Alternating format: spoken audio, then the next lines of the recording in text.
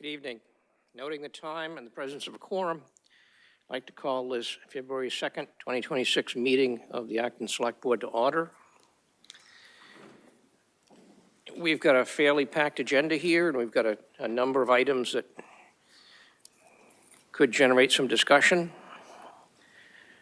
So I'm going to ask the clerk to rigorously enforce our 3-minute rule for all presentations from the public.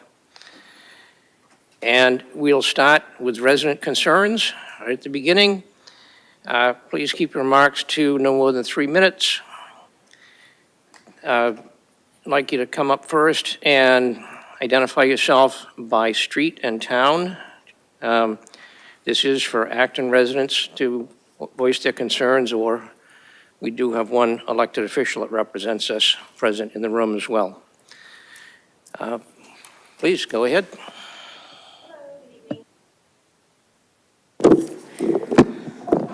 Hello, good evening. Renee Brazina, 26 Taylor. I'm here to speak about 46 Taylor and to support the preservation of our open spaces for natural habitats, conservation, and the protection of our community's ecological features. We respectfully urge the Town of Acton Select Board to prioritize the acquisition and permanent preservation of the parcels as a forward-looking investment in conservation. I know we spoke on Thursday, and we have some more residents here who wanted to also make a comment because they didn't get a chance to connect on Thursday. We saw the excavator today digging for multiple perk tests. So my point tonight is I would like to publicly request that whoever the developer is that intends to build in our neighborhood and near the Arboretum to please reach out to the community in this process, host some neighborhood meetings, and keep us informed. We're all very stressed out in this process and would really appreciate working with the developer and not against them. Thank you. Thank you.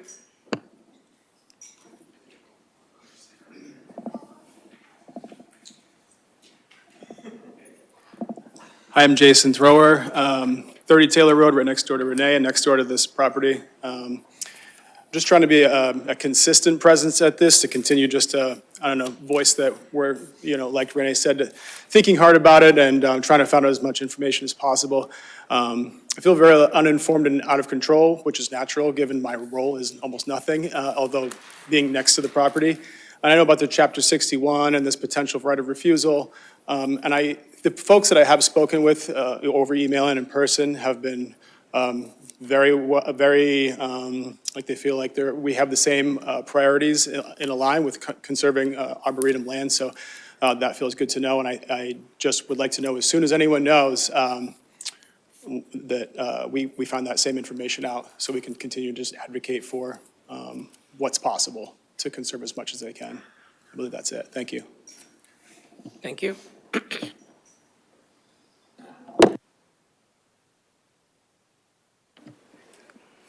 Shifting gears just a little bit. Hi folks, my name is Glenn Cody. I represent Acton on the school committee. I'm your select board liaison. I just wanted to summarize and briefly share what happened at our last meeting. I think it's fair to say that our last vote on the school committee was probably the most consequential municipal governance decision in the last half century. So I felt it was worth an update. At the January 22nd meeting, the school committee voted to move forward with reorganization option 5V2. So what does this entail? I do think that the basic facts of what happened do bear some repeating. I know many members of the community will find it shocking that Facebook is not always the best source of information. So option 5V2 does the following. It creates 2 K-3 schools and 2 4-6 schools at the Boardwalk campus and the Parker Damon buildings while keeping Blanchard as a K-6 school. The committee also voted to begin a geography-based enrollment model for all students next year, and this does mean the end of open enrollment, which we acknowledge much of the community feels very intensely about. In discussion, members struggled with the trade-off between limiting disruption and sharing and distributing disruption in a more systemic approach for a more community-wide lift. Some members worried about breaking up friend groups and routines, especially after recent years of change. Others raised concerns about equity, bullying, and the risk of one group feeling like outsiders if changes were not shared. Members also wrestled with what choice really means when not all families get their first choice today. The Special Education Parents Advisory Council made some good and poignant points about that in particular. District leaders shared plans to support as smooth a transition as possible, including regular staff and family webinars, implementation surveys, and careful student and staff placement. They discussed keeping admin teams as intact as possible, offering school tours, building new school communities early to help students feel welcome and connected. Superintendent Peter Light also previewed next year's budget. He noted one-time transition costs of just under $1 million and said the district plans to use reserve funds for the operating budget. And so the district plans to use reserve funds was what we'll be doing. That's with excess and deficiency. So operating budget is not hit. He also shared that deeper budget planning will happen at Monday, February 9th, the workshop there. It's Budget Monday instead of the usual Budget Saturday this year. Yep. So that's the basic lay of the land for the decision that we made. I do encourage everyone listening to do your best to seek out high quality and reliable sources of information regarding the basic facts of what happened. And like I said, Facebook just isn't always the best method for civic engagement. So Acton Exchange has quite what I feel is some very good and fair reporting. ActonTV has the recording of the school committee meeting itself. And the school committee does share updates both on Parent Square and on abschools.org. Read the plan, and our next webinar is tomorrow at 7 p.m. So thank you, everyone. Thank you.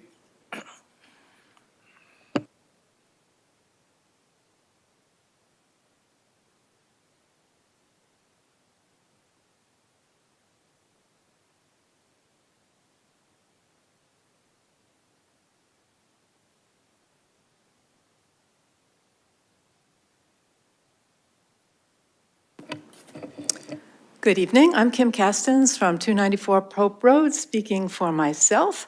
And I have understood that from RAC that you guys have had to postpone your further consideration of stormwater management until after town meeting. And that makes sense to me, but I have one more idea that I want to get on the table before this goes into limbo.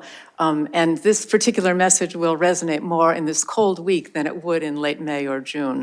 And my message is to include stormwater quality in Acton's stormwater management planning, not just water quantity or flooding, which was the main focus of our last discussion about this point. I was recently reminded of the stormwater management plan, which was updated in June of 2022, which focuses on keeping Acton in compliance with the regulations around the MS4, the Municipal Storm Sewer Separate System. This says, among other things, that according to Massachusetts DEP's integrated list of waters, the town of Acton's MS4 discharges to water bodies that are considered impaired. It lists those, and among those is Coles Brook. And the impairment cause for Coles Brook is chloride, and chloride in this area typically comes from road salt, as in this photograph here. So if you're not familiar with where Coles Brook is, we are sitting right here. This is Route 2, and this is the Coles Brook watershed. It has two, the colors represent the level of specific conductance, which is a proxy for chloride. It has two impaired tributaries, one here which comes near Route 2, and the other which flows right next to the DPW site, the transfer station. And as it happens, I was at the transfer station on Saturday, and this is what I saw. Along the west side of the transfer station, there was a huge pile of snow piled up and dumped over the embankment onto the slope that feeds down into Coles Brook. And so seeing this big pile of snow, which had plowed up from all around Acton and dumped here into the place where it's all set to melt into the chloride-impaired stream of Coles Brook, inspired me to come here and just encourage you to include stormwater quality in Acton's stormwater management planning, not just water quantity. Thank you. Thank you.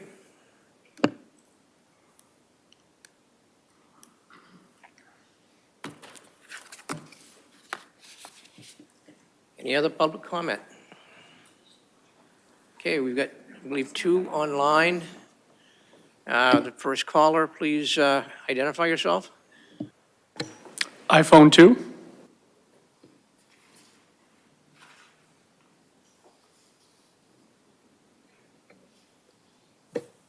iPhone user, you've been promoted and able to unmute. Hello, can you hear me? Yes, we can. Hi there. My name is Pam Kerr, and I'm at 9 Taylor Road, and I'm just here to agree with everything that Jason and Renee said about the property at 46 Taylor Road, preserving anything that we can for our beautiful Acton Arboretum. And I just also wanted to add a safety concern. I've lived on the road for well over 30 years, and it is busy now, and it's narrow, and I don't know how much more traffic it can be. So that's all, just here to support the neighborhood and our Arboretum. Thank you. Thank you. We've got one gentleman here in person. Please identify yourself. I'm Kostas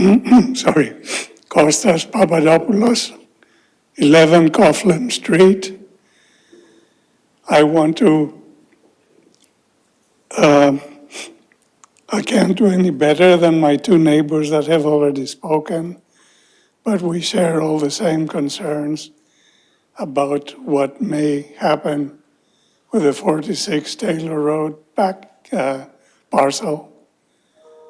And I want to also provide my input on that same topic. I don't have any additional information, but just that I fully support the effort of all our neighbors to alert you to this topic. That's it. Thank you. Thank you. Okay, I'll let one of the other online commenters in. Call-in user 1. Hi, this is Tara Fredericks from up in Mass Ave, and I just would like to urge the town leaders to bring a vote to town meeting and have a special town meeting to buy the property, the middle parcel on Taylor Road, which I believe will be very affordable if you pair it with the selling of Dr. Donald's house, like which happened up on Wright Hill. I urge the neighbors to organize because it's much easier for the select board to do such if there is a citizens group, a residents group that is organized and can help facilitate that. It's my understanding that the town believes that there aren't enough votes to pass that at town meeting, but if you have such a plan, I think you'd be very affordable because you'd only buy the wetlands. You'd carve out the wetlands and then just sell the uplands. Anyways, I hope you well, and thank you for considering my comments, and residents on Taylor Road, please organize. Thanks, bye. Thank you. Okay, one more. 774.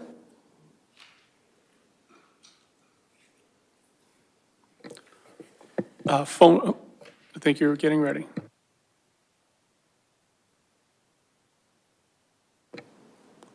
Phone number that starts with 774, you've been unmuted. Sorry. Hi, can you hear me?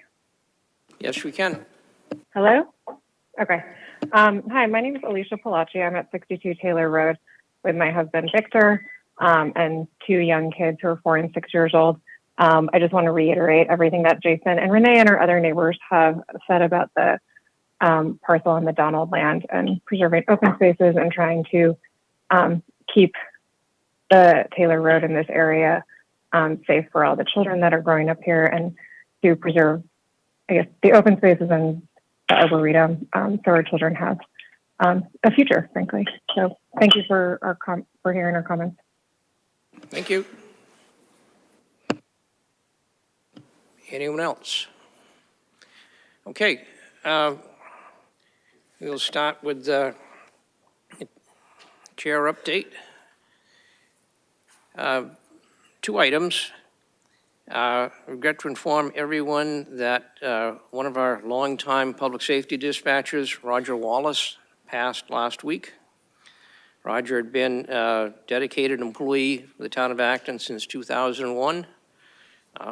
In his service, he interacted with not only police, fire, paramedics, but also members of the public.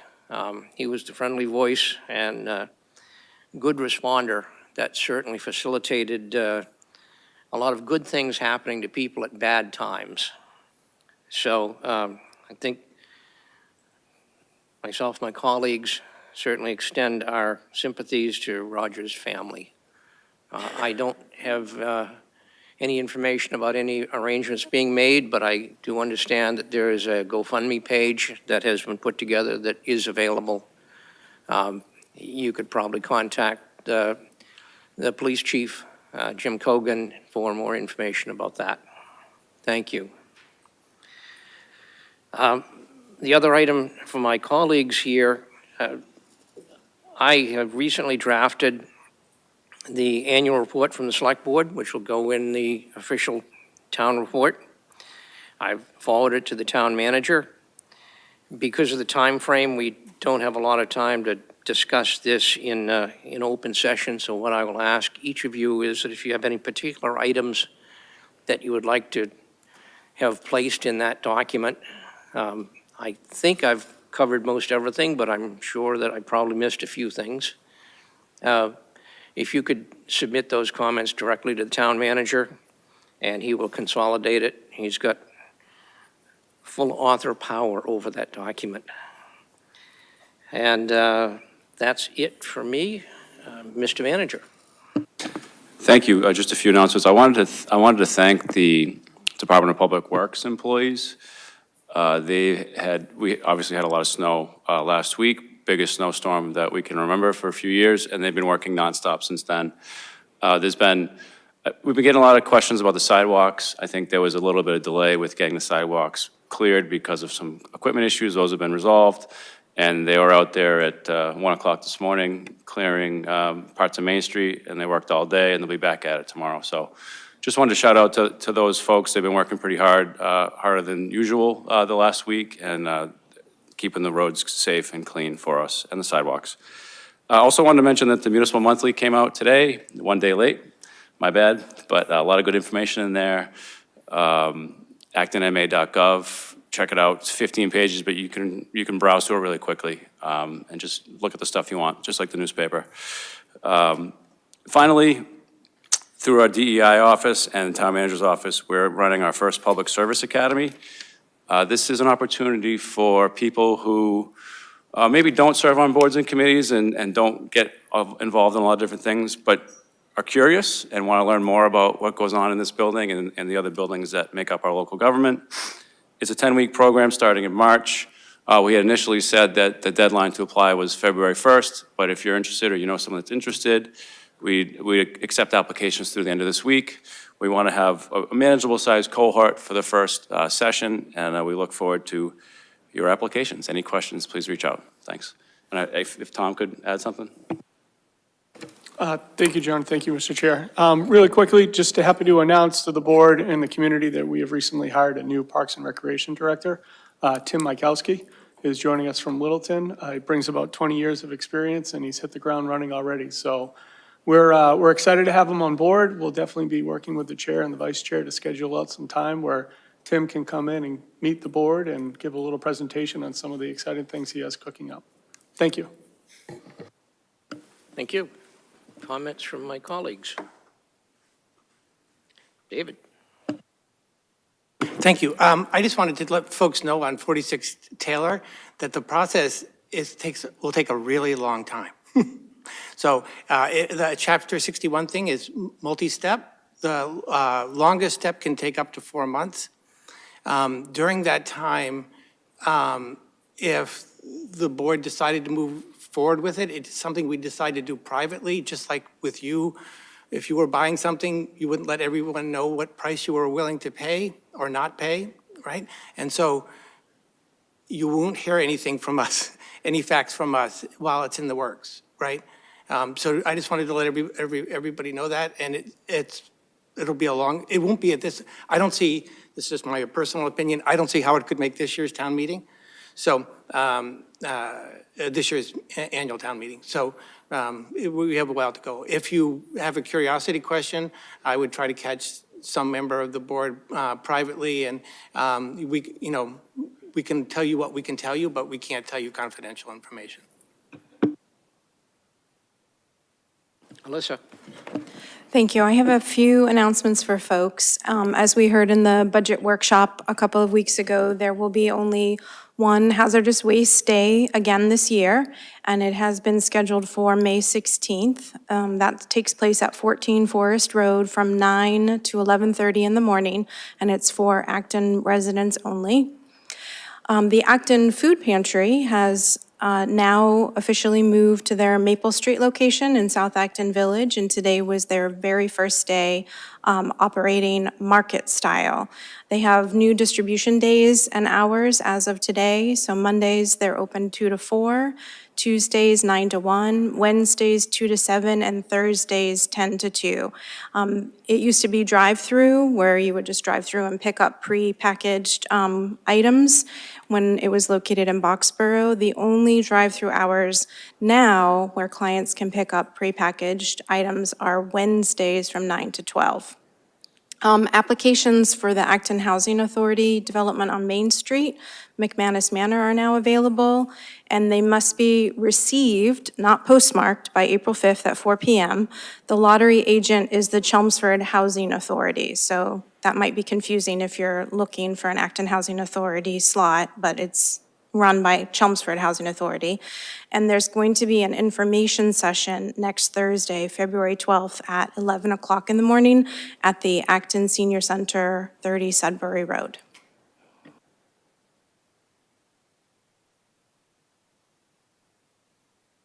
Fran? Quickly, I just wanted to say that the Agricultural Commission had its second farmers gathering Thursday evening in this room. The gathering was made up of Acton farm owners, large and small, farmers who work the land in Acton, such as, folks at Stonefield Farm, a handful of our community gardeners, members of the Acton Conservation Trust and Acton Boxborough Farmers Market. It was a great event with tables of information, such as where our farms are located on an Acton map, information of what constitutes a farm in Acton, and also discussion about the proposed bylaws for upcoming town meeting that will have a positive effect on landowners in town who choose to farm. So it was a great event, and hopefully it'll be an annual event. Thank you.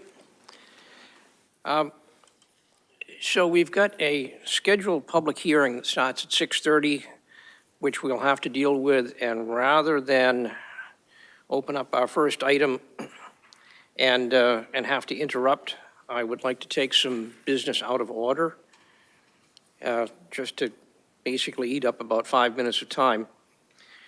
So I would refer my colleagues to consent items.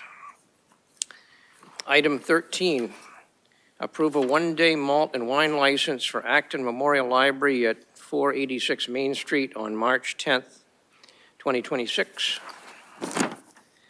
And consent item number 14, accept notification of additional one-day malt and wine license for Theater 3 at 250 Central Street on January 29th, 2026, previously approved on January 12th, 2026. Move to approve consent items 13 and 14. Second? Moved and seconded to approve those consent items. All in favor, please say aye. Aye. Opposed? Abstentions? Thank you.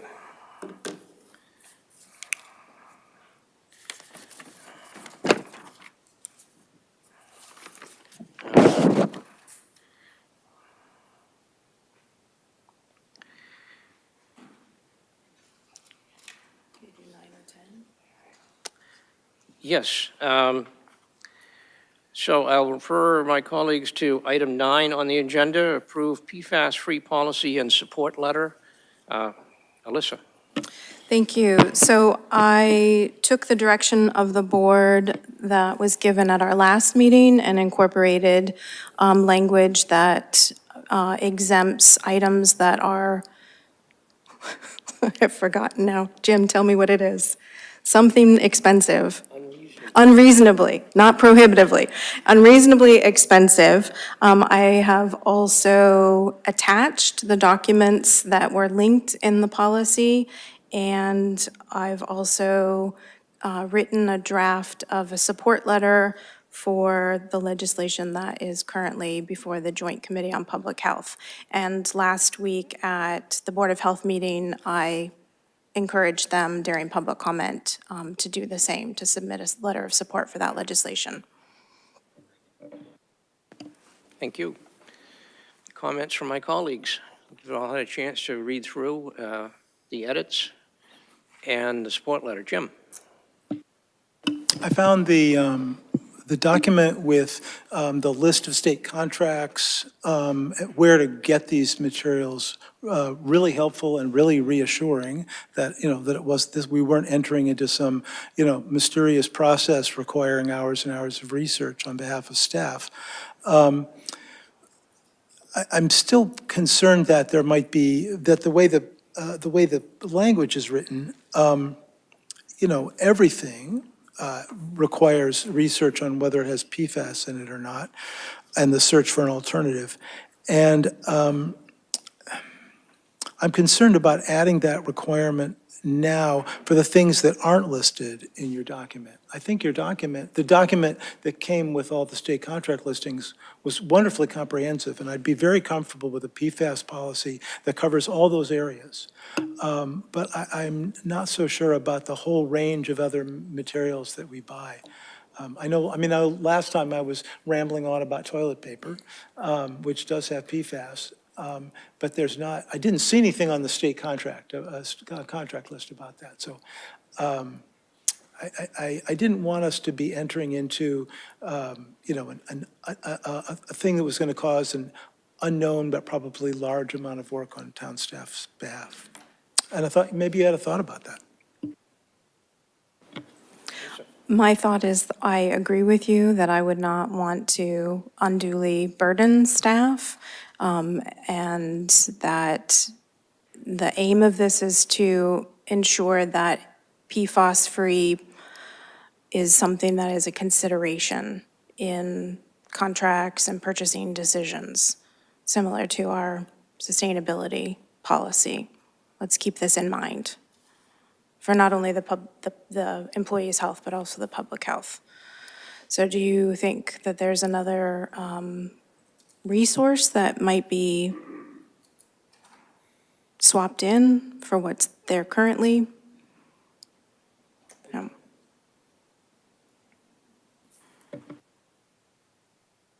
David? I'm just, no, I didn't understand what you, right, well, you just said that.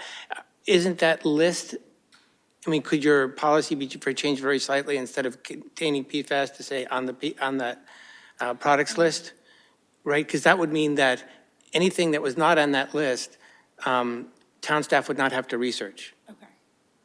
Is that what you're suggesting? Okay, I'm okay with that. Sorry, I didn't get that. So I would offer a friendly amendment that says, instead of saying containing PFAS in the now therefore clause, to have it say that are on the state contracts safer products list.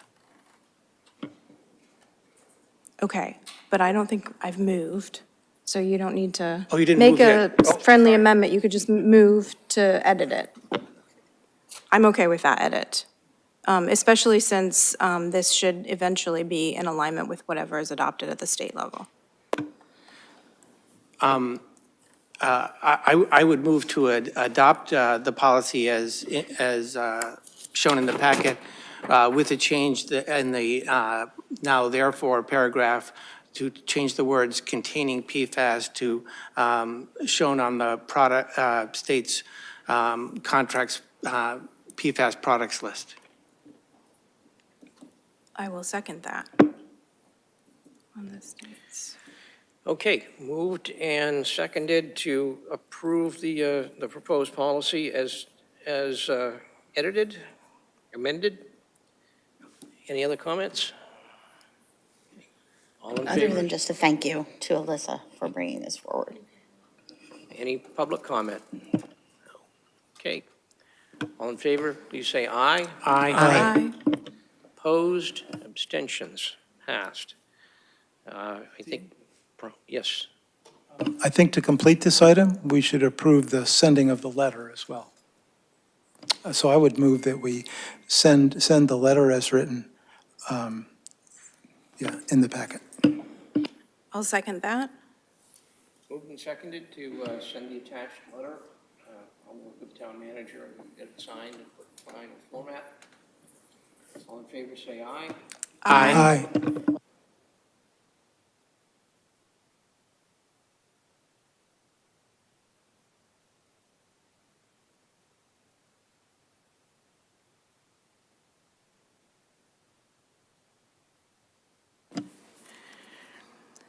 The Acton Select Board will hold a public hearing on February 2nd, 2026, at 6:30 PM, continued from December 15th, 2025, in the Francis Faulkner Hearing Room 204 at the Town Hall, 472 Main Street, Acton, and virtually at actonma.gov/meeting/SB, on the application of Hawthorn Realty Company for a site plan special permit under zoning bylaw section 10.4. The applicant proposes to combine the properties at 471 Great Road and 465 to 469 Great Road and construct two buildings to be used as building trade shops. No hazardous materials or waste are to be generated on site. Application materials and how to participate remotely are available online at Acton Town Hall, doc.actonma.gov/ds/web/view/collection-19387. And the applicant is requesting to continue to March 2nd, 2026, at 6:30 PM. David? I would move that we continue this hearing to March 2nd, 2026 at 6:30 PM in this room. Second. Moved and seconded to continue until March 2nd, 2026. All in favor, say aye. Aye. Opposed? Abstentions? Okay. So, with that out of the way, we will start discussion of item number 3, discuss and reconsider Independence Day fireworks and celebrations.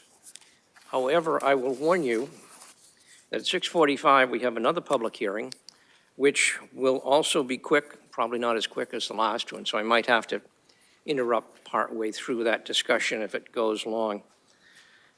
Please come forward with any comments from the public. We'll start with the discussion amongst the board about the action that we've taken. David? Mr. Chair, maybe you could just give a quick summary for those who might not be aware of what we did 2 meetings ago.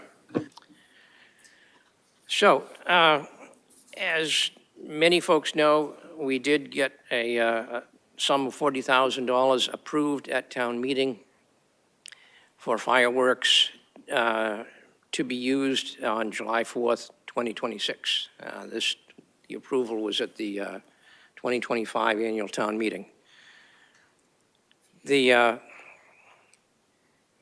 Subsequent to that, we've had some discussion about the impacts of the fireworks and celebrations, especially as far as crowd control.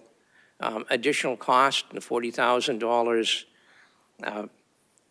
substantially pays for the event, but it does not cover a lot of other expenses. That particular night, we're tied up. We basically tied up every police officer and every firefighter, not just on shift, but throughout the entire town. We also tied up most of the DPW for several days ahead of time, Parks and Rec as well, and then breaking everything down afterwards. We have an event that, depending upon who's doing the counting, we attract probably 10,000 to 15,000 people for that event. So the discussion amongst the board was, is this the best way to spend the money? Is this the best? We're basically providing a regional celebration, which we've done for a number of years. Should we continue to do that? And at our last, our select board meeting 2 meetings ago, we discussed not doing it in 2026.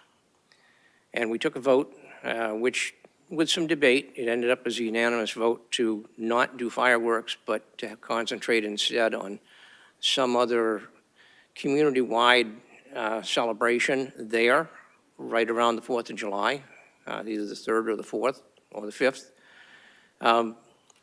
and focus it on more of a, have more of a local focus. We felt it's a good way to save some money And it's a good way to really try to encourage Actonians to the event, rather than provide basically a regional venue. So that vote was taken. We informed the town manager. He's reached out to the vendor that was signed up. At this point, we've got a little bit of a hold going. There has been some feedback, folks that were upset. Specifically, folks should know that even though town meeting approved the expenditure, it did not mandate the expenditure. So there is some latitude. We don't have to spend the money. There is some discretion on the part of the select board as to how that money would be expended, or whether that money would be expended or not, I should say. So there has been some feedback. There was a challenge brought to us that the notice that was put out that we were going to be discussing the celebration did not specify that a vote was going to be taken. We've gotten assurances from town council, and all the paperwork has gone into the Attorney General's office, that the notice that was given at that time was sufficient. That being said, I felt that it would be appropriate to take this opportunity to get more citizen input before we make a final decision, or should I say, based on citizen input, some of us might be inclined to reconsider the decision that was made 2 weeks ago. So that's where we are. I'll start out by asking for comments from my colleagues, and depending on how long those comments are, we might hold off on getting comments from the public until after we've dealt with the aforementioned other public hearing that we've got coming up in about 6 minutes. So I'll open it to my colleagues first for comment. Jim. You may recall I was initially in favor of having the fireworks this year, although I have expressed concerns about fireworks in general, that, you know, taking a bunch of material and blowing it up doesn't seem like a wise use of taxpayers' money. And I know plenty of people who stay away from the fireworks because of their pets, who are cowering in various states of fear as the explosions go off. And I've also heard the concerns about staff, about, you know, having all of our staff right there means that we're not able to respond to things that might happen elsewhere on that same day. So, but I still thought that, you know, it's a big anniversary, a big important anniversary. It's important to celebrate. I think what I hadn't understood before the conversation really got going was that celebration and fireworks are two different things. We can have a celebration. We can read the Declaration of Independence. We can listen to patriotic music. We can have speakers. We can have an event that brings the community together. It just doesn't happen to involve fireworks. And I was persuaded by the end of it that that was the right way to go. Thank you. Other comments? Fran? I have comments, but it's more like a statement, if that's okay. I write everything, and as I stated at Thursday evening select board meeting, my reason for voting to forego the fireworks this year was mainly budgetary, that the amount of money allocated at town meeting is just a fraction of the cost. It does not include mandatory police details, fire department oversight, not to mention literally all hands on deck for town staff to run the event. And it was also for the well-being of town staff, basically prioritizing our people and the environment. I loved the suggestion by my fellow board member and vice chair that this would give town staff a chance to be with their families on this holiday. And moving beyond fireworks for a more sustainable Acton has been talked about as long as I've been on the select board. The ill effect on wildlife and domesticated animals is well known, and it's time to transition to a more eco-friendly celebrations. It would be great to shift gears, prepare the town for tourism. There will be so much going on around the 250th that spending money on wayfaring signs, beautifying our existing historic places of interest makes sense. And I hope we can come together and celebrate Acton in the form of a summer festival, whatever that might look like. Thank you. David? Thank you. I just want to let everyone know that town meeting appropriates money, and the town manager spends the money that's been appropriated at the direction of the select board. For an article like this, that's been, money's appropriated, we could spend it on anything that's consistent with the wording of the article. Since that wording says fireworks, we probably couldn't spend it on anything that doesn't boom. We could spend it probably on fireworks at another time, or maybe another July 4th. But if we don't spend it, that money expires after 3 years and returns to free cash to be reappropriated. So if we don't spend it, the money doesn't go away. It just is on hold for 3 years, and then it comes back to free cash. Alyssa? Thank you. I'm looking forward to hearing what folks in the public have to add to this discussion. We've received a few emails, but I'll just start with a few thoughts. I love fireworks. If I'm in town, I don't miss it. I think that even though it's a significant expense, I think bringing the community together in celebration is worth the expense. I've never minded that non-residents attend. I think being neighborly and having regional events is something that's okay for us to do. Acton has plenty of regional events. Pride Fest, we actually organize with another town. Diwali Fest, same thing, 2 other towns. I was struck by one email that came in suggesting, actually it was the open meeting law complaint email that suggested that there was no new information. So we had supported this capital item in the warrant article, what changed? But I certainly learned a lot of new information, and Dean and Jim, you have mentioned some of it, staff having to work that holiday every single year because it requires everybody in the police department, everybody in the fire department, almost everybody in public works, certainly everybody in recreation. It's difficult, we do have the fire department at Narrow Park, but we also have to cover the stations, and it's difficult to find staff to cover those extra shifts so that we can respond to emergencies that happen elsewhere. I also learned that state resources are going to be spread really thin because this is the 250th of the Declaration of Independence. So while I was persuaded initially that we don't need that we don't need to cancel the fireworks because it's a big deal, the 250th anniversary of July 4th, 1776, there are also a lot of other things happening in the state that are requiring resources, like the bomb squad, et cetera. That's, really, really unlikely, but it's kind of risky to not have access to those resources should the need arise. And last year was the 250th anniversary of April 19th, 1775, and Concord made the decision not to have the reenactment at the North Bridge because of that resource need for other places. So I think this is something similar.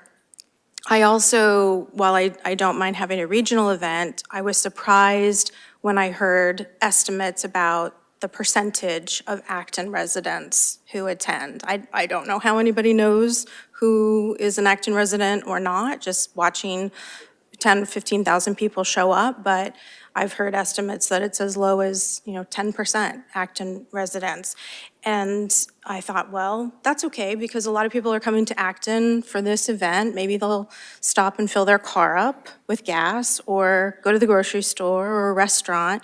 And everybody that I've shared that with has scoffed at me and rolled their eyes, thinking that that's really not a great, significant economic benefit to town businesses. So that's, all of the new information, in addition to the hidden expenses, Dean, that you mentioned at our December 15th meeting, and the months of planning that a pretty large team engages in, as well as setting up, working the event, and then a few days after the event to break down. So that's one of the things that, many of the things that led me to my decision, and I agree that fireworks is not a prerequisite for being patriotic and celebrating that anniversary. It's not a prerequisite to having the community to come together. And I think that we can certainly bring together a great celebration of that 250th anniversary. Thank you. Before we open this up to the public, we'll dispense with this other public hearing that I referred to earlier.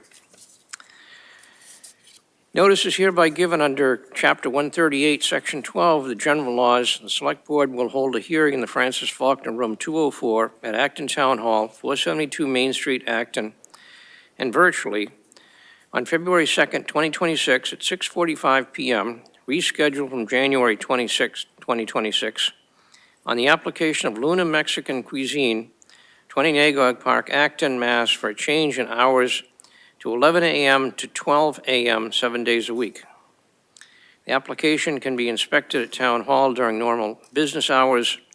Remote participants may view the hearing at www.actonma/sb or from a telephone dial 646-876-9923 and enter webinar ID number 503-918-785.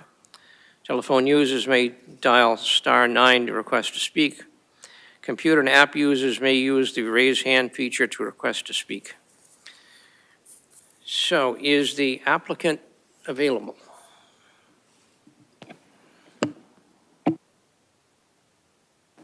Yes, they're logging on right now.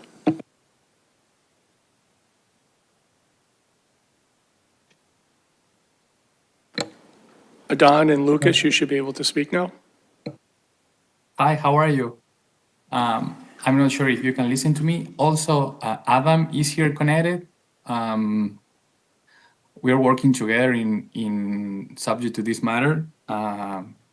So I wanted to check if he is also here and he can also be able to speak. Yes. If not, I can proceed.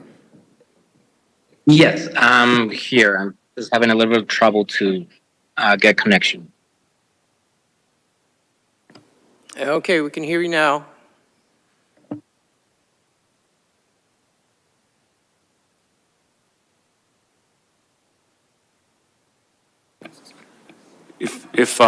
If you want to explain a little bit about the proposal before the board, you have the opportunity to do so now.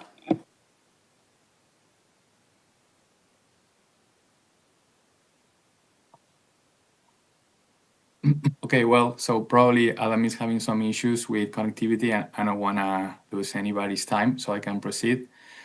We're doing this request because currently hours of operation from the establishment are until 10 p.m. And the restaurant is noticing that at that time there are usually also clients. So in order to get into any potential situation with the ABCC liquor license, the restaurant would like to update that time up to midnight in order to be able to serve more clients. Also provide more like employment hours to the current labor, and also being able to acquire a little bit more of a profit in these challenging times. Okay, thank you. Questions from my colleagues? David? No questions for me. I'm just supportive because I know it comes up. I've seen it numerous times for residents in town who gets to be 8:30 at night and they'd like to go out for a drink or a bite to eat, or, they'd been doing something and they're hungry and they want to have dinner. And it gets to be, a lot of restaurants in town close at 9 o'clock, and you can't get there 10 minutes before the kitchen closes. So I think having something open till midnight is great. In fact, I've been in Luna myself at, 9:30-ish, it could have easily been a little bit later. So I'm definitely supportive of this. Thank you. Other comments? Alyssa? I'll just say that I'm very excited by this proposal and really eager to approve it for the same reasons that David suggested. It's great that they're having success and clientele that can continue to support them after the kitchen, after 10 p.m., not after the kitchen closes. Thank you. Other comments? Any public comment? Okay, I'll entertain a motion. I move to close the public hearing. Second. Move to close the public hearing. All in favor, say aye. Aye. Opposed? Abstentions? Okay. David? I move to approve the change in operating hours for Luna Mexican Cuisine at 20 Nagog Park to have it close at midnight instead of 10 p.m., 7 days a week. Second. Moved and seconded. Final comments? No. All in favor of the motion, please say aye. Aye. Opposed? Abstentions? All right, you're approved. I'm sure everybody leaves the room very shortly to get up there. Thank you. Thank you so much. Thank you very much, guys. All right, I just ask my colleagues if you have any last comments from the board about the decision-making process on the fireworks. If not, we'll open it to public comment. Okay, please come forward, identify.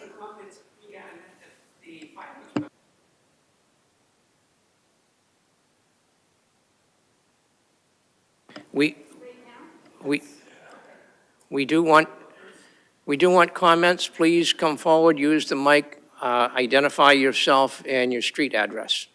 And keeping it to 3 minutes. Thank you. Ken Henderson, 35 Fort Pond Road in Acton, obviously.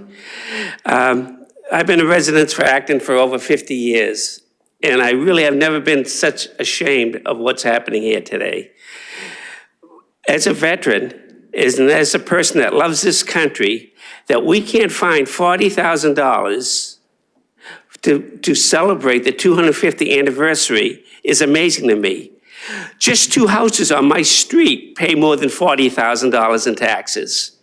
And we can't find the money to support it because it doesn't make any sense. Yet we can spend millions of dollars on an old house behind Town Hall. We can keep Kelly's Corner going on for 5 years. We always find money for these things. We got a pumping station down at the transfer station, that costs millions of dollars.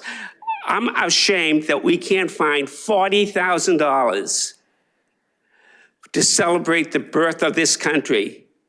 We have veterans in this country, in this town. We have our colonial fighting men buried at the monument, but we can't find $40,000.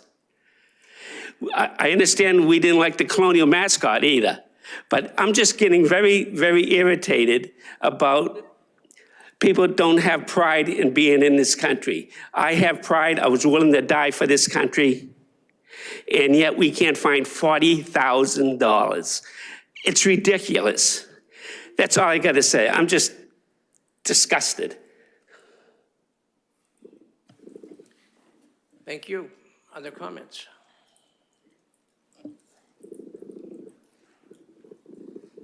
Glenn Cody, School Committee, speaking on my behalf, though. I Googled how much does a drone light show cost?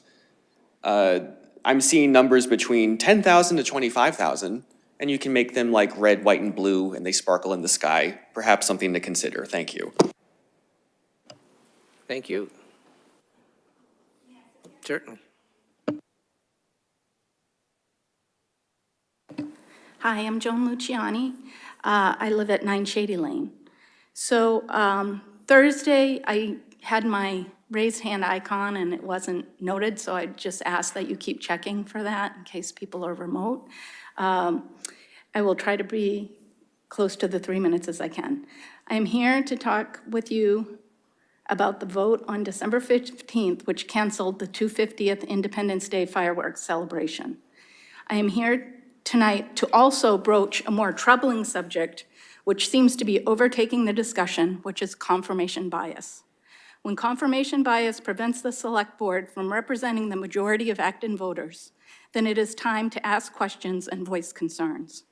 Voters approved fireworks funding 3 years in a row. Even despite this, the Select Board decides to overturn the May 2025 open town meeting approved vote. And the conversation about this cancellation is about a 10 to 15-minute discussion. I learned on Thursday that the 40K approved by voters for fireworks will not be available for any other use until July 1st, 2028. Why was this not revealed until January 29th? There are unintended consequences which need to be considered by the Select Board. And again, confirmation bias seems to have prevented thorough and thoughtful considerations of those who are going to be impacted the most. The Select Board should pause, please, and consider everyone that is impacted. And they have not done that yet, so please consider doing that now. Who are some of these unintended victims? Unilaterally overturning a town meeting approved vote without any new developments which justifies this action sends the message to Acton voters loud and clear. Your input does not matter. Your voice has been silenced, and your ability to make decisions for your own town has been canceled. This is exactly the behavior we are seeing on a larger scale in this country. Your voice has been silenced. Your input does not matter. You have been canceled. Lastly, I ask the Select Board to consider Acton's children right now. All 5 elementary school communities are being dismantled.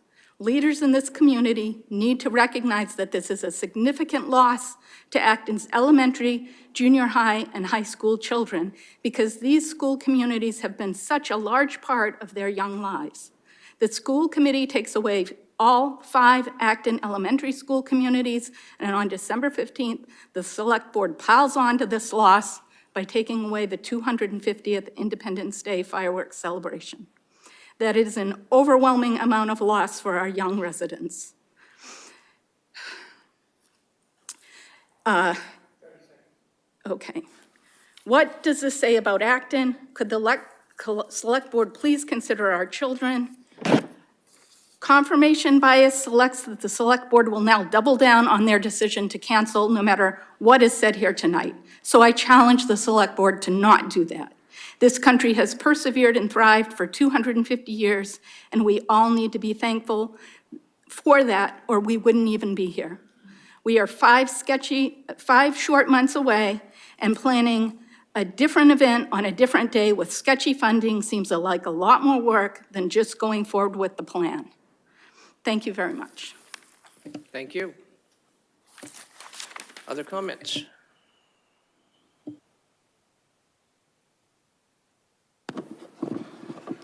Greg Jarbo, 5 Cherokee Road. I am a member of the Finance Committee, but I'm speaking as an individual. Obviously, a lot of people are upset that we can't celebrate July 4th the way we have in the last couple of years. I would argue that we have an anniversary coming up, a 250th anniversary, that puts this town uniquely on the map. 250 years ago, on June 14th, this town meeting in Acton voted to urge its delegates to the National Congress to vote for independence. We were a little over 2 weeks ahead of the national vote in Philadelphia. And if there is an appropriate time for us to celebrate something that is uniquely Acton, I would urge you to take a look at what the Acton 250 Committee is already planning. On June the 14th, they have a noted historian who's coming in to talk about our 250. And I think that's probably a better idea for us to focus on. Thank you.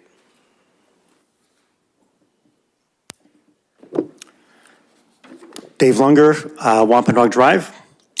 Prior speakers have laid out the facts. Town meeting's overwhelming May 2025 vote approved $40,000 for Independence Day fireworks with unanimous backing from both the Select Board, you folks, and the Finance Committee. Tonight, let's cut to the chase on how December 15th reversal looks and will look moving forward.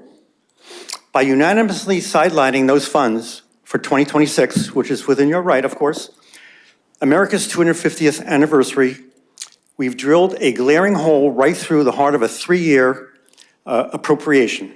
In hindsight, or as we hit that semi-quincentennial milestone, this will read as a baffling missed shot, skipping the classic unifying burst of fireworks in the 1 year it carries real national symbolism. Here in Acton, the birthplace of the Revolution territory, ditching them now feels not just short-sighted, but dismissive of history, of tradition, and most critically, of a multitude of voters who said yes loud and clear at town meeting. No heads up, no public input before the vote, December, that disconnects things even more. Tonight is the fix. Reconsider, respect the democratic mandate from May, and bring back fireworks, or at least open real community discussion for a 2026 celebration that does not leave Acton looking like it opted out of its own history. Choose the path future residents will applaud as unifying and thoughtful, not one they'll question as a regrettable fumble at a once-in-a-generation moment. And I'll just add, fellow Massachusetts founder, which was, of course, John Adams, talked about illuminations from this day forward. So if we don't have fireworks on at least this year, I mean, stop it for next year, but keep it for this year and make John Adams proud of us. Thank you. Thank you.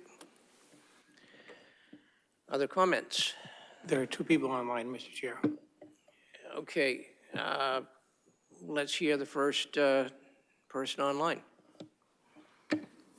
Jim, you've been promoted. Thank you. Oh, thank you. James Conboy, 120 Parker Street. I'm very glad we're talking about summer fireworks in the middle of a cold snap, so that's a good sign. But the board has laid out very well the burdens of the fireworks financially and on manpower. So I'm just going to relate my own experiences with the fireworks, which I've been attending most of the 29 years I've been living in Acton. And we took the shuttle bus once from Nagog Park, which is very nice. So I won't get into all the details, but I tried again this year, last July, and you couldn't even get into Nagog Park because of the traffic jam. So I turned around, drove back to Acton Woods Plaza, which was almost empty at the time, and walked to the park and caught the concert, which is always very nice, and started walking back when they started the fireworks. Now, Route 27, which was almost normal, but kind of light traffic earlier, was bumper to bumper with people, and the parking areas, which were technically no parking, were completely ignored. The signs were ignored. So as I'm walking back, people are saying, "Hey, where do I park?" And my answer was basically, "Anywhere you want," about 2 hours ago. So I got back to my car in the parking lot, which was now packed, and a lot of people do park there to watch and listen to the fireworks, which is not a bad idea. So I'm just going back to the burdens of Acton.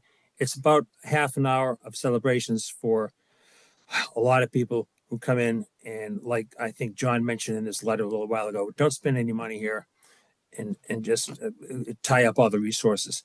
So it's going to be a big year with the 250, but we're going to have celebrations. Certainly Concord has one, and I won't name the town, but one nearby has fireworks every single year. They just don't announce them. Now there's an idea for you, but we're going to have the tall ships in Boston and all kinds of great celebrations. So my inclination is to stick with a local event for the people and add some more nice things instead of the fireworks. Thank you. Thank you. Second comment? Paul, just have to unmute. Yeah. Hi, Paul Greenspan, 8 Overlook Drive. I just wanted to comment. I think the comment earlier about considering a drone display is an interesting one that would obviate at least some of the concerns around noise and need for extra security. Certainly, well, I've never seen one in person, but seeing them on video, they look like they're really cool, and it gives you an illumination, maybe with a little bit less overhead. So I'd certainly encourage the board to consider that as an alternative. Thank you. Any other public comment about this matter?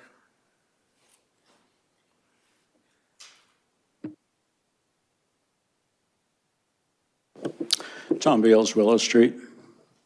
I was surprised when the board voted down the fireworks. And I take the nod to John Adams and illuminations, but I don't think John Adams, as a frugal New Englander, would have considered spending $40,000 on illuminations at that time. There's a broader cultural picture. So many holidays have been turned into spectacle.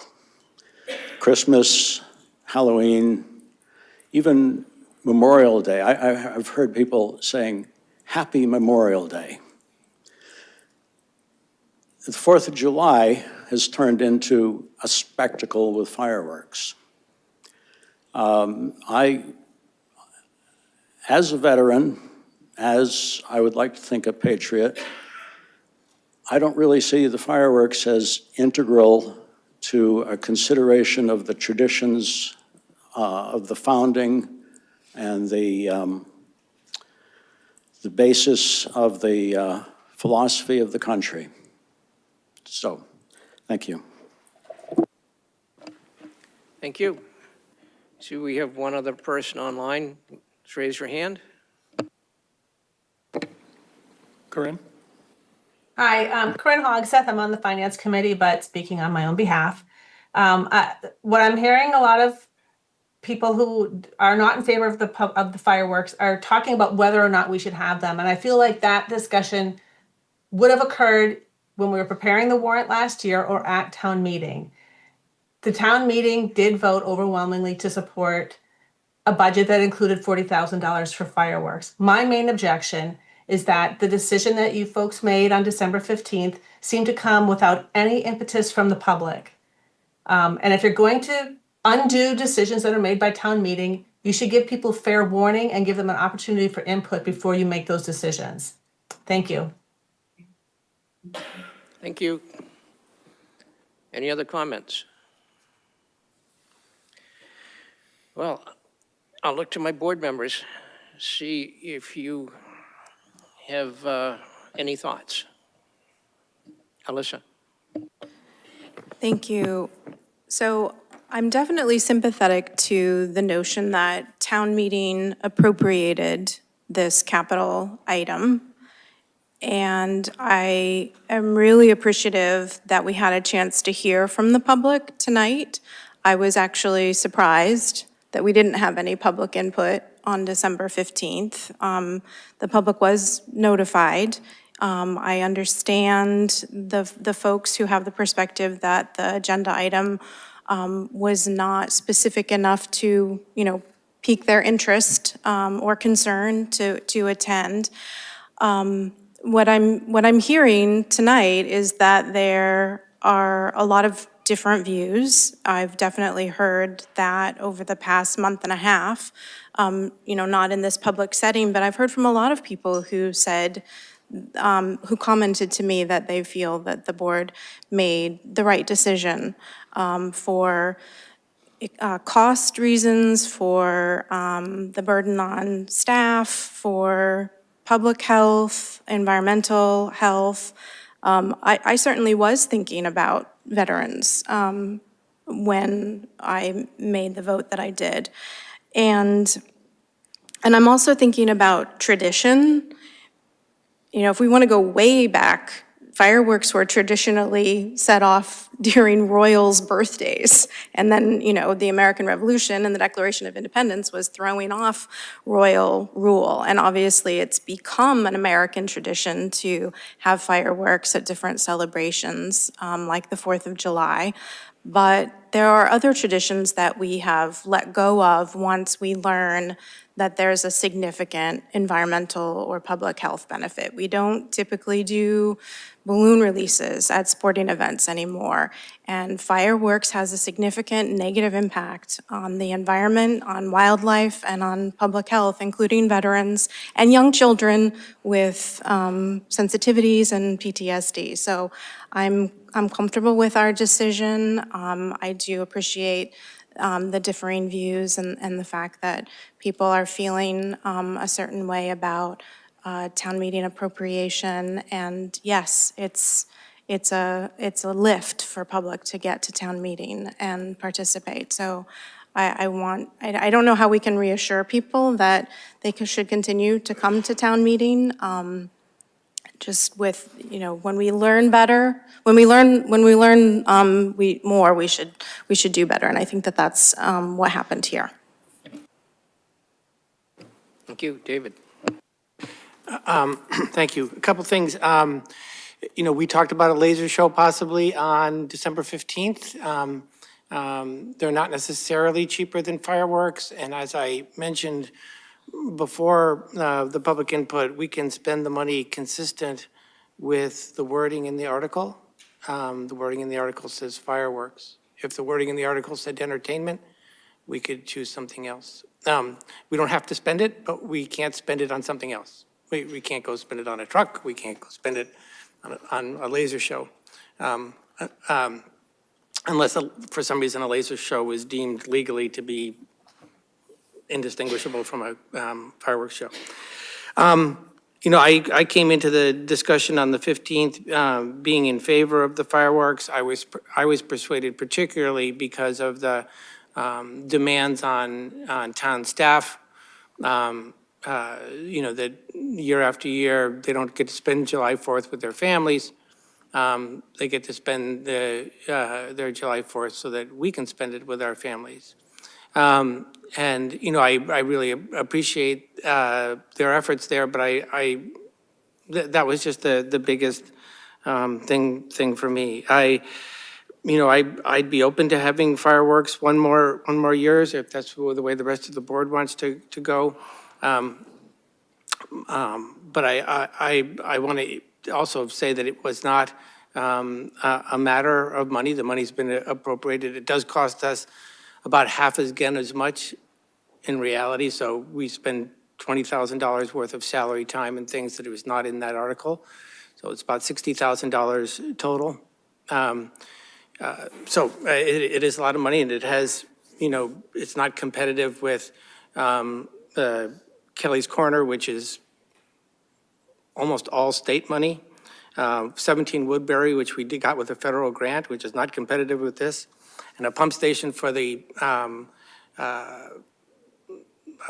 sewer system gets paid for out of sewer fees, not out of general revenues or one-time revenues. So, like I said, I'm open to doing this one more year, depending on where the rest of the board is, but I'm also comfortable sticking with our decision. Jim? First of all, Dean, thanks for bringing this back up for discussion. This is a better venue that people knew that we were talking about this. And we got to hear from people who both were in favor of the fireworks and people who were not in favor of the fireworks, or were okay with the decision not to have fireworks. And also I want to appreciate Greg in particular for bringing up John Adams. Now, Greg, you were thinking about June 14th, but I just want to remind us that Adams was clear that the day to celebrate was the 2nd of July. He thought that was the day that was going to live in history forever. And that we do have he gave us a lot of options.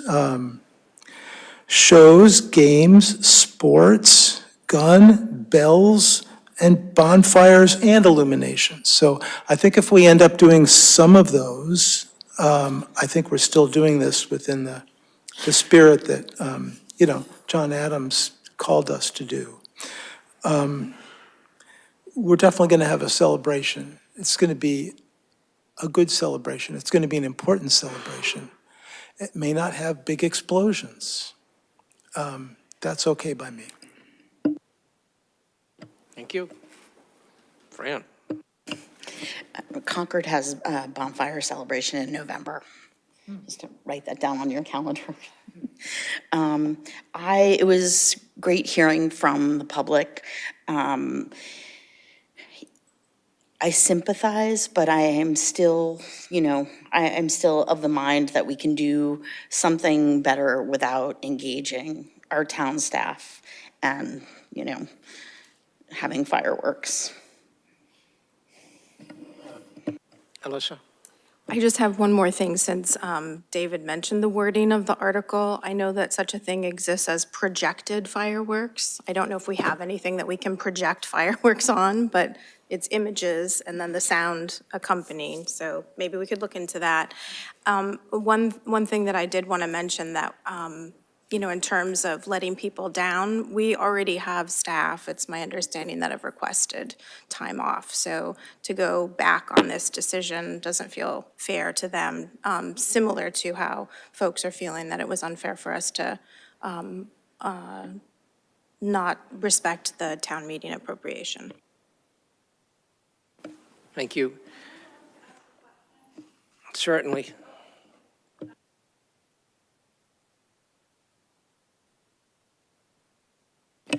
Many towns in Massachusetts use community service officers, and that is a great part-time summer job for college students and young adults that are interested in the police, in policing. And I'm just wondering why we aren't working the problem here. Why aren't you actually doing some due diligence? Have you talked to the police and asked them, what do you think about creating a community service officer program and hiring these young college students, especially, that come home every summer? They can do a lot of the things, certainly not carrying weapons, but they have walkie-talkies, they can bike, they can walk amongst us, they can direct traffic. A lot of towns on the Cape use them. They could be employed at every single NARA event. And I'm just wondering why these sort of, in general, the other upsetting part to me is that nobody has talked about, hey, let's, form a committee, take these issues one by one and see really what solutions could happen. You just make assumptions and we're all supposed to sit there and accept it. I mean, have we asked, we've got police here tonight, could they, talk to this issue? Well, I think your point is going a bit far afield, and I'll address it shortly. Point of information. Not sure if this is a point of information. Can you identify yourself, sir? Use the mic and identify yourself, please. This might not be a point of information, but it might be. Laser fireworks, often used as ecology-friendly, quieter alternatives to traditional pyrotechnics. Involve high-powered computer-controlled laser projectors. These are fireworks. The term is commonly used, so you could apply it to the $40,000 and get the laser show. Thank you. John? I just wanted to address the question about staffing. We do use a lot of temporary staffing for that event and for events throughout the summer. We hire 100 recreation staff or so, that a lot of them work that night. In terms of the work of the police department that night, we have 40 or so uniformed officers, and they're all deployed that night. A lot of them are at the park, but a lot of them are in the area surrounding the park, where, as mentioned by one of the virtual participants, there's a lot going on in the area around with traffic and congestion. And speaking firsthand from someone who's tried to direct traffic, not wearing a police uniform, people don't listen to me. At that event last year, or maybe it was the year before, I tried to do some things to help, and I might as well not have been there. And I think it's a safety thing. We need the police to be there. They can command, whether it's a parking lot or a street. That's what they do best. And summer help certainly can do some things, work the concession stands and various other roles, which we do. But it's not as much a staffing issue as I think it may appear. Well, I just wanted to mention, community service officers have training. It's not like, you know, they are taught how to do these things. It's, you know, it takes some training for that. It's not just you walking out with a vest, you know, trying to direct traffic. They actually will have gear and a flashlight and a walkie-talkie and backup. And I mean, I don't think there's any comparison with you directing traffic. I had one of those airplane things. I had two of them. I had all the gear, and I'm moderately trained. Well, you know, it works on the Cape, it works on a lot of towns in Maine. That balloon, the populations in those towns double, triple, quadruple. So it's hard to believe. Sorry. Thank you. I think you've raised some interesting points. I will, you know, supplement what the town manager said. We've also hired a number of just traffic officers, which would sort of be the equivalent of those community service officers.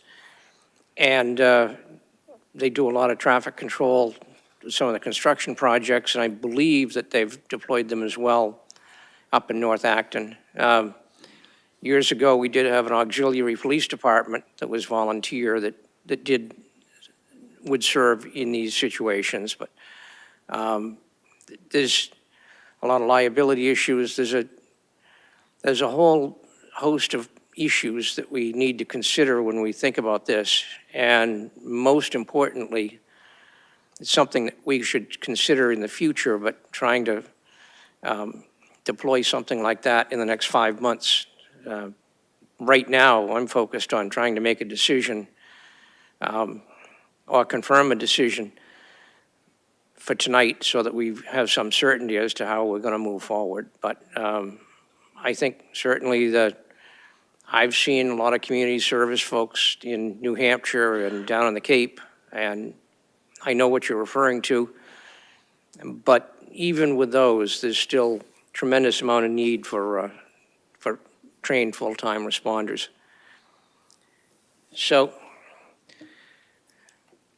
my own comments are these. I feel badly, and I feel like I let folks down because I was actually the person that presented that part of the capital budget back at town meeting. And I was the one that said the word fireworks and $40,000. So I feel badly about that. Also, I've been a member since its inception of the Acton 250 committee, been very involved in arranging all those celebrations and speaker series and that sort of thing. So it's not through any lack of patriotism that I came to this recommendation. Frankly, initially I was more focused on looking out in future years, and then there seemed to be some interest in, well, if you got objections to doing it in 27, what are the differences for doing an observation in 26? And I think the couple of items that I see different for 26 as opposed to 27, and I'm certainly strongly opposed to doing it in 27 and in future years. But for 26, I'm moved by the fact that it is the 250th anniversary of the signing of the Declaration of Independence. And certainly, whether we do fireworks or not, that declaration should be read out loud in an unredacted form in this, this celebration. And I think where we do have the money, and it was presented at town meeting where, you know, we had, not sure how many folks we had in attendance at that particular time, but certainly a lot more than we've got in the room right now. So with those thoughts in mind, I would be interested to see if my colleague would prepare to submit a motion for consideration. David?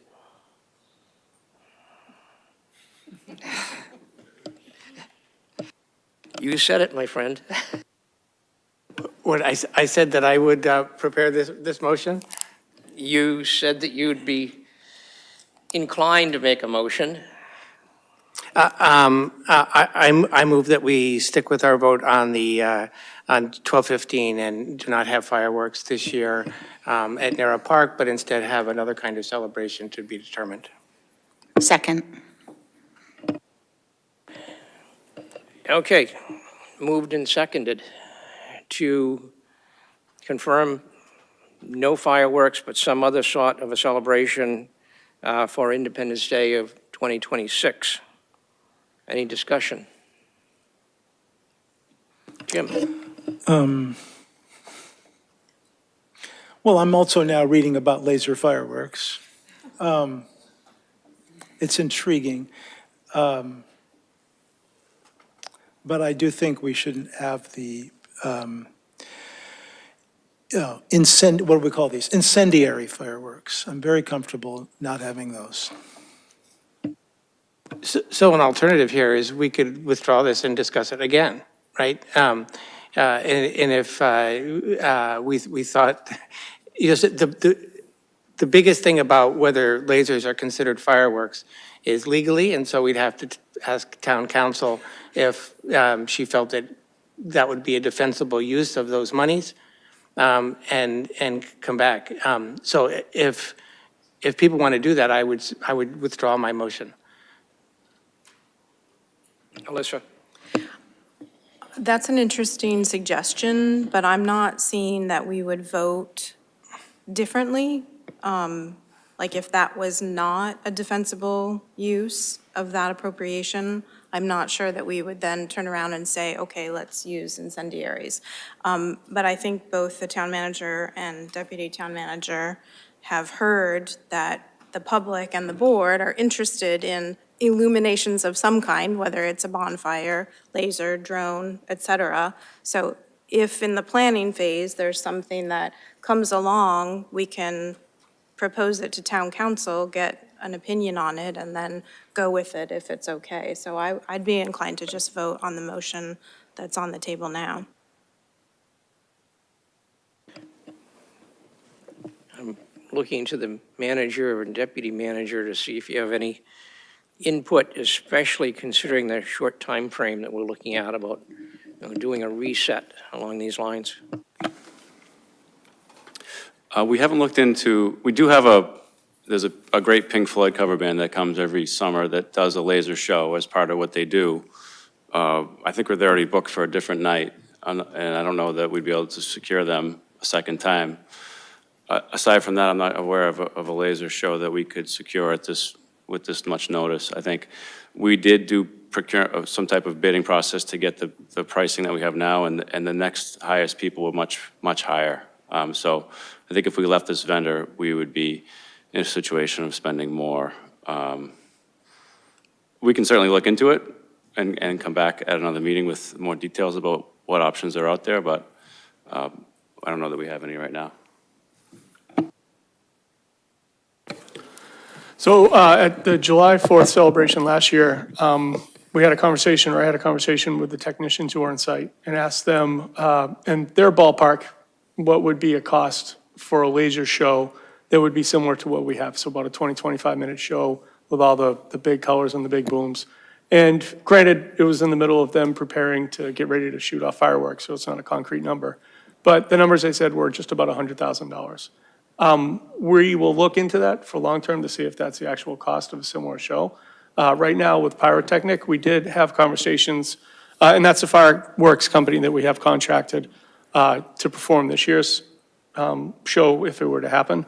They did indicate that all their dates are completely booked except for the July 4th show that they've held for us after tonight's decision. I don't know if we would be able to move it with that company. They've already indicated that it's not available. Thank you. David? I'll say one more thing, that, that not having incendiary fireworks does solve the, environmental issues, but it doesn't solve keeping staff away from their families if it's well attended, right? And we don't know the first year whether such a thing would be well attended. So, and as someone mentioned in the beginning, there are, for police officers and other public safety folks, there's going to be a lot of demands this year to be maybe work in Boston for the tall ships or whatever. So there's going to be a lot of security around the Commonwealth, and so I think there'll be, those resources will be thin. David, during the discussion, you said that you'd be inclined to, or would consider withdrawing your motion. And I would like to see if you would withdraw that motion, and I would make an alternate one myself. Sure, I withdraw my motion. Thank you. So I think I know which way this is going to go, but I figured I'll be the bad guy here. I would move that we rescind our previous vote of December 15th and that we restore the fireworks only for 2026. Could I get a second on that? I'll second that. Moved and seconded. Discussion. David. So, I said also in my piece that this is a tough decision for me, right? Like Jim, I came into the last discussion supporting the fireworks, and was persuaded mainly for, reasons of staff, keeping them away from their families on this day. So I just want to ask, I've also heard, like Alyssa, that people have, already started, staff have already started to plan for the day off. Is that the case? If we decided to keep the fireworks, will we be able to staff them?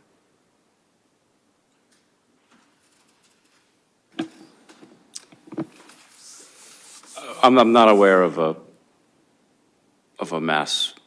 I think that if the board decides to move forward, we'd be able to staff it. I think every year people have to make sacrifices to staff it, and I think that would be something that we'd ask them to do again this year.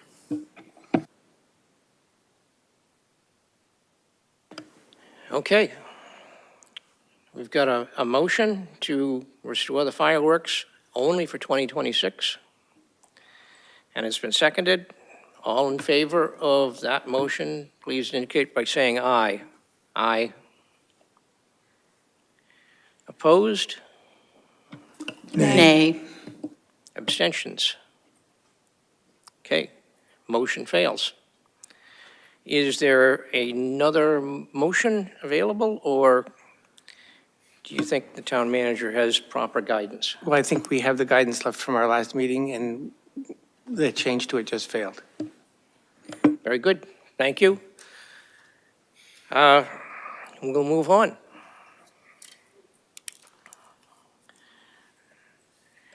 So, item 4, discuss potential updates to Select Board immigration policy. Now, I expect there's going to be even more passion involved in this discussion than there was in the fireworks. I think it's important that we keep in mind that keep your comments focused. and understand that we're all neighbors here in this community.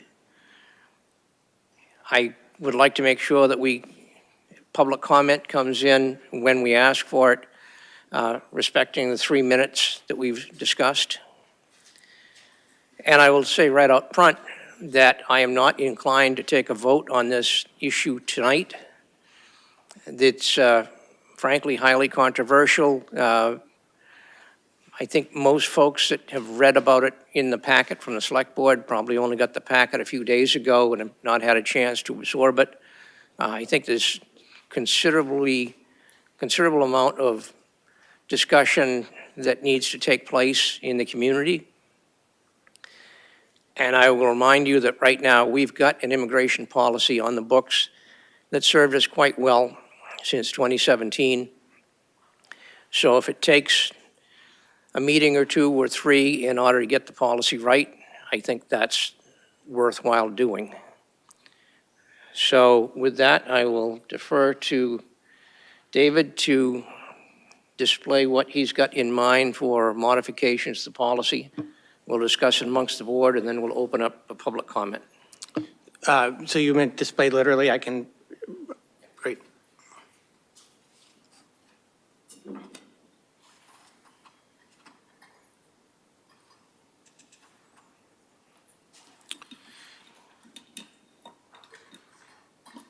So I'm not going to go over the beginning of this document. I'm just going to go over what exists and what we're proposing to change here. So the things in black, the first 5 points in the policy are our current policy from 2017 that's approved and in place.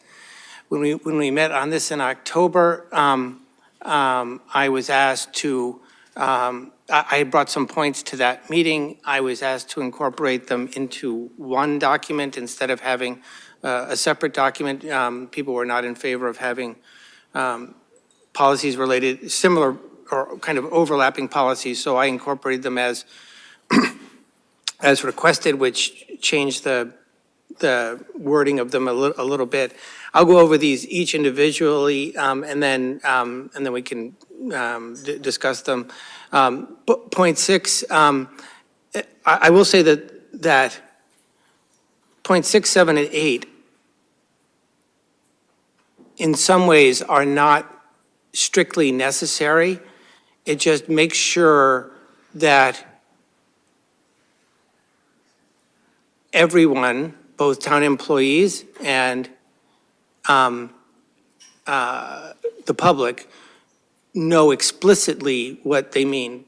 And I'll talk about each of them in detail as to why they might not be necessary. So point 6 just says that only employees can go behind the police station, behind the public safety facility. There is a sign there now, but it doesn't say employees only. This document says it would make it employees only, to make it very clear that only employees are allowed behind the public safety building unless they're specifically invited by the shift supervisor at the time. Point 7, my understanding from the police chief is this is what we would do now, but again, it just makes it explicit that when someone is discharged from the police station, if they want to make a phone call to council or whatever, they may do so. My concern here was that people would be discharged from the public safety facility not knowing that there was a detainer for them and into the hands of ICE agents behind the building. My understanding from the police chief is that, like with other places, we would present the person with the detainer if we had it, and give them a chance to contact counsel. But again, this just makes that explicit. Point 8, we already have a duty to intervene policy.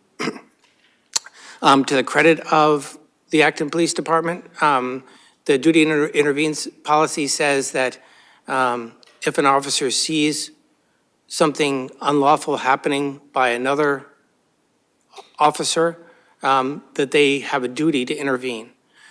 Specifically, this is for if a, like a patrol officer were to see a lieutenant do something which the patrol officer knew was wrong or against the law, they have a duty to intervene.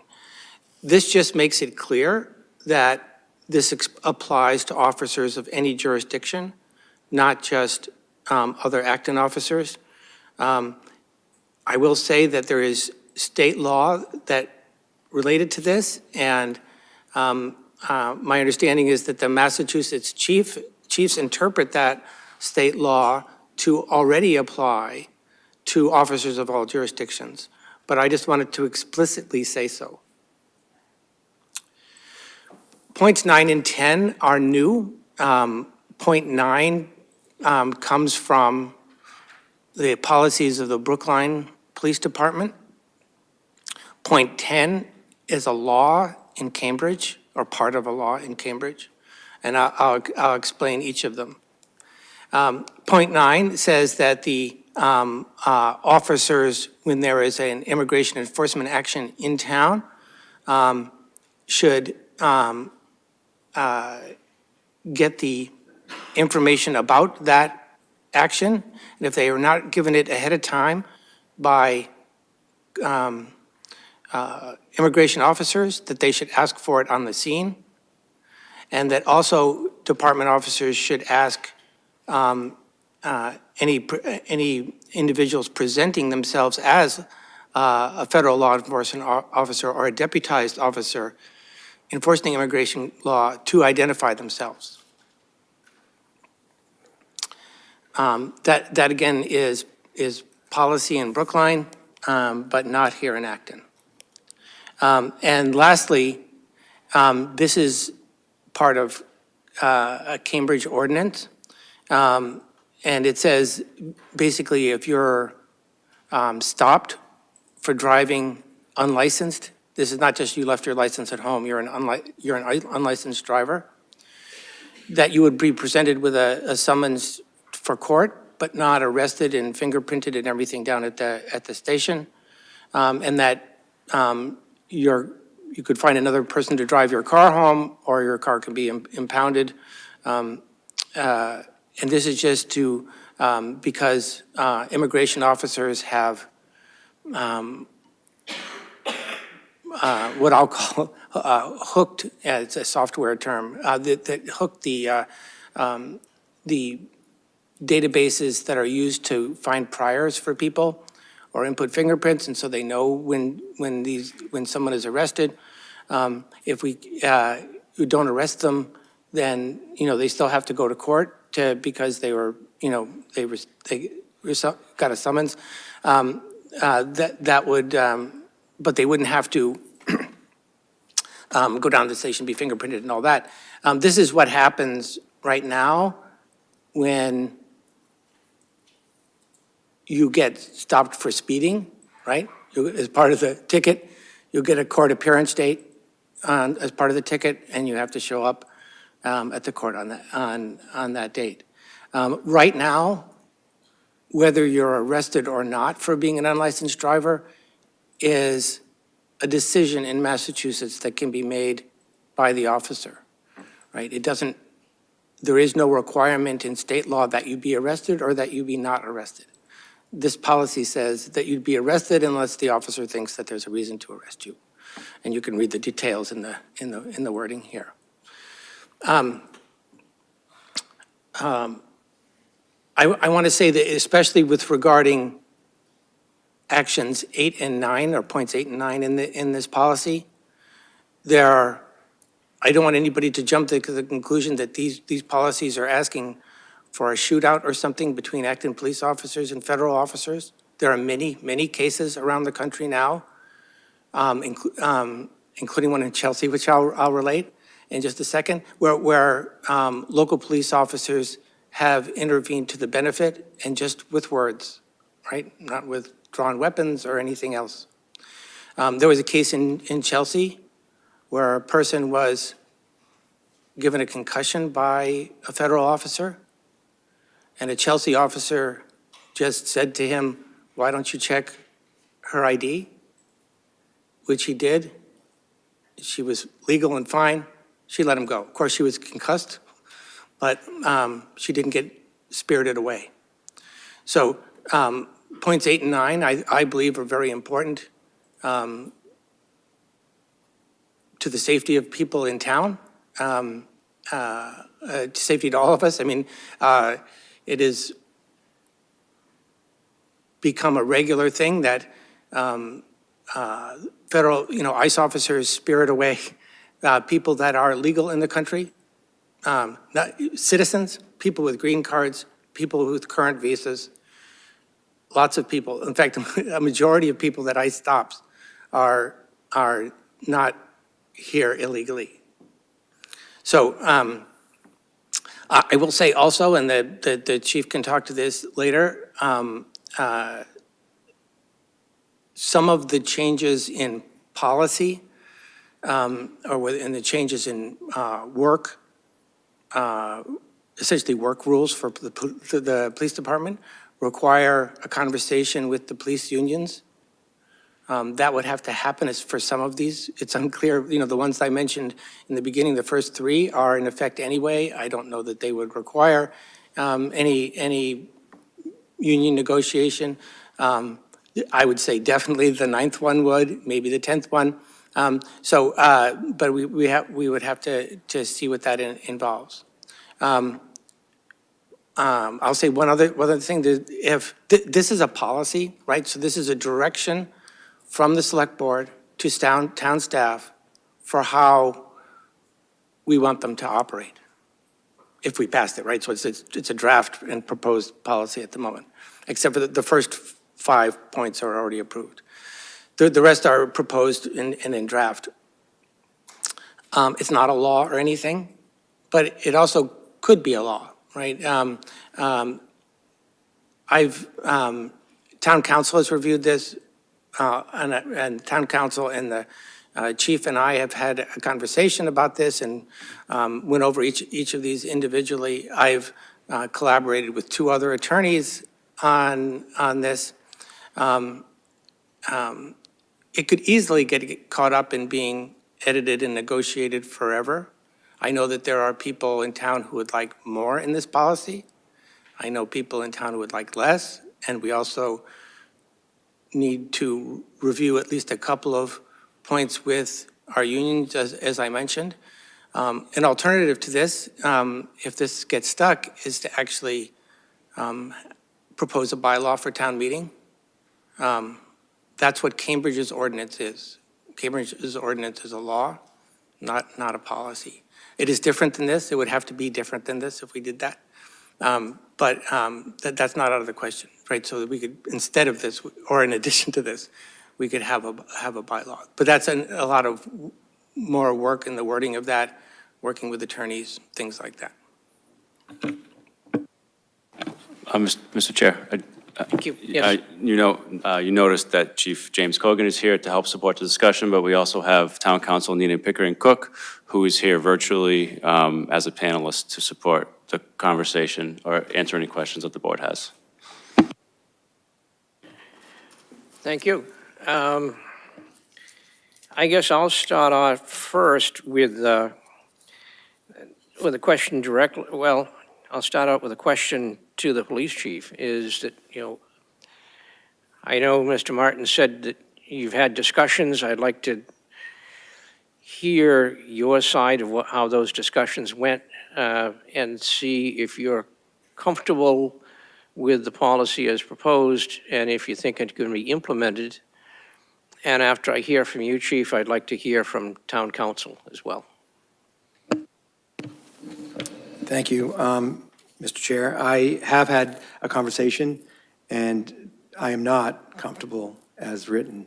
I think, as was mentioned earlier, there need to be some discussion concerning a few points. I think the original policy that we've operated under since 2017 is very good, and it has worked out from my point of view, very well, has caused no issues.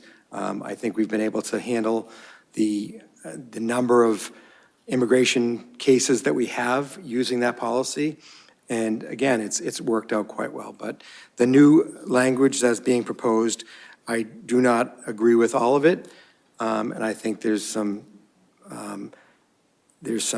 interest by the command staff as well as the unions in the police department to sit down and discuss any proposed changes. And I'm optimistic that we can meet somewhere and resolve issues going forward. Thank you. Nina, would you care to weigh in on this? Can you hear me? Yes, we can. Wonderful. Like the chief said, we did meet with David. He provided us a number of different drafts and was very responsive to our concerns, and settled on this final proposed policy you see in front of you. I think my reaction to the policy is nothing that is being proposed is unlawful. It is within the board's jurisdiction pending union negotiations to approve. However, I don't think all of it is advisable or would be changes that I would recommend. So I'll take them piece by piece, or number by number, I should say. Item 6. I have no problem with this concept. I think it's unnecessary in light of the language that's already in the policy that the town can control its own property with respect to allowing federal immigration officers to use its property. So I do not believe 6 is necessary, but I don't think there's any problem with having it be spelled out explicitly. I understand that Mr. Martin, agrees with that or understands that, but feels that it should be spelled out explicitly so there's no ambiguity. With respect to item 7, I have no problem with the way that item 7 was drafted originally. I believe Mr. Martin had a draft that had an additional sentence in item 7 that talked about or referenced the federal law and state law, which says, obviously the Acton police cannot help anyone evade federal officers, but they can certainly provide the detainer and give them a chance to contact a representative. I would just suggest adding that additional sentence back in number 7, which says this doesn't in any way indicate that the employees should be helping evade folks evade federal immigration officers. With respect to item 8, that is already within the Acton Police Department's departmental policies, so I have no problem adding item number 8. What I would say, however, is I think Mr. Martin was a little broad in his descriptions of what the duty to intervene under the law means. The duty to intervene on behalf of police under state law and under the Acton Police Department's policy is solely to intervene in cases of unreasonable or excessive force. It is not a duty to intervene if an officer sees someone doing something wrong, or if they see another officer doing something illegal, which I think how Mr. Martin originally described it. This is not a duty to intervene writ large with anything that you think unlawful or unwarranted is going on. This is a duty to intervene specific only to uses of excessive force, and only in the event that the officers can do so safely for themselves and for the broader public. So I think that's a very important point. Provided everyone understands how limited that duty to intervene is, I'm comfortable with the proposal number 8. Proposals numbers 9 and 10, I do think I have greater concern with the ability to implement, how practical it would be to implement, and concerns about the board's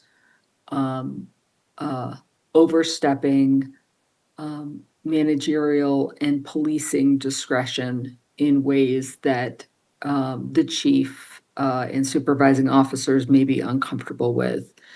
And I've described all of those to Mr. Martin and the chief as well.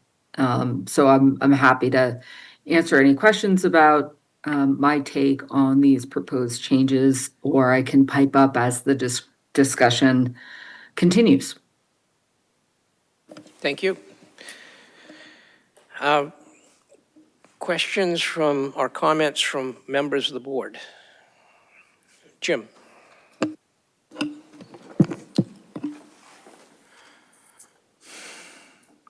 I find that I'm not able to engage with this material on the kind of careful, logical level that we're addressing here. And I think us being the select board, going at this logically and carefully is the right way to go. So I just wanted to acknowledge my the feeling that I have that I can't do that because we've been so bombarded over the last few weeks with images and movies and, you know, political discourse around the agents, federal agents acting, I don't have really good words here, but the feeling is they're acting like goons. They're acting like fascists. They're beating people up in the streets. They're killing people. So with that as a background, it's hard for me to understand, you know, the details of what we need to do. But what I appreciate about this document is that each of these things is in response to, you know, experience and reporting and perceptions of things that have gone wrong. You know, the notion of having, you know, the federal agents kind of tucked back behind the police department and people walking out after they're released and being picked up immediately feels like the police, our police, cooperating with the federal agents. And I know there's arguments against that. It's just hard for me to think particularly straight about this. So I will try, and I appreciate the rest of you for engaging with this on a level that's logical and procedural. But my reaction is keep these people away from our residents. That's what I want to see, and I know I can't make a law that does that. So I appreciate where they were trying to figure out, you know, how to keep people safe and how to keep people safe from potentially out of control federal agents. Thanks. Fran?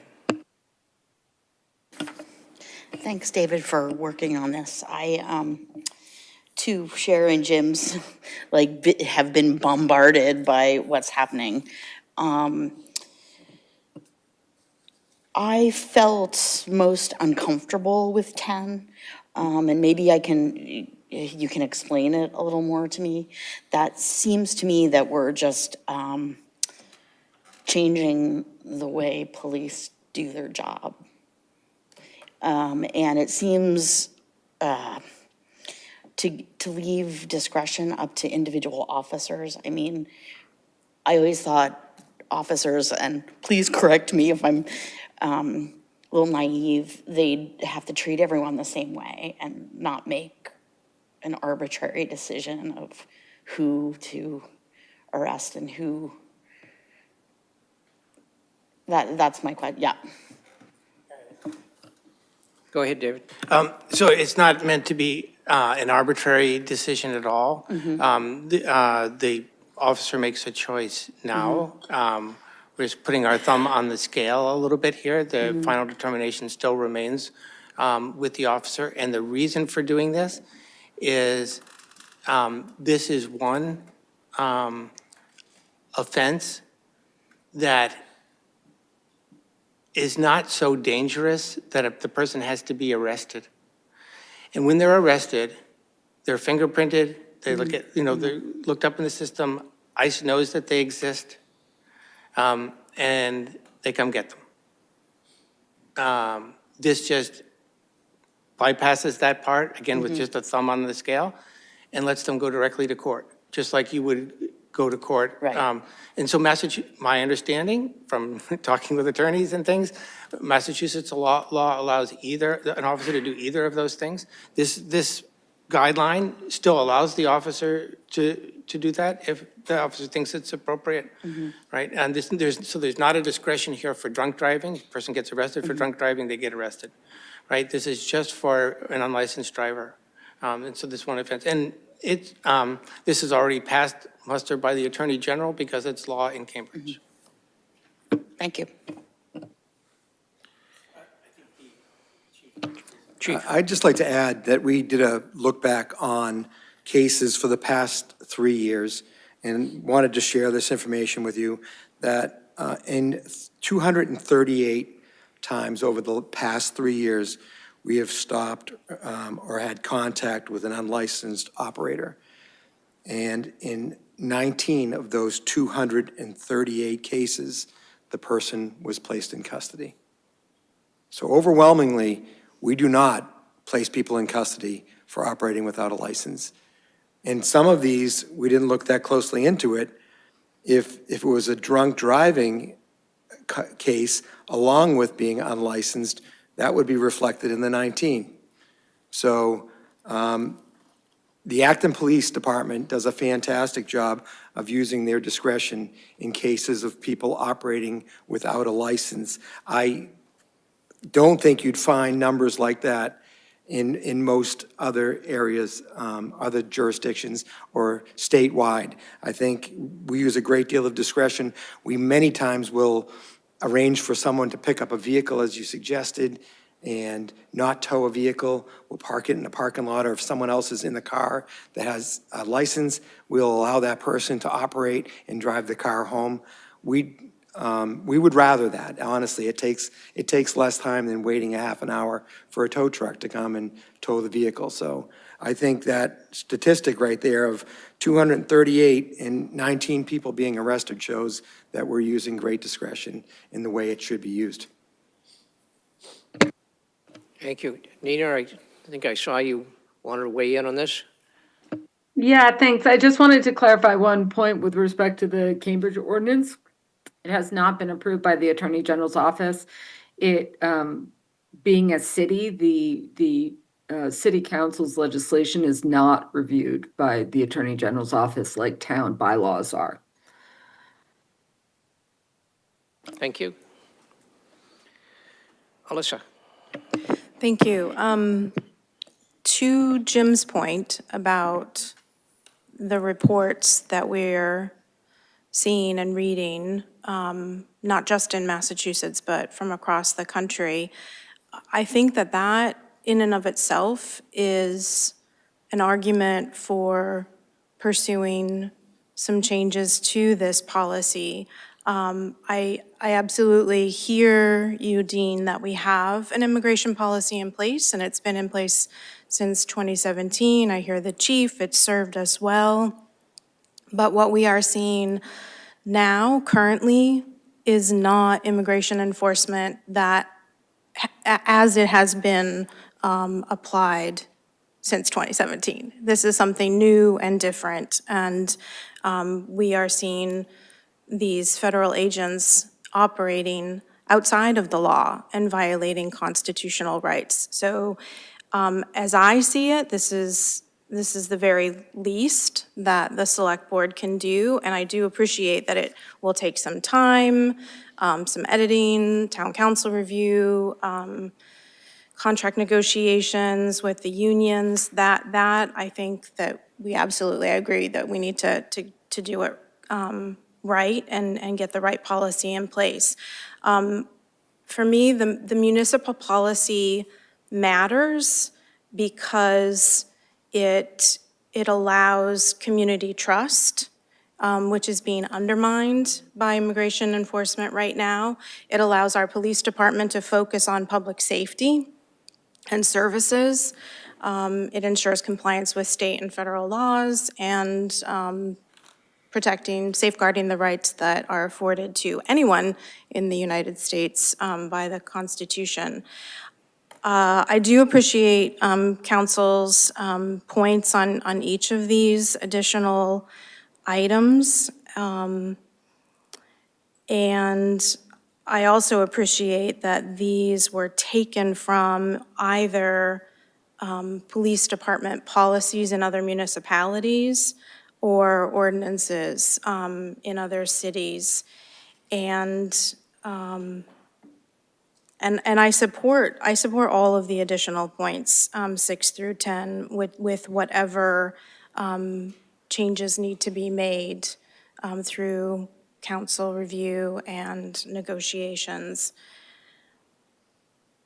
I think that's all I have to say right now. Thank you. So a couple of points that I think are most important from my point of view is that I think we want to make sure that if we have any changes to policy, they are changes that can be implemented properly and that protect our police officers, protect the public, and not create situations where you are fomenting a confrontation between our police officers and ICE officers or any other law enforcement body. I know people are very passionate about the federal government right now, and I don't think that the media coverage is helping that at all. And the situation is that we have to realize that we got into this situation as a result of basically not enforcing any immigration laws at all for many years under previous administrations, and that's what created this backlog problem that we've got dealing with right now. But I think it's important to make sure that, especially some of these points, I don't want to see a situation where there's an expectation or a reality that our police officers are going to get in between someone that's about to be detained and federal officers. Acton police officer insists, well, I have to see a warrant for that. What happens when the federal officer says, no, I'm not going to show it to you? What do you do next? And I think that kind of a situation can spiral into a problem very quickly. Frankly, I don't see what the problem is if you've got somebody that has been arrested, has been booked, is ready to be released from the police station, and if there's a detainer out there and there's ICE officers waiting to pick them up, I think you want to make that transfer in as safe a situation as possible, which, from my point of view, would actually involve letting the ICE officers bring their cruiser into the Sally Port and make the transfer right inside a secure area of the building so that nobody gets hurt. Because I think what's happening is folks want to see fights. They want to see confrontations between our officers and ICE officers. The activists want to show up. We've certainly seen what's happened in Minneapolis, that these situations that have spun out of control with citizens getting involved in these kinds of confrontations, it doesn't end well, but it makes great TV, which is why we keep seeing it. So, and finally, the last point that about acting with discretion about picking somebody up, you know, whether or not you're going to arrest somebody, I'm pleased to hear the chief describe how very few individuals are actually arrested for driving without a license. But let's look at this. The person gets stopped because they've created some kind of a traffic violation. Then it's revealed that the person does not have a driver's license. Well, in Massachusetts, you don't have to be documented to have a driver's license anyway. So now you've got somebody that is undocumented to begin with, so basically ignored our laws. Then does not have a driver's license and ignored the opportunity in Massachusetts to have a driver's license. And they created some other kind of an offense which attracted the police officer's attention to begin with. And now saying that it's up to the discretion of the officer, you can just write him a summons. Well, if somebody's already committed basically 3 offenses in a row to get themselves to this situation, do you really think they're going to show up in court to respond to a traffic ticket? Probably not. So, and just the thought of, I appreciate officers acting with discretion, but putting the thumb on the scale that if somebody is here illegally, they get a free pass, whereas potentially other folks don't. And I think that's creating a protected category of individual, which I personally don't agree with, and I'm offended by it. The fact that Cambridge passed this, the bylaw, Cambridge does lots of crazy things, and it doesn't mean that we have to follow them in lockstep. So those are the particular points that I would like to make. And I agree, I'm pleased to hear that everyone seems to think we should take some further discussion with this. I'd welcome the opportunity for the chief and his command staff and others to get involved in analysis and maybe come back with a policy that, frankly, I don't have so many issues with. I'll ask one more round of comments from the select board, and then we'll open up to the public. Alyssa. Thank you. Just to the point number 10 about driving without a license, I want to point out that this is not creating another class of individuals. It just says upon encountering a person who is found to be driving without a valid driver's license. And I want to remind everyone that in 2023, Massachusetts passed the Work and Family Mobility Act, which enables folks to get a driver's license if they are Massachusetts residents, regardless of immigration status. That said, I'm not sure how well that is advertised, how likely it would be for someone who has recently entered Massachusetts to have that information. This is a really silly story, but I lived in a European country for 3 years, and it was not until I had a conversation with another American expat about taking a driving test and getting a license and 6 hours of classes that I realized that I should also have a driver's license instead of just relying on my American Massachusetts license. And I have to tell you, I probably would not have been able to, my command of the language was not good enough to probably be able to take that course and pass that exam and pass the driver's test. So, folks that are here driving without a license, I think that there were a lot of suppositions in your 4 points of offenses, because, the offense might be an expired inspection sticker, not necessarily, a dangerous traffic violation. And certainly people are pulled over in vehicles that they don't own. We had a company car in this European country, and they didn't bother to tell us that we needed to get an Italian driver's license. So I just wanted to point that out. And also to Fran's point about, being uncomfortable with this directive and how the police department operates. David touched on this, but anyone who has contact with law enforcement, then that increases their risk of being targeted because they're now in the system. So this would help lower that risk if a court summons was given rather than an arrest and a booking at the PSF. That light did dawn after I. David? Yeah, I just want to say too, I don't want to, I've said this in other meetings, but I want, there's a new set of people here. I have a lot of respect for the Acton Police Department. We have an accredited police department. We have officers that are trained in de-escalating situations.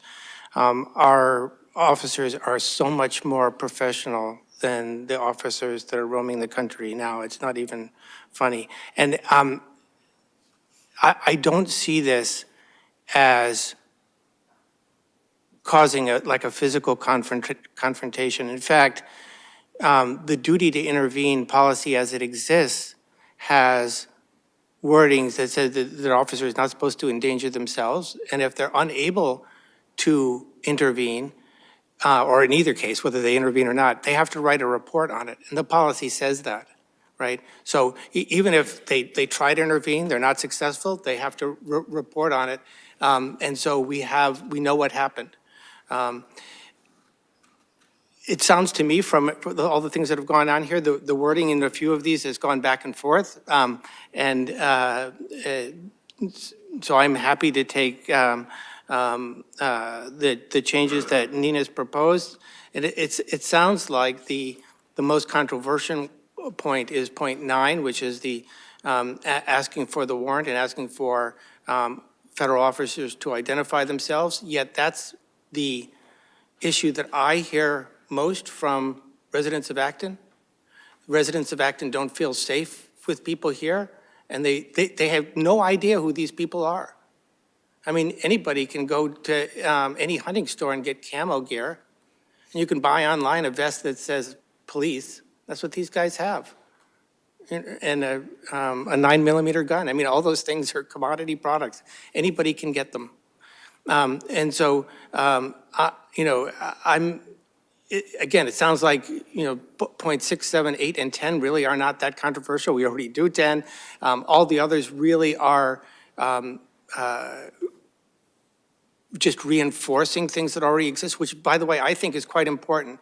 It's really important that, again, for the employees of the town and for the residents in Acton to know what our policies are explicitly, not having to figure the case law that says this enforces it anyway. We need to say what we want, and that's what this tries to do. And for point 9, I am happy to look into that further with the chief, with the Brookline Police Department, which is where this came from, with anything else. But I think that point is, again, the most important point for residents that have contacted me about these things. Thank you. Okay.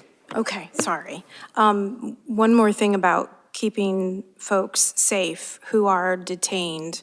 I understand that in the past, this enforcement did not happen in the streets. It may have happened at police stations. However, what's occurring now is folks are detained, and because of the quotas that have come down from the Department of Homeland Security, and the fact that Massachusetts has only one detention center, they are very quickly moved out of the country. So I think that it's really critical that, at the least, we endeavor to provide detainees with a copy of that administrative or judicial warrant. Obviously, a judicial warrant, that they're not.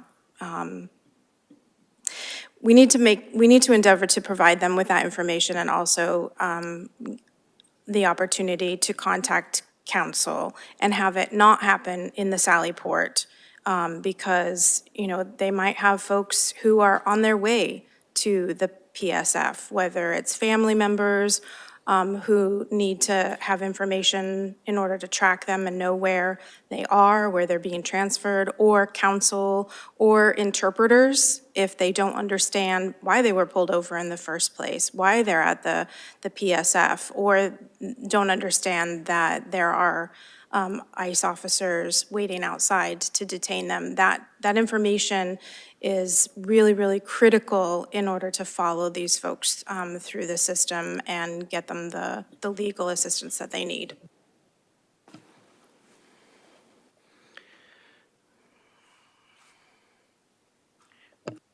Mina, would you care to weigh in? Yeah, just a clarifying point again, Mr. Chair. Mr. Martin mentioned that there wasn't a lot of concern over point number 10 anymore because that's something that's already in practice by the police department. I would just say, again, I recommend against adopting 9 or 10, having a policy in putting a finger on that scale for how police officers should react in discretionary situations is very different than just acknowledging what is the typical practice of the office now. And I think that's something you would likely hear echoed by the chief. So although it is consistent with the current practice of the Acton Police Department, it is not something that we believe should be memorialized in a policy. Thank you. Chief, I'll see if there's anything else you'd like to say at this point. If not, I will open it up to comments from the public. Just a little more clarification on the numbers I gave out before 238 and 19. I just wanted to also add that on many of those cases, although I don't have the numbers, it could be things like not having any ID on them at all, not having a registration for a vehicle or understanding who the vehicle they're driving even belongs to. There's factors like that that sometimes occur. So that can be used in a determination as to whether or not we bring someone back, because the process of fingerprinting will then give us an identification of who that person is. And another thing is, if someone's had, and this is a made-up number, but it certainly has happened, 7 or 8 previous offenses of operating without a license. I think sometimes that goes towards the discretion of an officer. It seems as though if someone's been arrested or charged 7 or 8 times in the last 2 or 3 years for operating without a license and they're still operating, they're not getting the message. Thank you. All right, we'll open it up for comments from the public. Please identify yourself and make sure you use the mic. Thank you. Yeah, thank you, Mr. Chair. And State Senator Jamie Eldridge, not an Acton resident now, but obviously representing Acton. So hopefully I can make a few comments. So thank you so much for having this discussion. And I'll be fairly brief. But first, I just want to say, coming to this meeting, I did a Google search to find, remember, Wicked Local is the Wicked Local story on the 2017 meetings by the Acton Select Board and the then police chief to adopt the policy when President Trump was last president. So I just want to note that I really appreciate the board adopting a policy regarding immigrants and the interaction with federal immigration policy. Very grateful for that, and I think since then, both the Acton Police Department, the Select Board, town employees have been just very forward-thinking as far as that interaction, and I am deeply grateful for that. And really, as probably most already have a sense here, it puts Acton at the forefront, I would say particularly of all towns, but really in many ways of all communities, including even certain cities in Massachusetts. So I'm very grateful for that. And what I wanted to add to that is, in terms of the district I represent, is just, I know there's been some commentary about what's happening Minnesota, but I just want to make it clear about what's happening here in Massachusetts. And so as the state senator for the Middlesex and Worcester District, representing 12 communities, some of which do have a fairly large immigrant population, but for the most part, not a particularly diverse district compared to, say, Boston or Everett or Chelsea or Worcester. Every day I am getting calls of my constituents who are undocumented getting arrested by ICE. Most of those arrests are in communities where there's a higher percentage of immigrants who are undocumented. So for my district, that's mostly the city of Marlborough and the town of Hudson. But as we know, this has happened in Acton as well as communities like Ayer and Littleton. So I just want to make it clear that this is happening.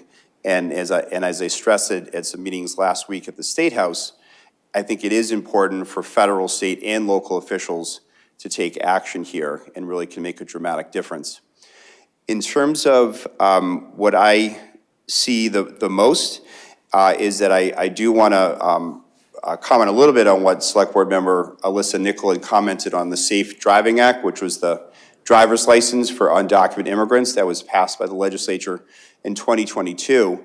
And I just want to emphasize that has had a dramatic impact on significantly reducing the number of undocumented immigrants who haven't had to go to a courthouse because they're not getting, cited because they're able to get a driver's license, pay for insurance, get registered. And what's happening now is that in Massachusetts, ICE agents are particularly targeting courthouses. So for my district, it's particularly the Marlborough District Court. And, obviously there's a focus on how are we protecting undocumented immigrants. But I also want to, ask the board to also consider that it's also about the basic process of justice, right? Because what's happening now, and this is literally in the middle of trials, is people that are in a trial. This could be a victim, this can be a witness, this can be someone who is going to a courthouse to pay a fine, but ICE agents are going into courthouses because it's fairly easy targeting, and there's a lot of documentation, and detaining and arresting undocumented immigrants. So that sort of intersection of the courthouse is something that I think is important to consider. In terms of sort of discussions at the state level and possible intersections with the proposed updates by the board, I just want to make a few brief comments, is the notion around sort of the private property, if you will, of a municipality, including perhaps the sort of protected or restricted area of a police station, is that, in other of my communities, including Marlborough, there have been instances where ICE has staged themselves in that private area to then go and target undocumented immigrants. So, I do think that's relevant. Governor Healy, in the bill that she just proposed on Thursday, and it's also an executive order, would prohibit ICE from stationing or setting up on any state property. So you're seeing that sort of action being taken upon by Governor Healy regarding sort of government-restricted property, if you will. Regarding due process, it is so important, and one of the first things I do when I get a call of a constituent who's been arrested by ICE is make sure that person has a lawyer. That's part of the Safe Communities Act bill that I continue to file, is saying that actually when someone gets arrested for a criminal offense, to be clear, for a criminal offense, not about immigration, but if someone gets arrested for a criminal offense, that they should be informed, if that person is undocumented, that he or she can hire an immigration lawyer. And that can make a dramatic difference in someone getting deported or someone having due process before an immigration court. The third point regarding documentation, I think perhaps point 9 that the Select Board is entertaining, I would just say generally, the more data that can be collected in every municipality and its state government, the better to really get a sense of the impact that this focus by the Trump-Vance administration has of what's actually the impact and how present are ICE agents in Massachusetts. And the last point regarding, I think it's around point 10, is I would just generally say, as far as this discussion around, summonsing and directing people to the courthouse, and I recognize it's a very sensitive area and very important for legal counsel to get involved. But sort of reiterating my point about the Safe Driving Act passed in 2022 is the fewer people that are going to a courthouse, the less likely there'll be arrests or detentions by ICE agents. So I do think that's very important to consider. There are, various bills looking at, all sorts of motor vehicle offenses and whether, those should trigger going to a courthouse and those sort of things. But I just sort of want to make the point that one of the major target areas of ICE is going into courthouses, and therefore the less people that are going to courthouses, in my opinion, the fewer people that will get arrested or targeted by ICE. So thank you so much for your time, and just wanted to make those points, and I really appreciate the deliberation today. Thanks. Thank you. Next.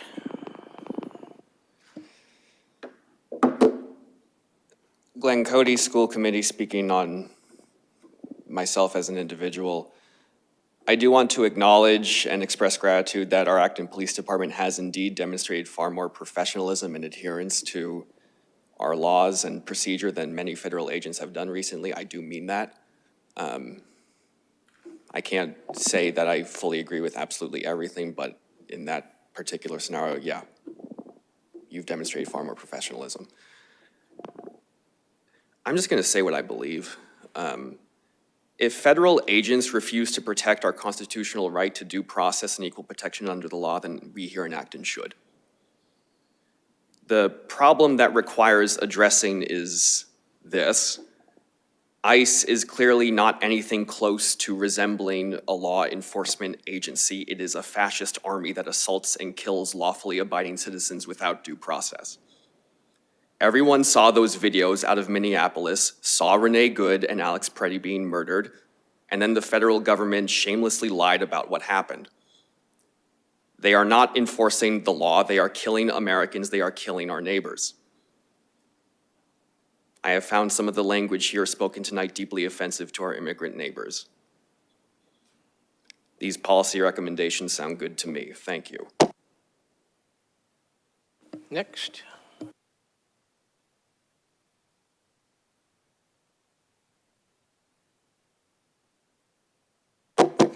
I'm Rick Silverman of 35 Tuttle Drive in Acton. I've been here about 37 years with my family. I want to thank all of you because I really think you're putting a lot of time and effort into keeping our Acton residents safe. And appreciate keeping our law-abiding immigrant neighbors safe as well.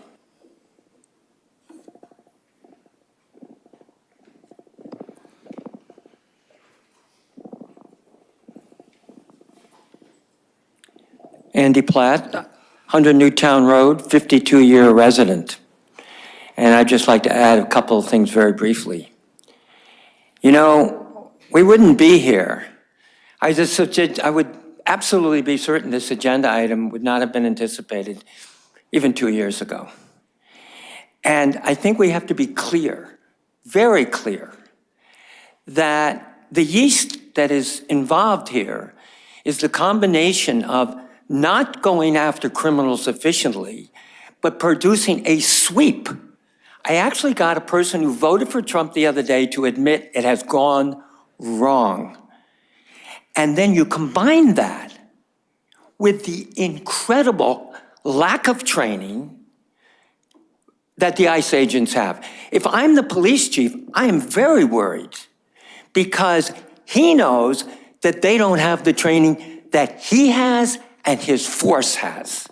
So this is a bad situation. So my hat is off for bringing this up. We're gonna bat it back and forth. There's gonna be some changes probably, but to do nothing would be unconscionable. So thank you. Thank you. Jim Carey, 11 Guswood Road. Took me a minute to figure out what I wanted to say exactly. The way Immigration and Customs Enforcement is acting in the videos you're seeing and on the streets in local communities that we're seeing is ridiculous on the face of it. We're seeing stuff that could have been in Starsky and Hutch in the 70s. I guess I'm betraying my age, being applied against people who made the error of overstaying their visa. We're seeing it, and even worse, we're seeing it applied to people who look like they might be people who might be guilty of having overstayed their visa.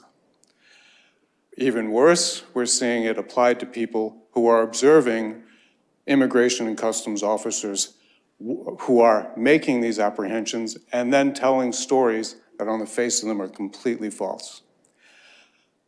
I'm very pleased that it's the Acton policy that you don't know the immigration status of anyone you apprehend or talk to.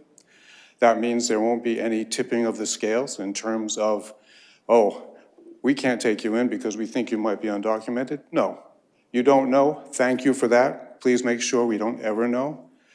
Please do everything we can to orient our law enforcement towards protecting our community, and everything we can to make sure that our law enforcement officers are not colored with the same brush as these immigration and customs officials who are claiming that they're getting the worst of the worst when what they're looking for is a landscaper in my neighborhood. Thank you. Thank you. Stella Coe, 11 Guswood Road.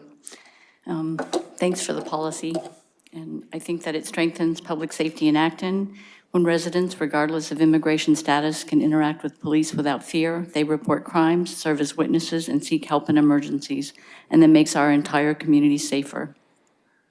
I believe this policy reflects our town's values, constitutional rights for all, transparency in government, and community-focused policing.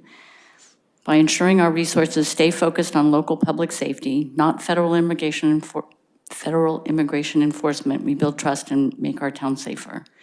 I would also like to add, I urge the board to adopt this policy with the following additions to address some gaps. Require language access, rights notifications, and warrant information must be in a person's primary language, otherwise they're meaningless.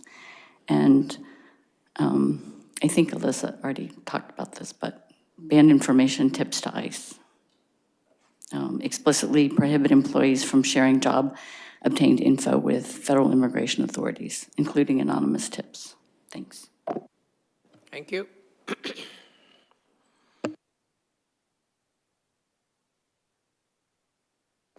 Melissa Brown, 399-1 Great Road.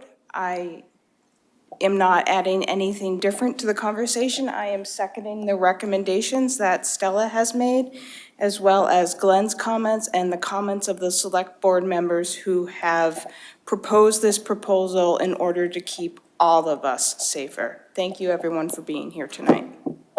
Thank you.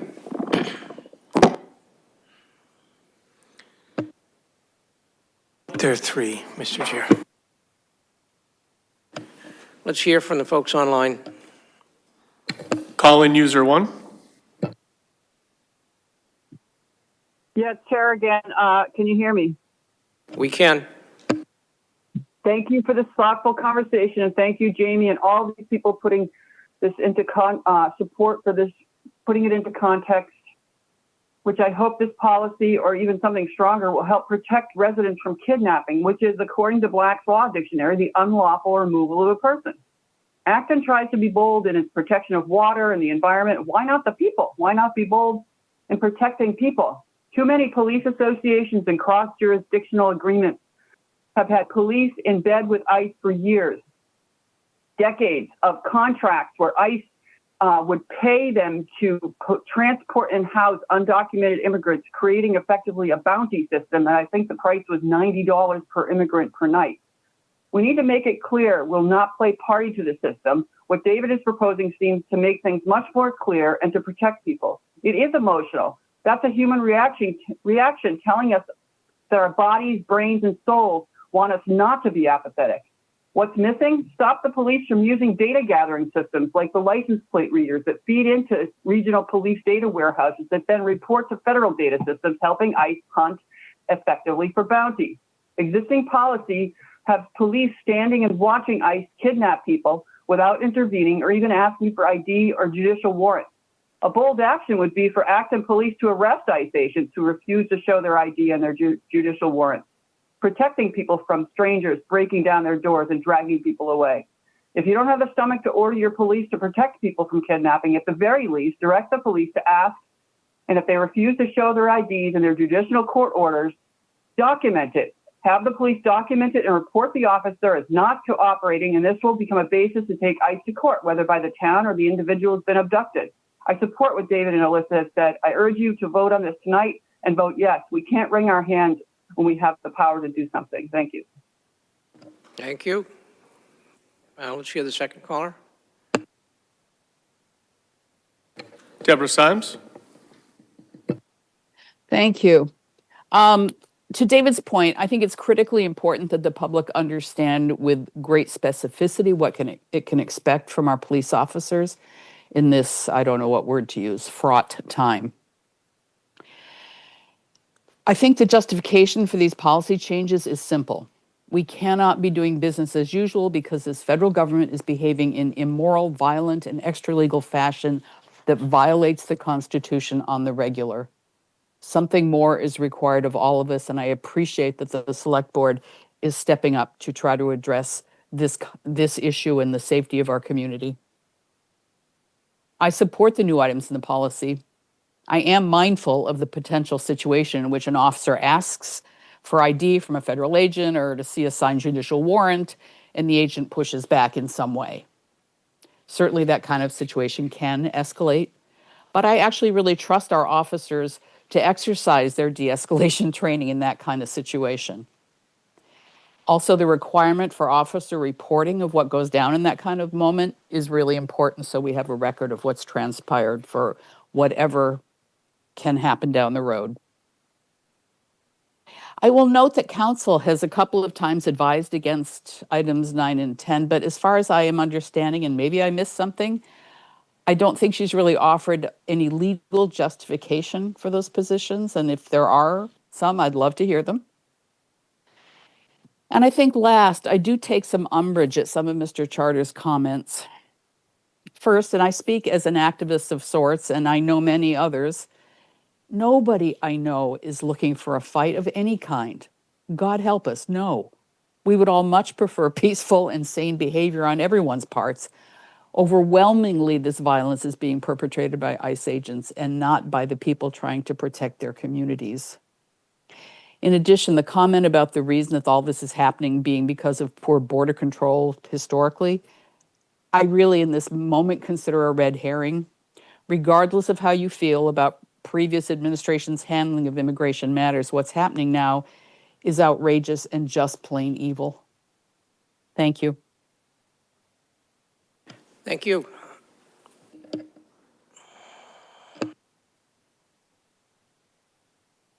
I just had one question for Chief Kogan, which is, do you think adopting these policies is going to cause some of your staff to leave? Thank you.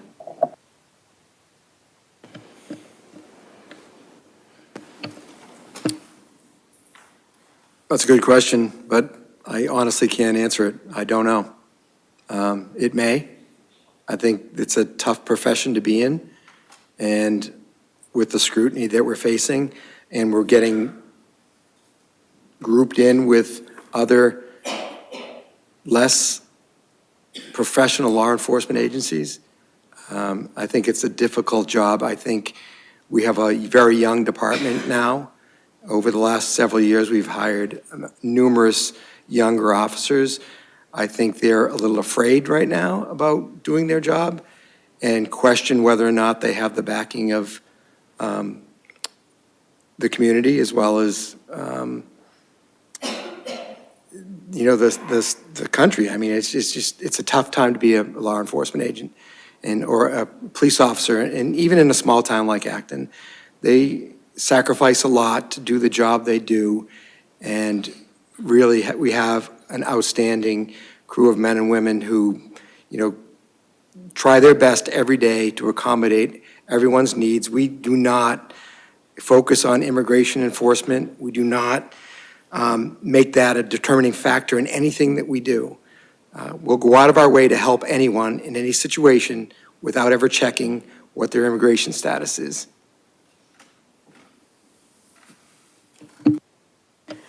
Thank you. So, okay, you'll hear one more comment online. Paul? Hi, Paul Greenspan, 8 Overlook Drive. First thing I would say is I'm very supportive of the proposal, Senator Eldridge's comments, and most of the comments from the people online, and very supportive of this discussion. Just a couple of specific points with regard to the concern about item 9 and how the police would follow up if they don't get the information. The wording says endeavor to verify. That's, that seems fine. If they don't do it, they don't do it. But at least you can try and hopefully get some information. And as Senator Eldridge had said, that information is really valuable. I would want to also second some of the earlier suggestions about including language requirements, because obviously you're not going to be able to advocate for yourself if you can't understand what's being said to you. So having that's important.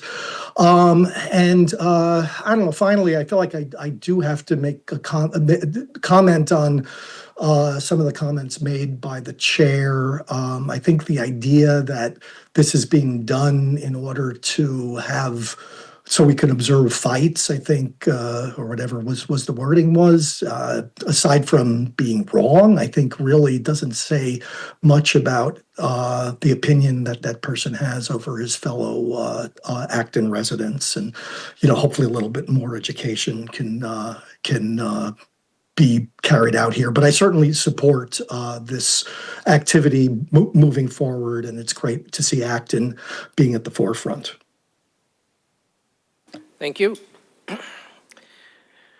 So, as I said at the beginning of this, I have no intention of asking for a vote on this. I think at this point, I think certainly we've heard a lot of comments. We've heard concerns raised by council and also by the police chief. And I don't think I'm releasing any personal information, but I will observe that our police chief is a couple of months away from mandatory retirement.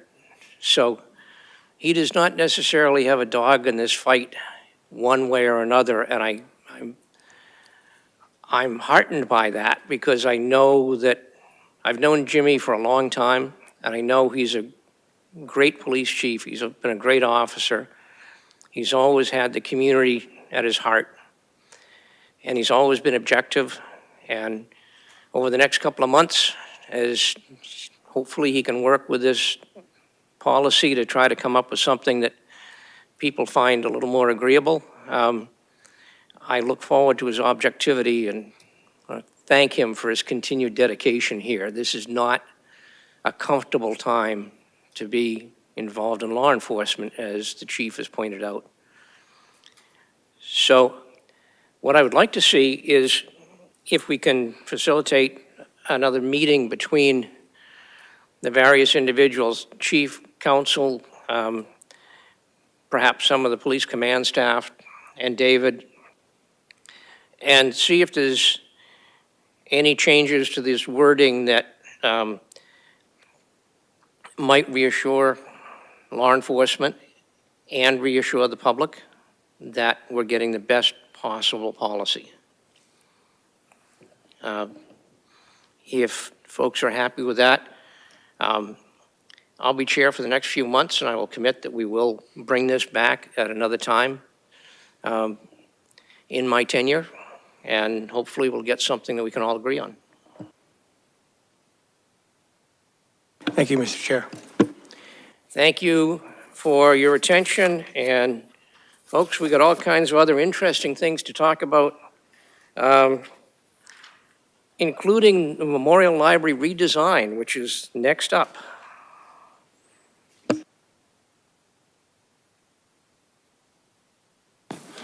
Thanks, Nina.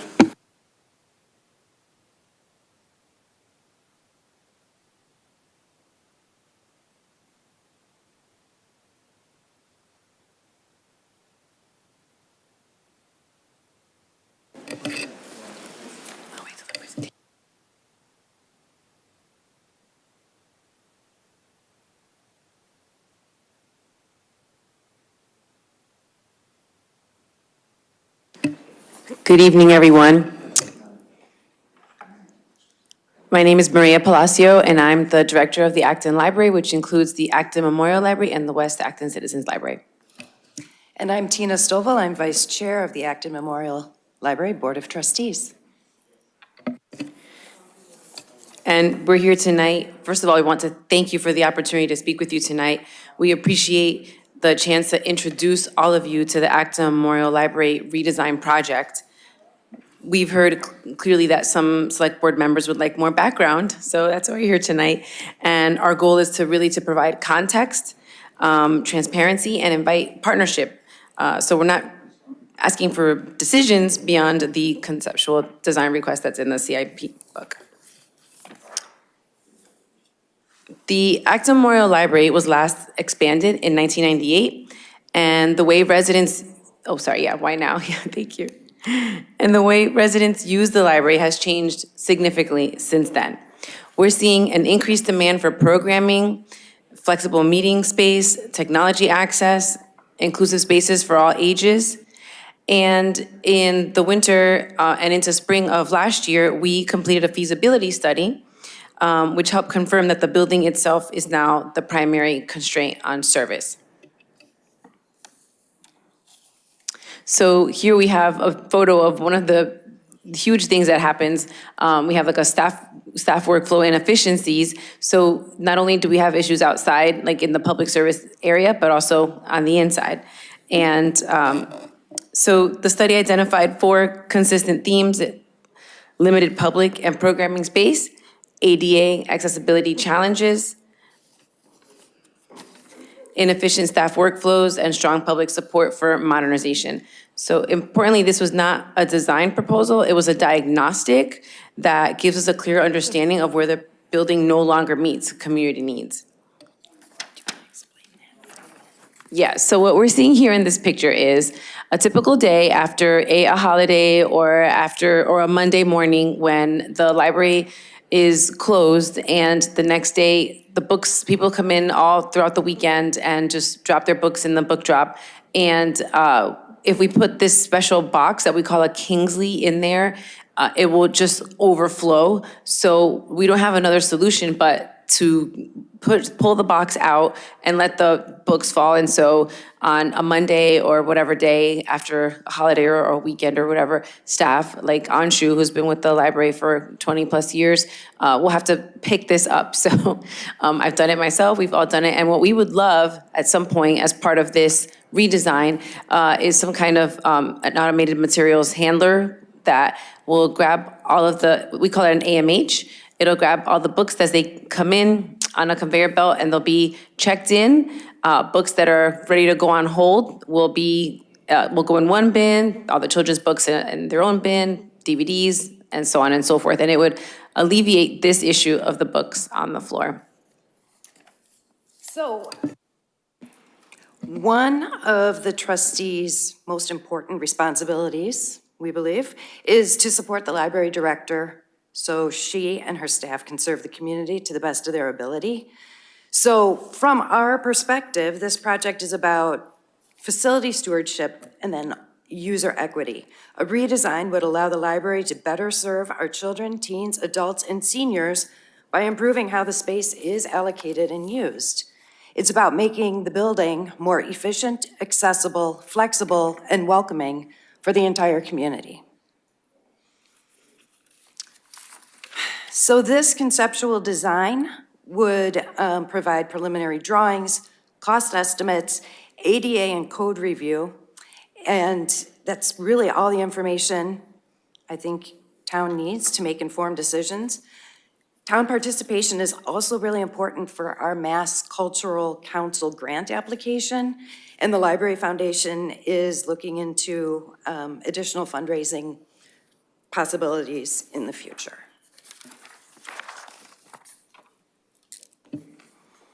So we've intentionally structured this as a phased multi-year process.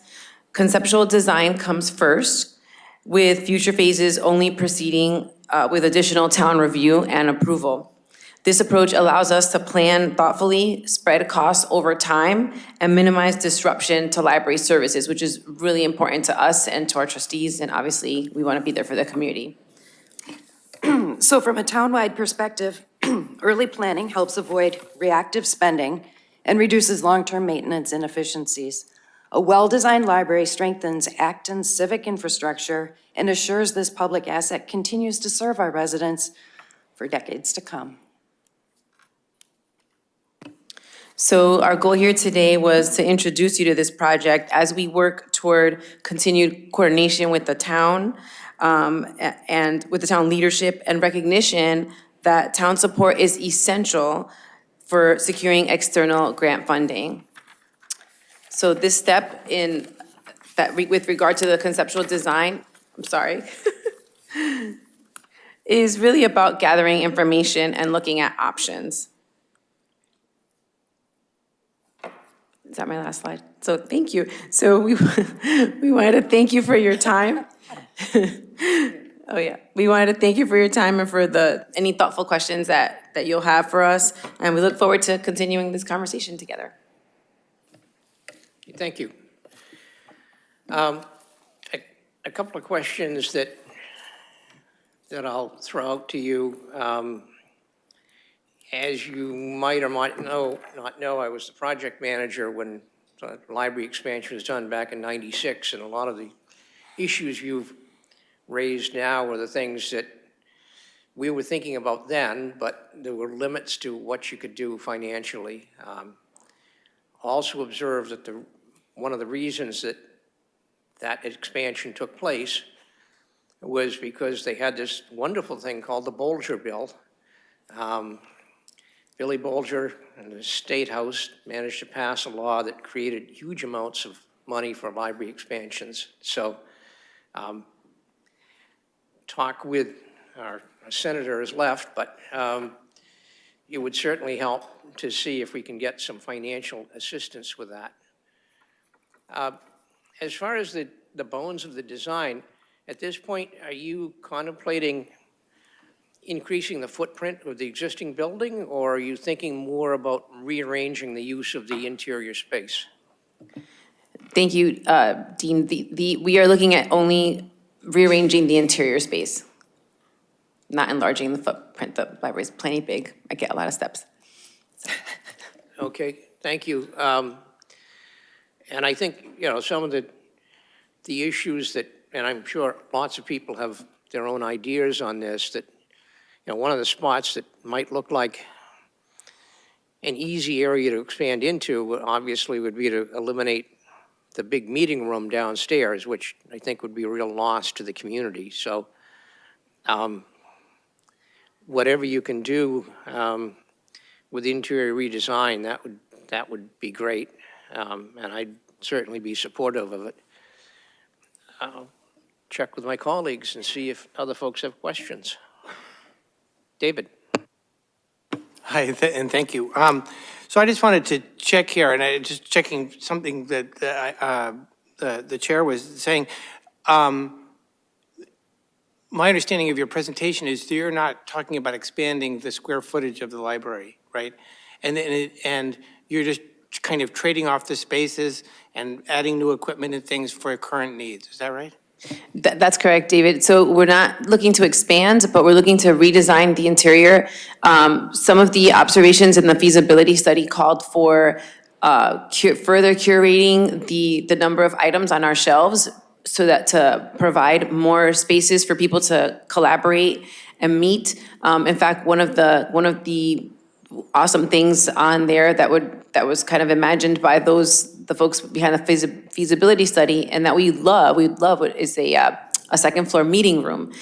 We can't we just can't, there's a high demand and we can't really fill it, right? From the community, from us as we program from the town. So it would be awesome to have a meeting room upstairs, just more seating, more study spaces, and really make it a place where, as we strive to continue to ensure that the library is a third place for people, making it that comfortable space. And where do the bathrooms stand? That's great Or that you're sit, talking, whatever. yeah, so we're working on it, so I'll let Tom take it away.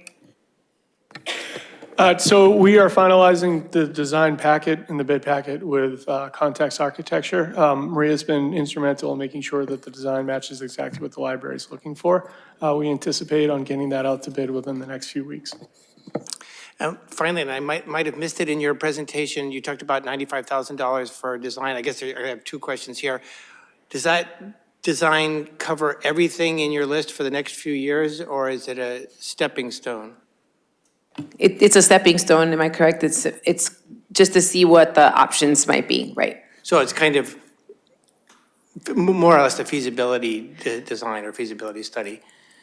Right, do you want to help me here a little bit, Tom? Thanks.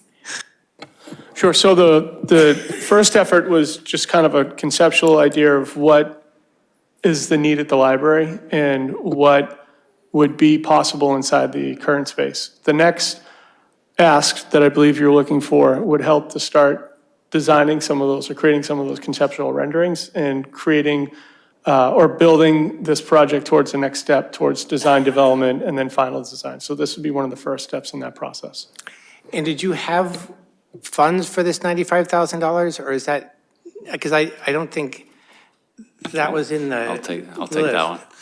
That's part of my job is to cut and make recommendations for priorities. And as much as I love the library and this idea, because of timing reasons primarily, I didn't recommend it for the FY27 budget that we just presented earlier in January.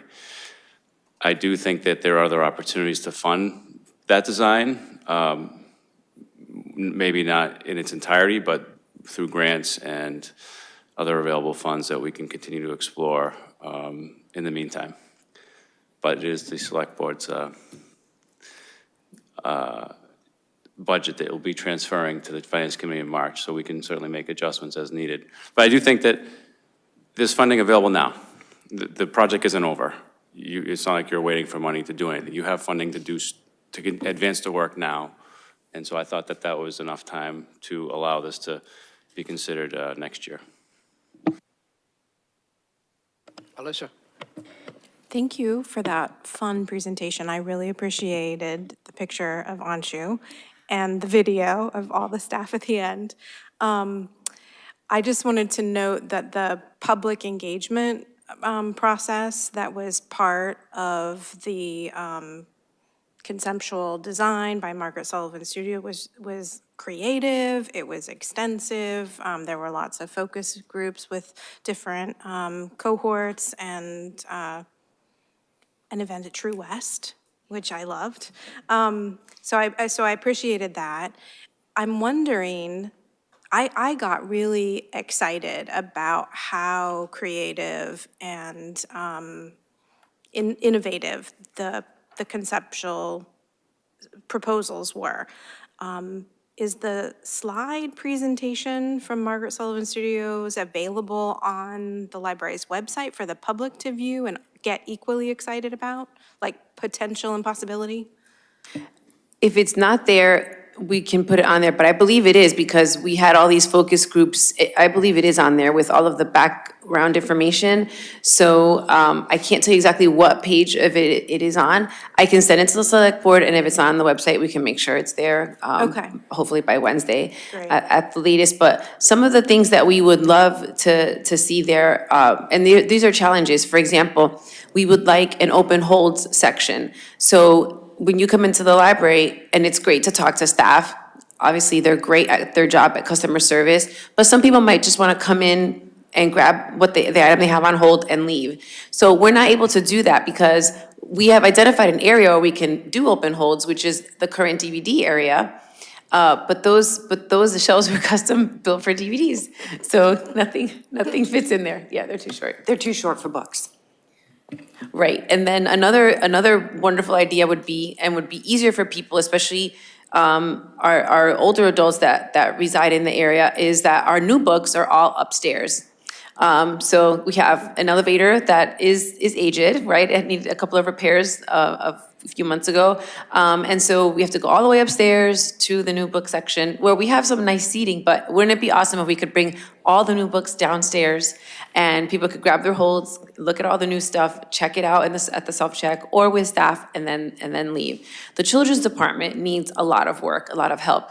Our story times on Tuesdays, and town staff can attest to this, parking is a challenge because the story times are like 70 to 90 people coming in, right? So I loved the turret area in the children's room, and I thought we could build a story time room there. It wouldn't be big enough. So that's an area that we have to look at. The shelving is really high everywhere, and that creates safety issues. If we're upstairs at the reference desk, we do get up and direct people where to go, but if we want to keep an eye on things, it's really hard to see. The shelving is way too high. And the trend, and it's not like a trend, but the trend or the way that library design is going is to build shelves that are like 5 feet high or no more than that, or 5.5 feet high, so that we can get really good sight lines and we're not stacking books at the very top or at the very bottom where it's hard. That causes an issue for people, right? And a barrier to access. So that's something that I'm passionate about, is eliminating barriers, right? We already don't collect fines if a person brings a book in late and maybe they can't afford to pay it or whatever. We're not worried about that. We're worried about if you lose your book or you damage it. So we're trying to really do away with barriers to access, and we feel like some of the issues that we're facing in the library right now, after this awesome redesign in '98, is causing some barriers. I was just going to add that Margaret Sullivan Studios had this brilliant idea for adding more sunshine upstairs, just shifting the way the shelves are in there, plus reducing their height. But, I mean, that would just help make the whole building even more efficient if we're relying on the sun more, which is beautiful to sit in the sun and read, so. Yeah, so I said creative and innovative, but also smart. Like smart use of the space, I think, is what's key here. I think reconfiguring makes a lot of sense to address modern, current use of the library. I have a couple of questions. One is, I can't believe I don't know the answer to this, as the liaison to the Board of Trustees. What is the $35,000 MCC grant? Is that a facilities grant? I think that's the grant we're going for to help offset toward the bathrooms, I believe. Is that what we applied to? I believe this grant was the one that the assistant director had looked to apply to help with funding some of this design. I think the other grant was a different one. And how can we help support that? Well, letters of support would be nice. Okay. Yeah. Right. Resolutions. Yeah, that would be awesome. And can you say something more about, there was a phrase on one of the slides that said that we are going to avoid inflationary construction funding. Did I get that right? If I didn't, it's something like that. What does that mean? So the feasibility study gave us a ballpark amount of what it could cost to do everything, like with all the kind of bells and whistles. But then they gave us another number that is like, after all is said and done and decided and funding is found, this is what this actually might cost. So this is,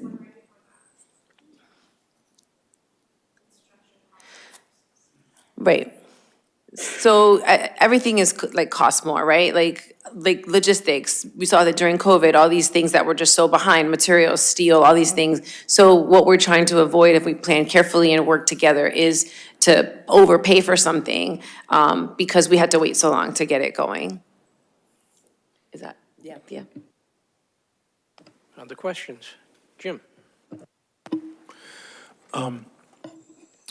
So in terms of the longer run sustainability of the library, you're talking about reducing the number of books on the shelves, which makes a lot of sense. So you can create space for things.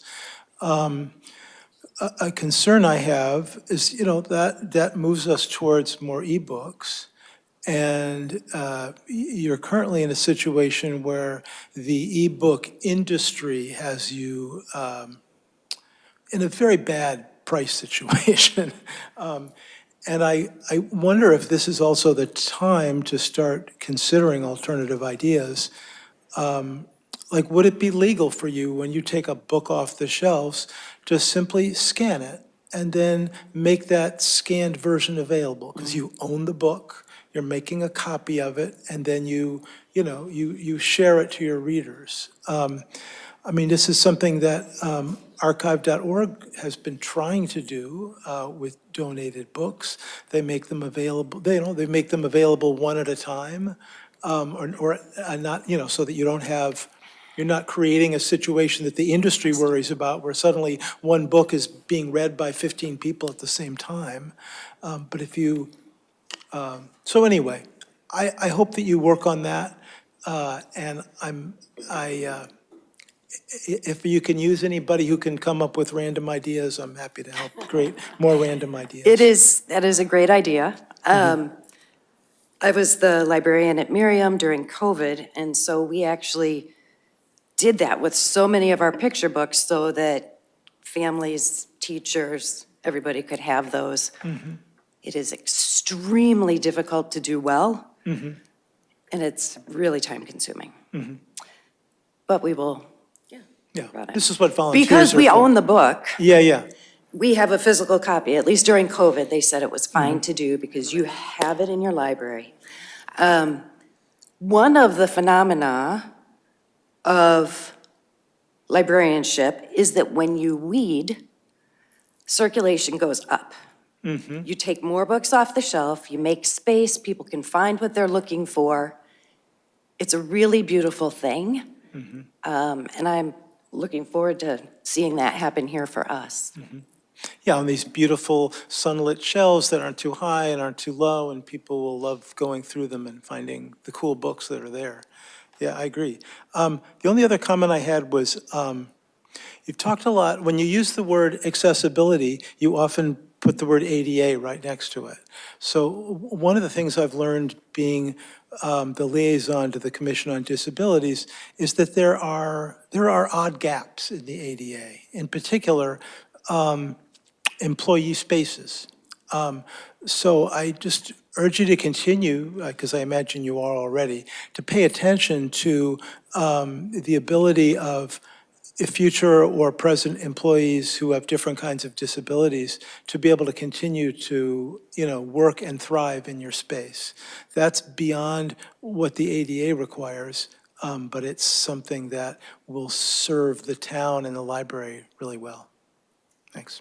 Thanks for bringing that up, Jim. Actually, we're working with Dan Willett, our facilities manager, to reshuffle, restructure at no cost, because we don't have to buy anything, the modular furniture in the staff workroom downstairs in circulation.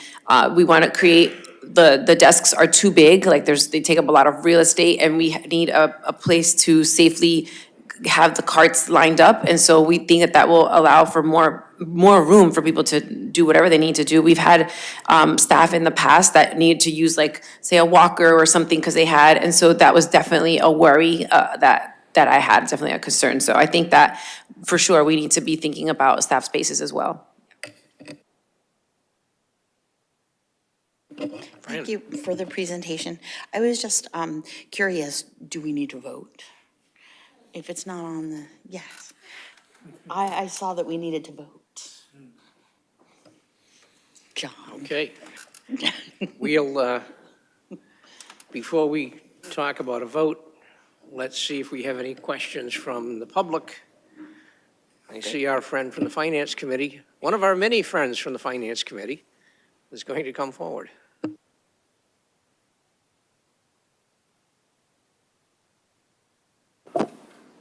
Greg Charbo from the Finance Committee, who is often known to have sat next to Ann Chang, and so I will be careful.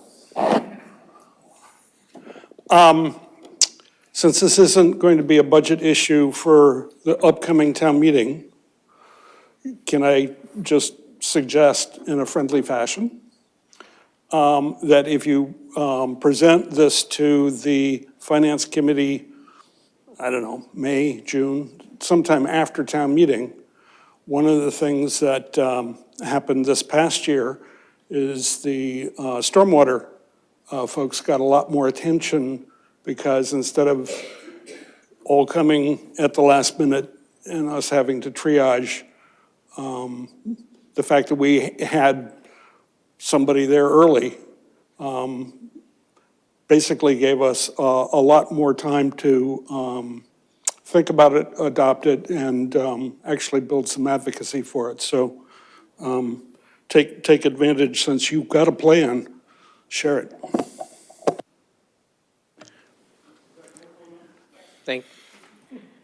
Thank you. John, I think you were about to say something.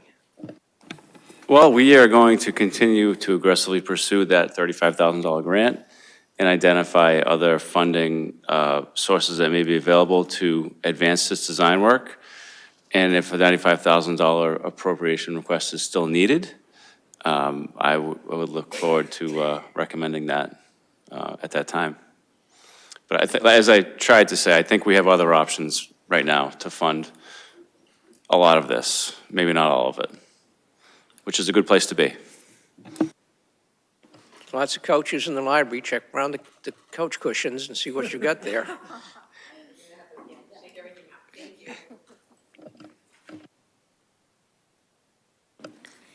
All right, thank you very much. Great presentation.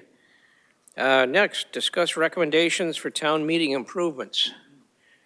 I think we've got the moderator is approaching.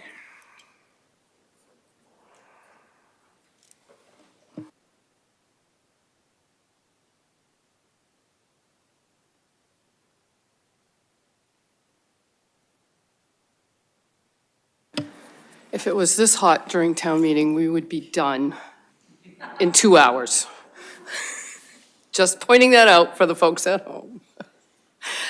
So first of all, thank you to David and John for meeting together and figuring out some ways that we can help improve access and participation at town meeting, which is, of course, all of our goals. And I was here a few months ago, and we talked about a variety of options, and this would appear to be the ones that are the most doable and I think will help add to accessibility and participation. And I'll just say that the first one, the wiggle room, that seemed to be very popular, after Jim's name, of course, to accommodate children, or those with children and others who might not be able to sit still for several hours at town meeting. One question I would have on that is have you thought yet about movement between that room and the main room in the auditorium? How?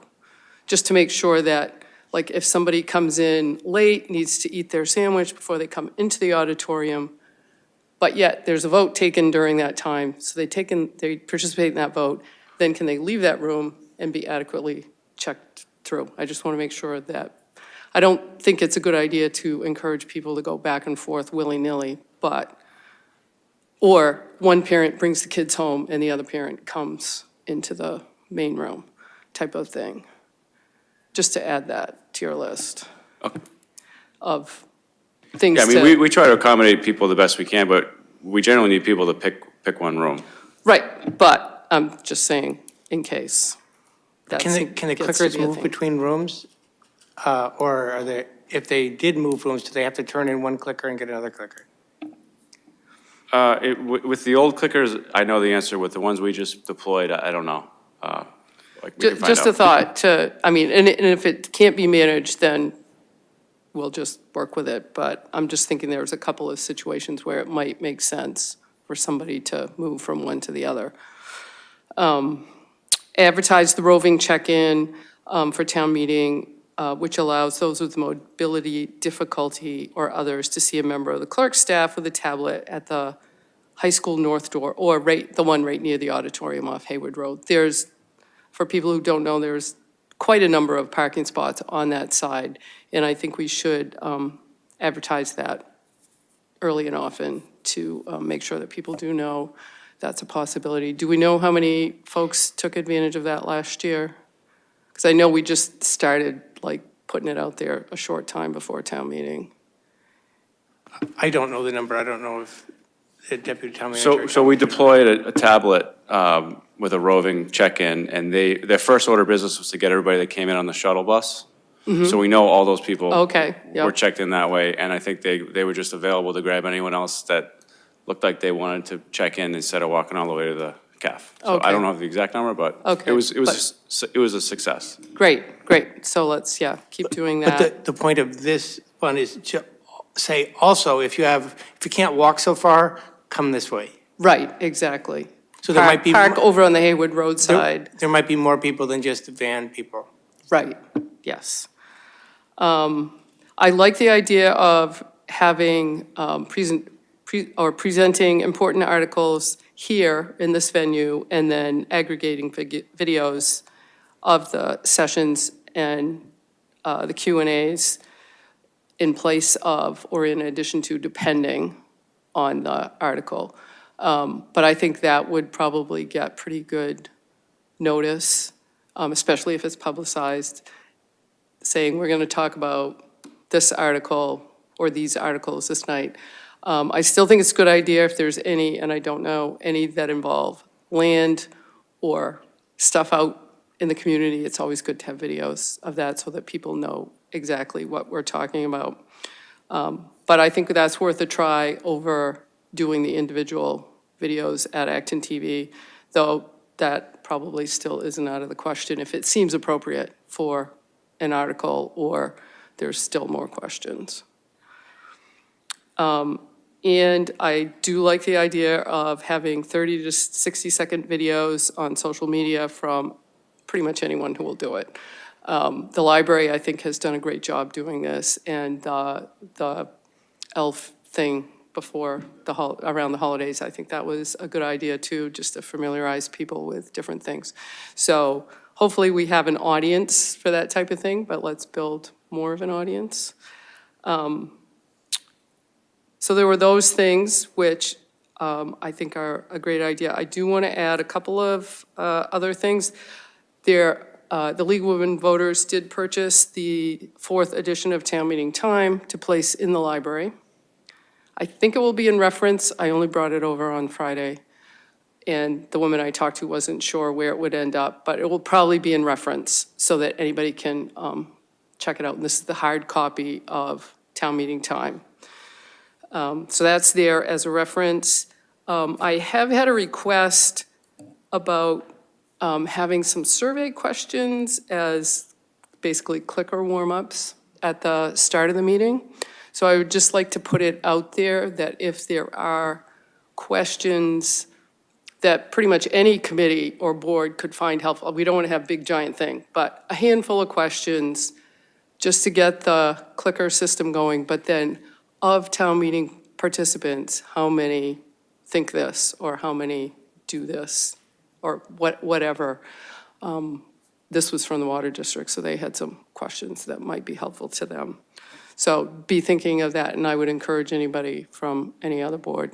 And like I said, we're not going to have a giant survey, but if we can do something in a few minutes before town meeting and collect some data, I'd be happy to do that. I am looking forward to participating in the Public Service Academy first session. That, I guess, is the introduction. I forget the exact title, but I will be there. And I do just want to add, this meeting tonight has pointed out that democracy is indeed a conversation. You've had several conversations about several meaty topics, which I was just as glad to come and see. I was watching at home and then I came over. That I was just as glad to participate, and just to remind folks that town meeting is everyone's opportunity to participate in that conversation, which is why we're here. So I don't know if David has anything additional. No, I think, these things were, we just took the results of our last conversation, kind of distilled them out. I went over with the town manager what was kind of workable for this year.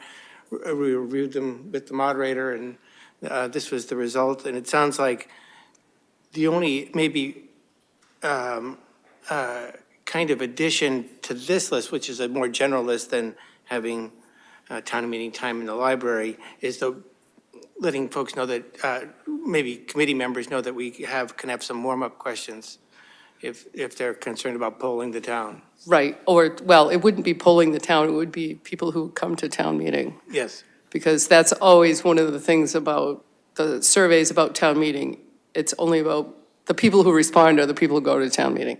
So it would have to be with that caveat, that that's what your results are going to be of people who, in attendance. Thank you. Alyssa? Thank you for these ideas. I have another one. It's not really my idea, I just want to share it. Okay. So I just started following the Town of Boxborough's Facebook page, and I learned that ahead of their town meeting, they hold at the library an information session that's a drop-in session. And the meeting, the most previous meeting, I don't remember when it was, October, November, it was 3 hours. The one that's happening for their March meeting is a 6-hour window. And I have no idea who's there or how many people show up. I don't know if it's just some elected officials, whether staff's involved, but you can come at any time, get information on warrant articles. It would probably be best to hold it after the warrant has been published. Right. And, they say on social media, just expect to spend like 20 minutes. So there's no presentations, it's just an information session where you can ask questions. So I think that could be valuable for people. I'm thinking about the presentations of warrant articles here. And right now, there are 6 people on Zoom, and actually one of them is probably the room. There are 9 people watching on YouTube, and there are a handful of people here. The town meeting preview, the warrant preview videos get, 200 views. So it seems that those presentations are consumed at a much more significant rate. And also I'm thinking about the select board meetings that happen leading up to town meeting where we have to discuss the warrant articles and vote to recommend them or not.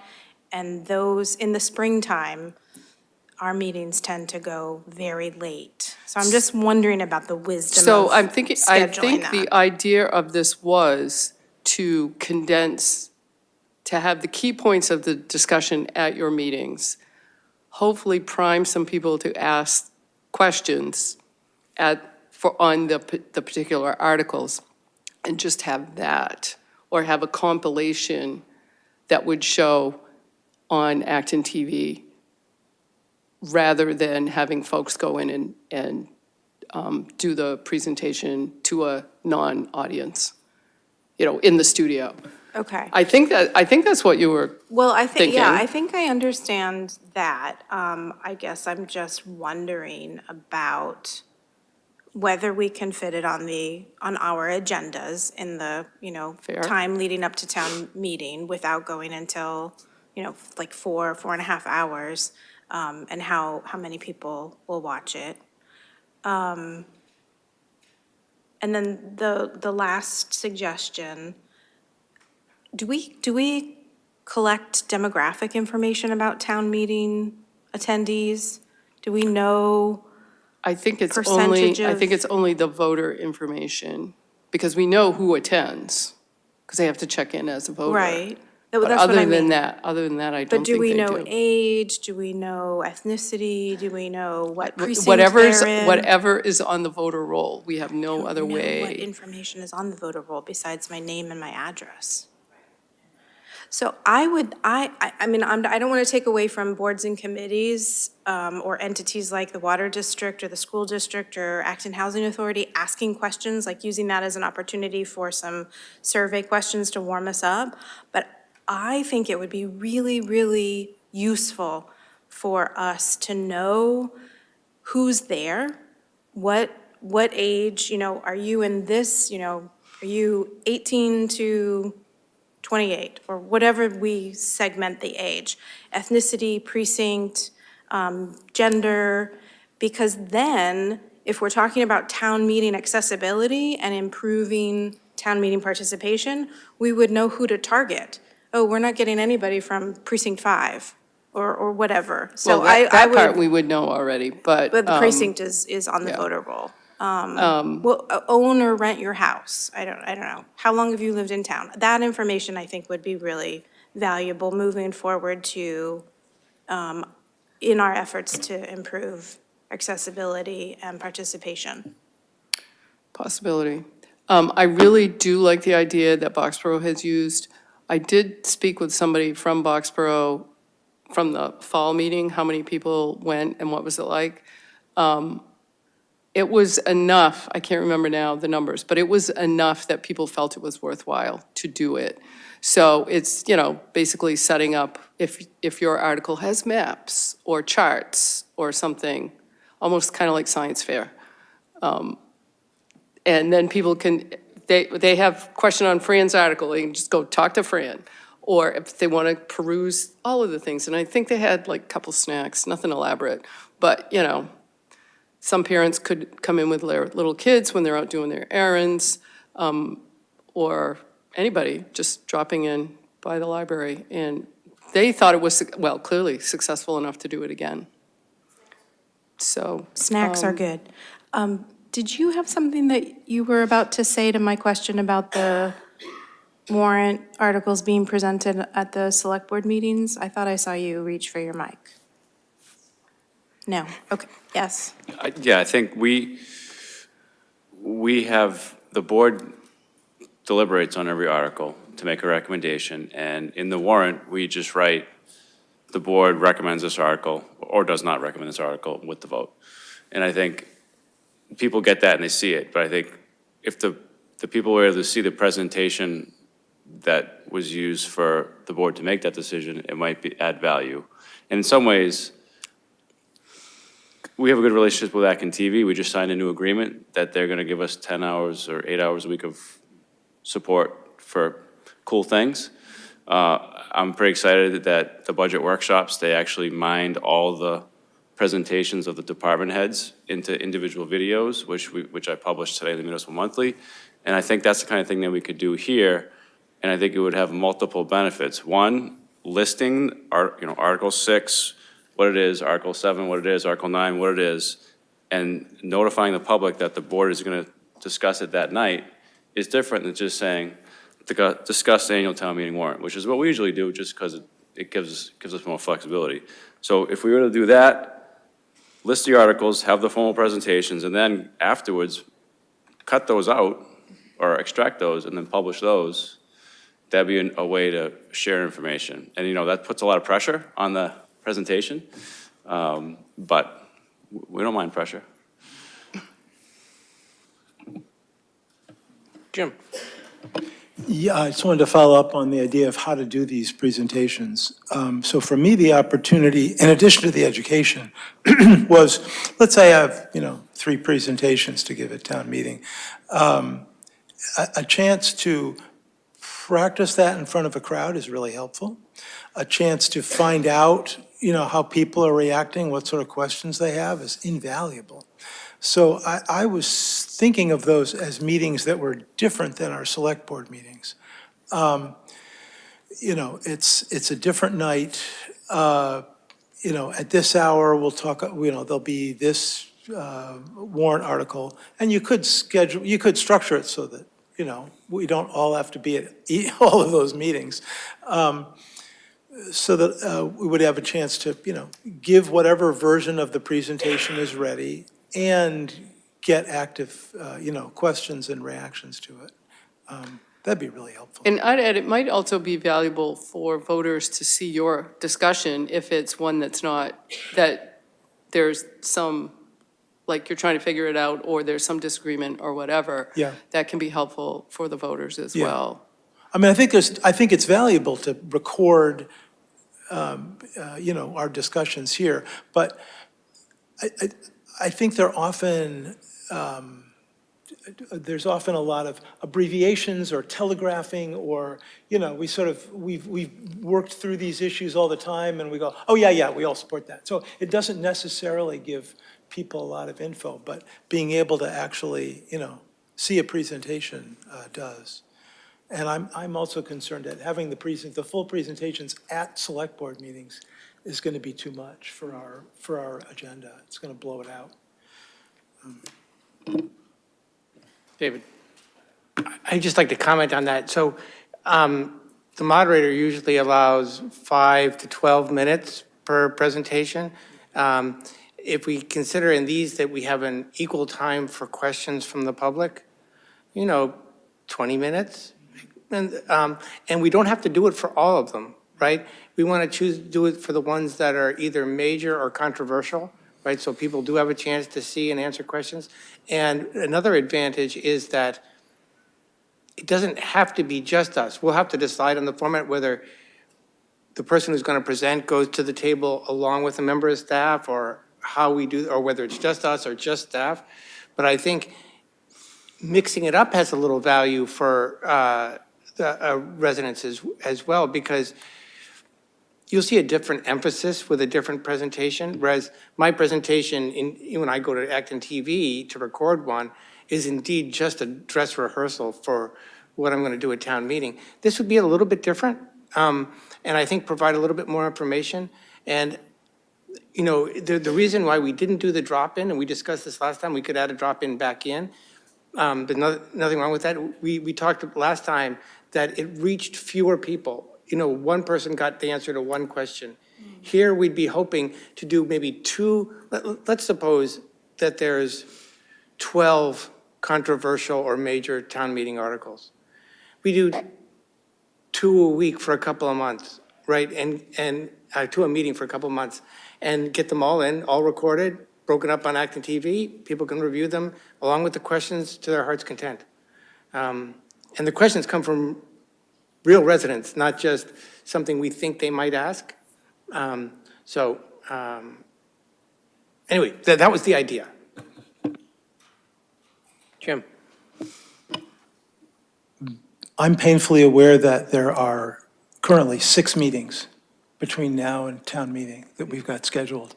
So we'd have to start at our next meeting if we're going to do 2, if we have a couple of controversial items. That's what I'm thinking. We might need to do some of this outside the context of a select board meeting. But I totally get what you're saying about, presentations are supposed to be short anyway. So, we can keep them short. If we run out of time, we can always record some. And I did actually mention when I was talking to the town manager about, we're going to have to get going with this, choose ones that we know, right, the answer to now, and bring those up. And I think you would always have the option to go to the studio in ActonTV if it seemed like something you didn't quite get to, or it needs more explanation or whatever. I mean, I think that's always an option. Sometimes the ActonTV presentations are longer than the town meeting presentation, deliberately, because we have more details we want to get to. So anyway, thanks. Fran? A quick comment, and I do like the idea of a possible drop-in. It's kind of like office hours. I think that kind of would be helpful. And I was curious, this could be a town question. Can we get a Minuteman outfit for Elfie? That might help us.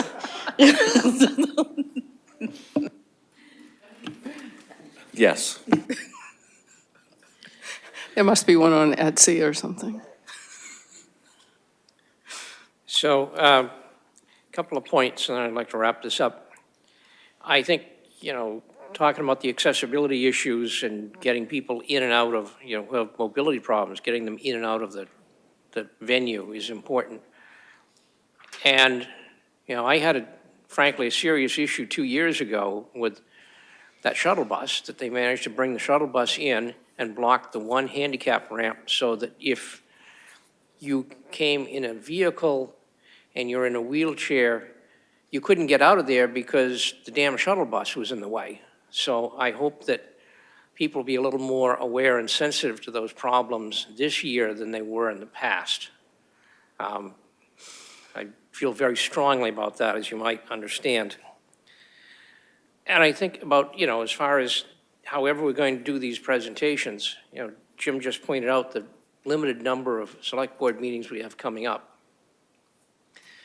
And right now, we're approaching 4 hours.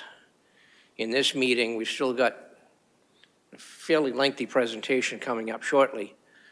And to think of this as being a typical meeting and then adding a bunch of discussion of these warrant articles in addition to that, if everybody wants to weigh in, I think, you're looking at buying a bunch of 5- and 6-hour town meeting, select board meetings, which I don't think does anybody any good. So that's a concern. If we do these sorts of presentations about warrant articles, I think we really have to make sure that they're focused and that, we not have a lot of discussion and everybody coming up with it. Well, I just got one more question to ask from the board, because then we'll be here until midnight. Any other comments from other members? David?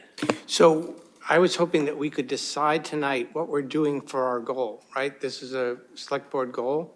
And what I was recommending the memo with those 4 points for this year.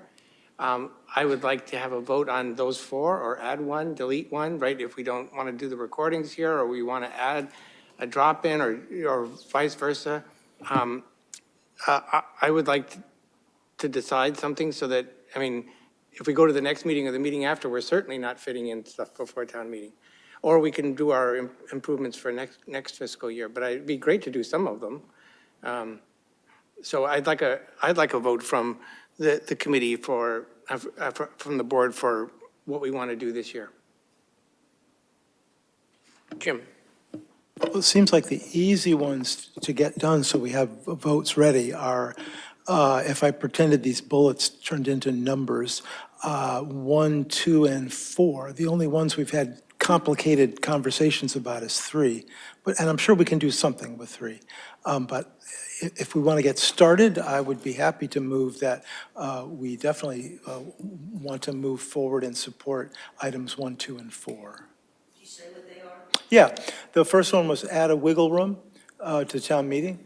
The second was expanding the roving check-in so it has a little bit more, publicity about it. Like, hey, park on this side because it's easier to get in and you can use this door and somebody will be right there to check you in.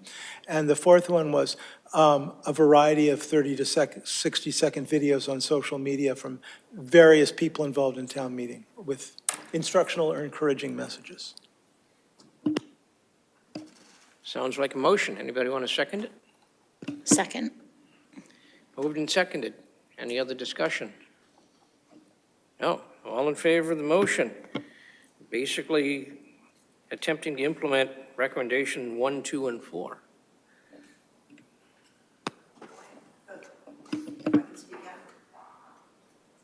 Do you want to speak before? Sorry. No, I would say go vote, and then I'll say something. May I say something after? Certainly. Okay. All in favor, say aye. Aye. Opposed? Abstentions? Okay, we passed that. Ann? Okay, Ann Chang, South Acton. I've obviously been to a lot of town meetings, and I've obviously worked with the league, and we've done town meeting. We used to do a town meeting run-up before town meeting where we went through the warrant. I also did a newspaper where I did a thing in the newspaper which was called Walking Through the Warrant, where I took every article in the warrant and we discussed it fully. I've also had people, particularly the planning board, come into the library because they have charts and zoning things which are very complex, which people don't understand, and Kristen used to come in for a particular time, and then being dumb, I used to stand there and do it as well. I think you don't understand I don't want to, the fact that you're here all the time and you know what you're doing. The people out there are here not very often, and they don't know what it is you're doing. So when they get to town meeting, they really don't know anything. So the more information you can give them from a multitude of sources would be a help. So to do the things on the little videos is good. To do the things on ActonTV is good. To have the really complex articles, especially the planning board ones, and have people be able to come in and see the plans, discuss the plans with the planners or with somebody else would be, really great. No one really understood what they were talking about when they were talking about the sewer, the culverts and the overflow. That should have been a committee thing where a guy stands at the table and discusses it. I mean, if the more information you can give them, the better town meeting will have. Thank you. Thank you, Madam Moderator.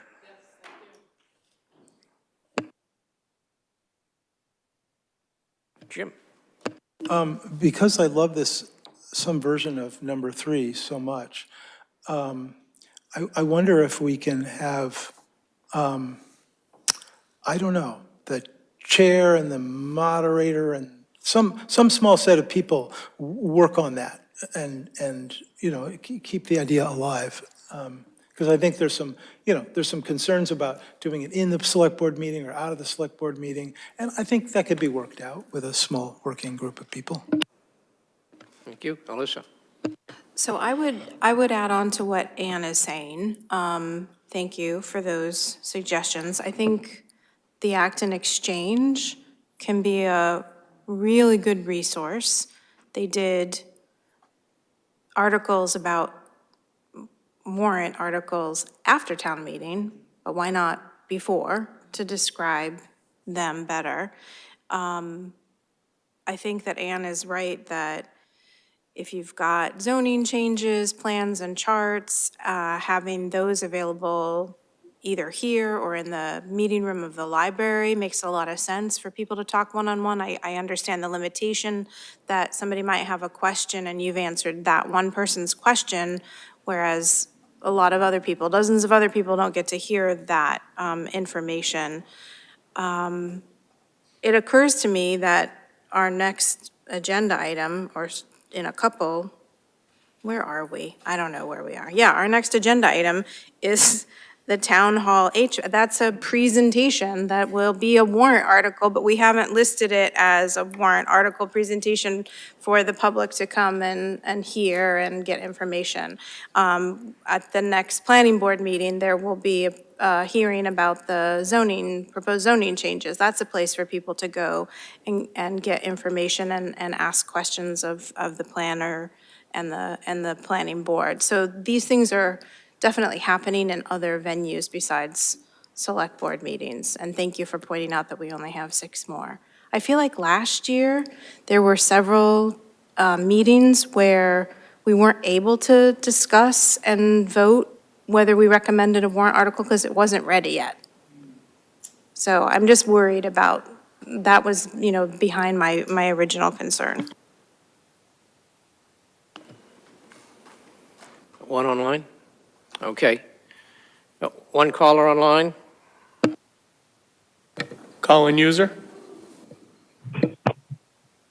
Hi, it's Tara again. Can you hear me? Yes.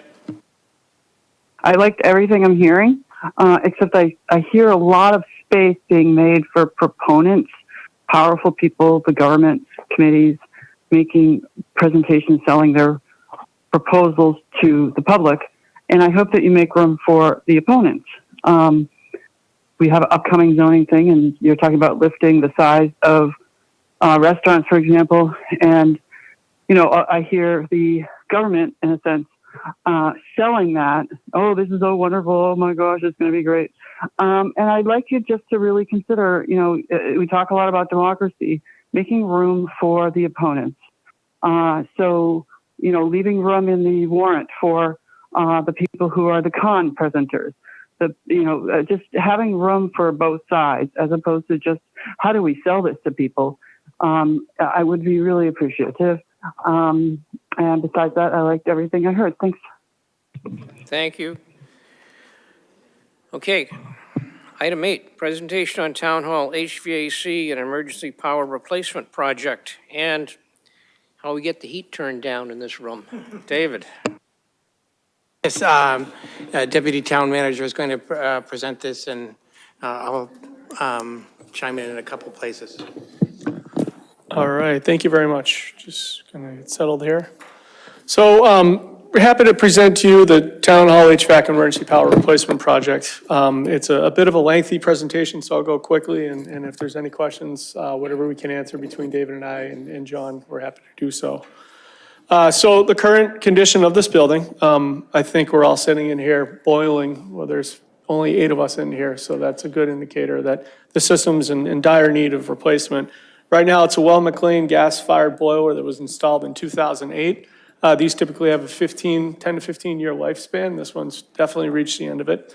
It utilizes 2 1.6 horsepower pumps to move water throughout the whole building. So those are pretty small systems when you think about how large the building is and how many units we have throughout the building. Right now, the only way to control the heat is to turn the boiler on and off at the device itself. You see on the right-hand side that switch. This requires seasonal switchover and draining of the system. So when we hit the spring, if the decision is made to turn on the air, the cooling system, and we turn this off and we have a cool day, we have no way of heating the building again. So it's pretty prohibitive in what it offers. Additionally, the current condition of the piping that's above the ceilings and the fan coil units are pretty poor. These photos show mold and other problems. You see some deterioration of the pipes that are on the cooling pipes and the heating pipes throughout the building. The current piping and insulation is from 1988. Much of the insulation throughout the whole building has mold, and that's due to the amount of condensation and leaks over the years. Many of the fittings and the joints are starting to deteriorate as well due to age, which are creating a lot of maintenance issues and maintenance calls to NNT, our contractor.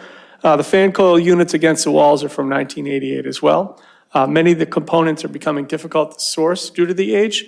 The unit that's right behind me on the wall, it broke down last week, and they have to be built special by the manufacturer, so it's not something we can go and order off of the shelf. So the system behind me, as it doesn't feel like it, it's not working right now, and that's starting to happen to a number of the units throughout the building as well. The chiller is replaced in 2014, 2015. The system consists of a 40-ton compressor chill unit, an air-cooled condensing unit. The system utilizes 4 1.5 horsepower pumps. 2 are primary, 2 are backup, so a lead lag situation. Moves water throughout the building when we switch to the cooling season. The BMS system. In short, we don't have a functioning one right now. If you're able to see the screen in the upper right-hand side, I know it's a little small, that's a live shot that the facilities manager snapped for the presentation, and it's showing everything at 0. So it's not reading anything anymore. Unfortunately, that's creating some of the difficulties in being able to control temperatures. In a renovated building, in a perfectly cooled building, or just a manageable one, we would have sensors in this room that would read the temperatures and then read back to the unit whether we need to decrease or increase the heating and the cooling inside this room to regulate it. And that would be true for all the office spaces throughout the building. And right now we don't have that, which leads to a lot of the problems that we're having in this building. And this would be fully replaced in a brand new system. So the design, what does the design include? So some of the goals, or the main goals driving this design, is to replace the HVAC system and convert the existing building to an all-electric option. We would upgrade the building management system by completely replacing it. Replace and upgrade the generator. If you recall, during the microburst in 2023, I believe, The generator that's still mothballed downstairs failed and has been non-operational since. This project looks to replace that generator with an appropriately sized one.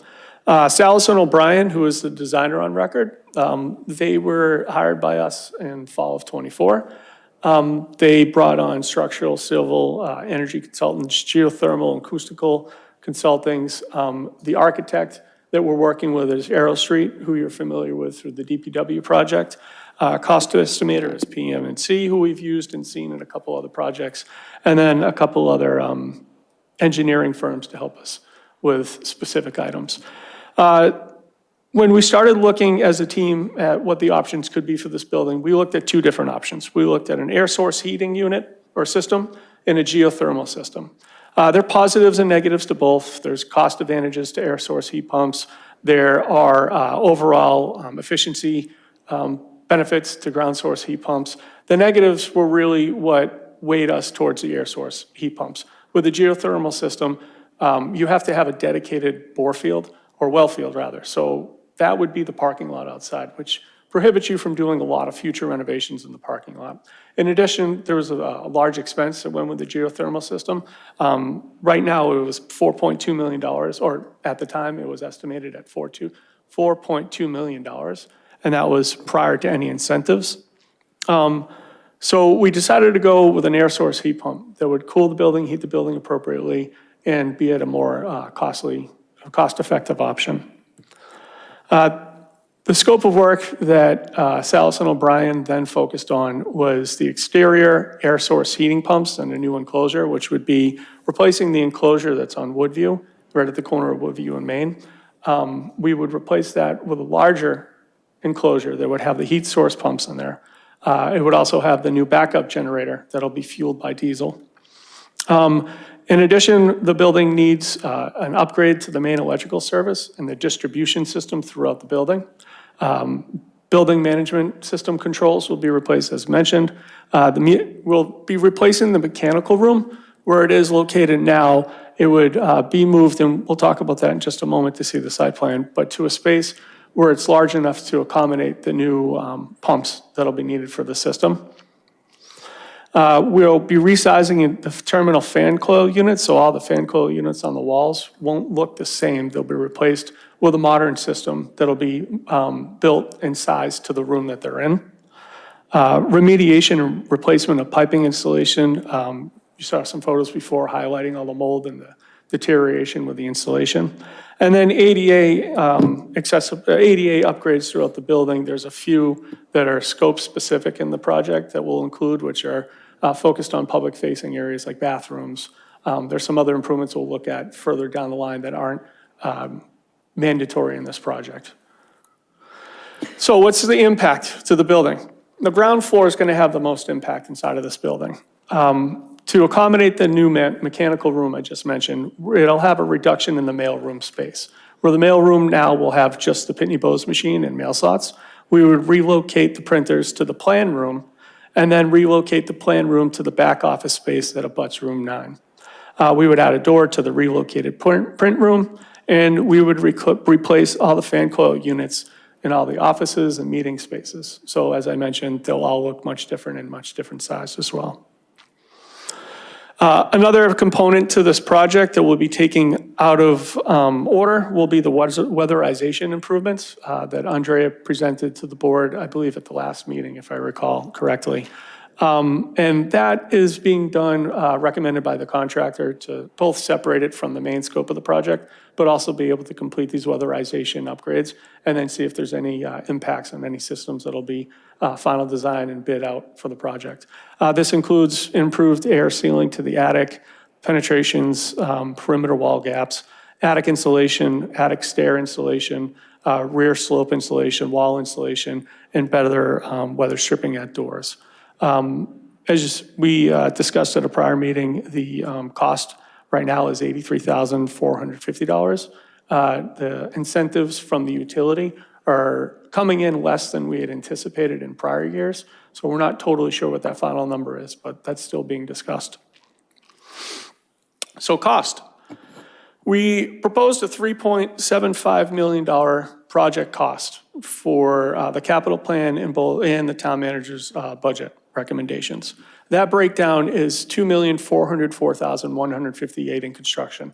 That construction number is pretty large, but that includes all the demo, all the preparation for the new air source heat pumps, the new fan coil units, and then it includes all that equipment and the new generator and the relocation of those pieces, systems as well. Hazardous material remediation is $175,000, and then there's escalation and contingencies, which include pricing and contingencies and design contingencies. General conditions, bonds, insurance, bidding contingencies. We're carrying about a 7.5% bidding contingency right now. This pricing was projected at the 40% design level. As we get closer to a 90 and 100% design, we'll have tighter numbers, and we'll be able to either increase the contingency or decrease some of the expected scope costs.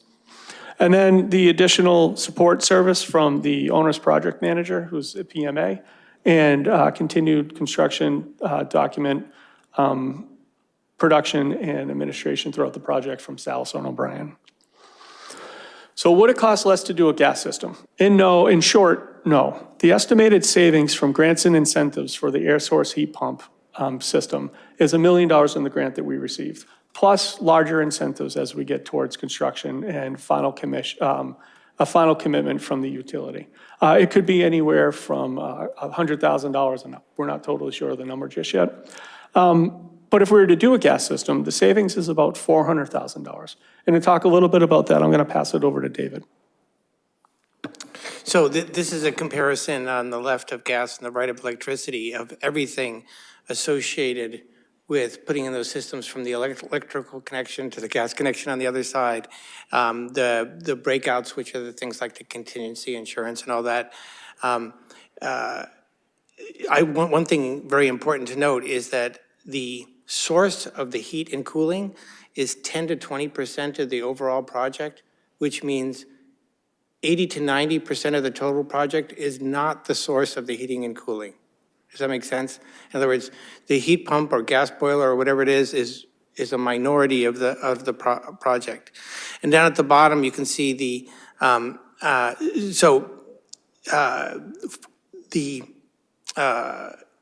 heat pumps cost $419,367 more than the boiler and an air conditioner, chiller. But I will note that in this case, the heat pump system is fully redundant. It's an N+1 design, which means we can heat the building. We have 3 heat pumps. We can heat the building with any 2 of them. So it's a better system than the gas system. And when we add in the $1 million grant, it saves $580,633. And probably more than that, as Tom mentioned, when we get the utility incentives, which are a little bit up in the air now. So we're waiting for, the problem is that Mass Save doesn't have fixed incentive values for air to water heat pumps. And so they're not there. If there are no questions, we can go on to the next slide. And so here is the operating cost. If you look at the bottom line on the right is it costs 37% more to operate the heat pumps than the gas. However, 2 big notes here. The first note is just a note of interest. The reason why it costs so much comparatively for electricity is the town has an excellent contract for gas. And so if you were paying, I did the calculation, if the retail price for gas, what people in Acton pay for gas, electricity would cost 3% less. But since the town has such a good price for gas, it costs 37% more. However, that is only 12% of the debt service savings because of the grant. Does that make sense? We use only 1/8 of the debt service. So the amount of debt service we save on $1 million, we only need 1/12 of that savings to pay for the extra electricity. The other 88% of that savings from the grant are just gravy every year. If there are no questions. Oh, by the way, these numbers are actually quite conservative from a number of points of view. I'll note that after 2 years, the Boardwalk campus is outperforming the most optimistic estimates in terms of energy use. But if there are no questions, I'll turn it back to Tom. Project schedule. So this is all anticipated, and this is subject to, of course, appropriation at town meeting and then completion of design. So right now, we're right at the beginning of this. I know it's a little difficult to see. We have recently received 90% construction design documents for review. We're doing page turns with Salison O'Brien and PMA shortly. They'll be sending those 90% design documents out to cost estimators to have final cost estimates. So that'll only tighten up the numbers that we're looking at. Those cost estimates are due middle to late February. We're submitting, of course, as part of the article, Salison O'Brien will help develop some additional background material that we'll have ready for March. Town meeting approval, hopefully in May. That'll give us May and June to complete 100% construction docs. We anticipate putting this out to bid July and August. We anticipate on executing a contract in September. At that point, it'll be about a month and a half to 2 months of submittals from the contractor for Salison O'Brien to review. So they'll submit information and design and proposals on the fan coil units, the air source heat pumps, the generators, everything associated with the project. And then the contractor at the same time will be mobilizing in mid-September. They'll start demolition, and then they'll start working on the first level in December, second level in late January or February, third in March, and we'll keep going until the anticipated completion in April, May of 2027. Mixed in with that is relocation of staff inside of this building. So the decision was made as part of the project to relocate staff from the building, which helped save a significant amount of money. It's roughly about $400,000 getting away from a phased project where we would occupy the building. We saved that amount of money by leaving the building in the project. And it also reduces it from potentially an 18-month project down to a 6 to 9 month project. So it's pretty significant. So when you drive up to Town Hall during the construction, you'll see construction fencing in the front parking lot. This is an estimated laydown area. One of the important things the construction team took into consideration is the amount of parking needed by staff now. So full occupancy of Town Hall, what that is, and what we would be taking up for construction fencing. And we wanted to make sure it does not exceed that. We're estimating 27 spaces will be lost in this project. We would keep the EV stations at the front open. We would still have access to that second entrance that'll get you access to the front of the library. So you'll still have 2 entrances and exits off of Woodview at all times. So we're pretty confident that that gives full access to the campus while this is under construction. So what do we do with the staff? Where's everybody going? Right now, we're in the middle of mapping that all out. But some of the things that we're including in the relocations are the Red House. So we're talking about customer-facing services, town clerk, treasurer, collector, assessors, building. We're taking those departments and looking where we can keep the customer-facing services, or resident-facing services rather, on campus. So if you arrive at Town Hall and you're used to doing that and paying your bill, your tax bill every February 1st, we want you to still be able to come to Town Hall if we're able to provide that service. So we're looking at the Red House. Other staff are looking at relocating to 50 Audubon at the Recreation Center, 30 Sudbury, and some offices that are available. The Acton Memorial Library, the facilities manager would relocate there, as well as the maintenance staff member here. And then we'd utilize remote work more often to try to encourage staff to try to help out with staff needs throughout this project. For public meetings, because the building will be empty, some of the spaces that we're looking at are Acton Memorial Library Meeting Room, 50 Audubon, 30 Sudbury, and rely on virtual meetings more often as well. We've had some conversations with ActonTV and how we can still cover meetings that are videotaped, select board meetings, finance committee. So we're working on ironing all that out as well. And that's the presentation. It's a lot of information. We're happy to provide any information and ask any questions. Okay, Questions? Alyssa? Thank you both for the presentation. I have a few questions. The first is, what is AHJ on the slide that said accessibility upgrades per code discussions with AHJ?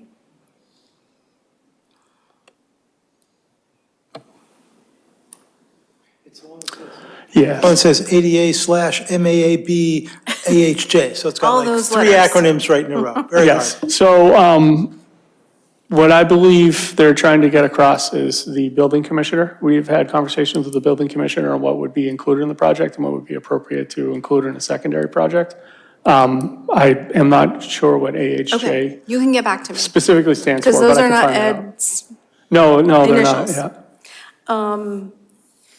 Is there anything about the new system that will be better at mold prevention?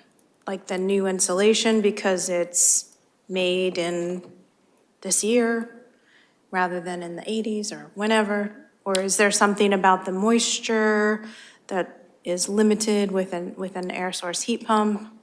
I think that's a great question. So I think it's a combination of a number of different things. It's the age of the system, it's the age of the pipes, it's the age or the deterioration of the pipes. There's a large amount of those pipes that'll be replaced as part of the project. A lot of those are the ones that have been identified as the more damaged leaking pipes. So what we're seeing in the system now, it's almost a 40-year-old system. We will not see that in a brand-new system. At 40 years from now, we could have a different conversation just because of the age, but Okay. yeah. But you don't know for sure if there are like different materials that they're using now? I would imagine it would be. I think the age of the pipes alone and the material that was used then may be different. I'm just not totally sure. Okay, well, that would be cool if it was. What is so David, you said that the estimates are still out with the incentives, the utility incentives.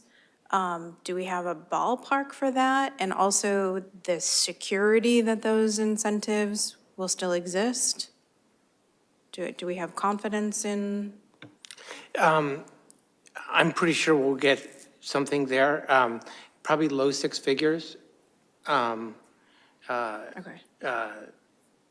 But we'll get those, I believe, from National Grid, and they just have to, we need to, when we get this, sorry, the other thing is, this is true for Mass Save as well, they give a commitment letter, and the commitment letter is, works for at least a year, and they guarantee whatever number they put on the commitment letter.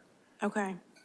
Because I know that the state is not receiving as much money from the federal government right now, so I just want to make sure that I know these are state programs, state incentives, but hopefully those will still be available. And then one last question. The 37% higher costs to operate, being 12% of the debt service, what are the lengths of the debt service and the life of the system? Is it like comparable, or how long can we expect that 1/12 of the savings? The life of the debt service is 30 years, and we anticipate the system lasting at least 30 years.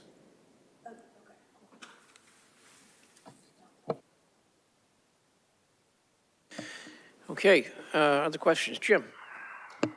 This was a great and informative presentation.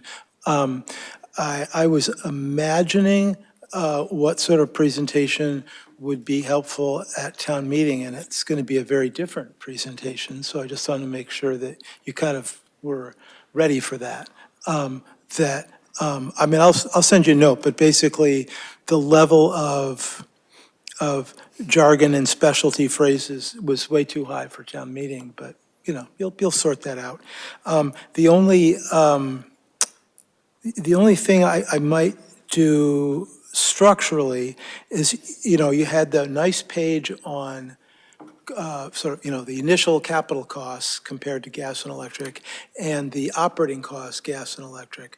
You might do, well, besides labeling those really clearly, you might also have a third one in between, which is the financing cost differences. because you allude to it really quickly down at the bottom, 12% of this is 37% of that, but that's a little too fast for people. I think you might want to have, one slide or one section of a slide that just shows, hey, you finance the electric system, it's going to cost this much less per year than the gas system. And that's just good for people to see right in front of them. So I was thinking of not covering that a priority, right? Just being ready to respond to a question. Yep. Because, we do have fossil fuel-free bylaw, right? I mean, if someone's curious, I can answer the questions, and I would give them the bottom line numbers. If they really wanted to dig in, maybe I'll have a really backup slide. Oh, and that reminds me of the other thing. We call it all-electric construction, but as you said, of course, that the generator is diesel. It's not that we have a gigantic battery out there that'll power the whole building. I mean, that would be nice, but, we can't do that financially. So interestingly, this is considered a critical building, and gas is considered an interruptible resource. And so it kind of has to be diesel. Or I suppose propane. Or propane. Some trucked-in fuel. I'd make the observation that police station, all four fire stations, and the Memorial Library all have diesel just for that purpose, because they're considered critical facilities. The library, particularly because at the time it supported all of the servers for the computer system for the entire town. There also are some issues with, I believe, successfully properly sizing a big generator using propane. Although it works great for my whole house generator at my place, but obviously it's a much smaller facility. And I won't even get into the issues of putting in a huge electric battery storage facility. I think other people have gone that route and hasn't ended up well. Yeah, you might want to highlight that somewhere in the presentation. Yeah, and saying all electric, but, all these critical buildings have diesel. Mike. And the other thing that's important is, people are concerned about the noise of the generator, because the new generator will obviously be outside the building, but it'll be in a soundproof enclosure. And we've got one right behind the Acton Center Fire Station that's very close to some houses, and we haven't had any issues. So it's not like somebody's got a huge Honda generator in their garage. Alyssa? I have a question for Jim and David. Are you saying that we shouldn't say all electric because it's not accurate? Is that what you were implying? Yes, or have it right after that. It's all electric except for the generator, which needs to be fossil, needs to be piped, it needs to be fossil fuel that you can, carry there. Got it. Can't have anything piped in. And then my question for David is, I'm confused by your response to Jim's first comment about the summary on that slide being too quick. And then I think what you were saying was you wouldn't actually have a slide. It would be a backup slide. It wouldn't be in your presentation. It would maybe be only if somebody asks you a question. But I'm confused by that, because at town meeting, that was sort of the conclusion that everybody drew about why it didn't pass, was because it wasn't in the presentation. So are you suggesting that you're not going to include that distinction? Because town meeting members want to know, what's the cost of natural gas? What's the cost of electricity? How are they different? That seems really critical this time. So I was going to experiment with a couple of ways of doing that, but I was just going to do the bottom line numbers. And it turns out that one of the finance committee members asked what the project would cost if we went with gas, what the project would cost, the total. if we went with electricity. I could do it that way, or just give the summary, kind of, not the, unless if someone wanted to see that, or I could just tell them, for example, if their question is, does that difference include the electrical connection? The answer would be yes, right?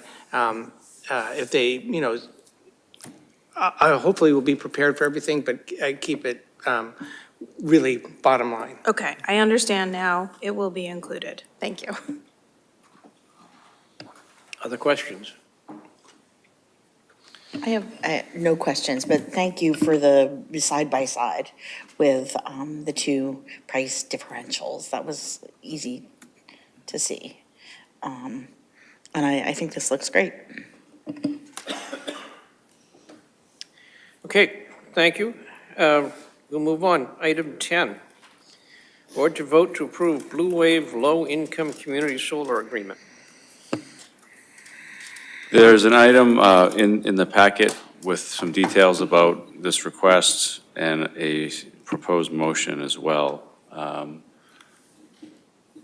know that David and I think Jim maybe had worked separately or together with Andrea on this, who may be able to provide more context if needed. Otherwise, it could be voted. David? Yep.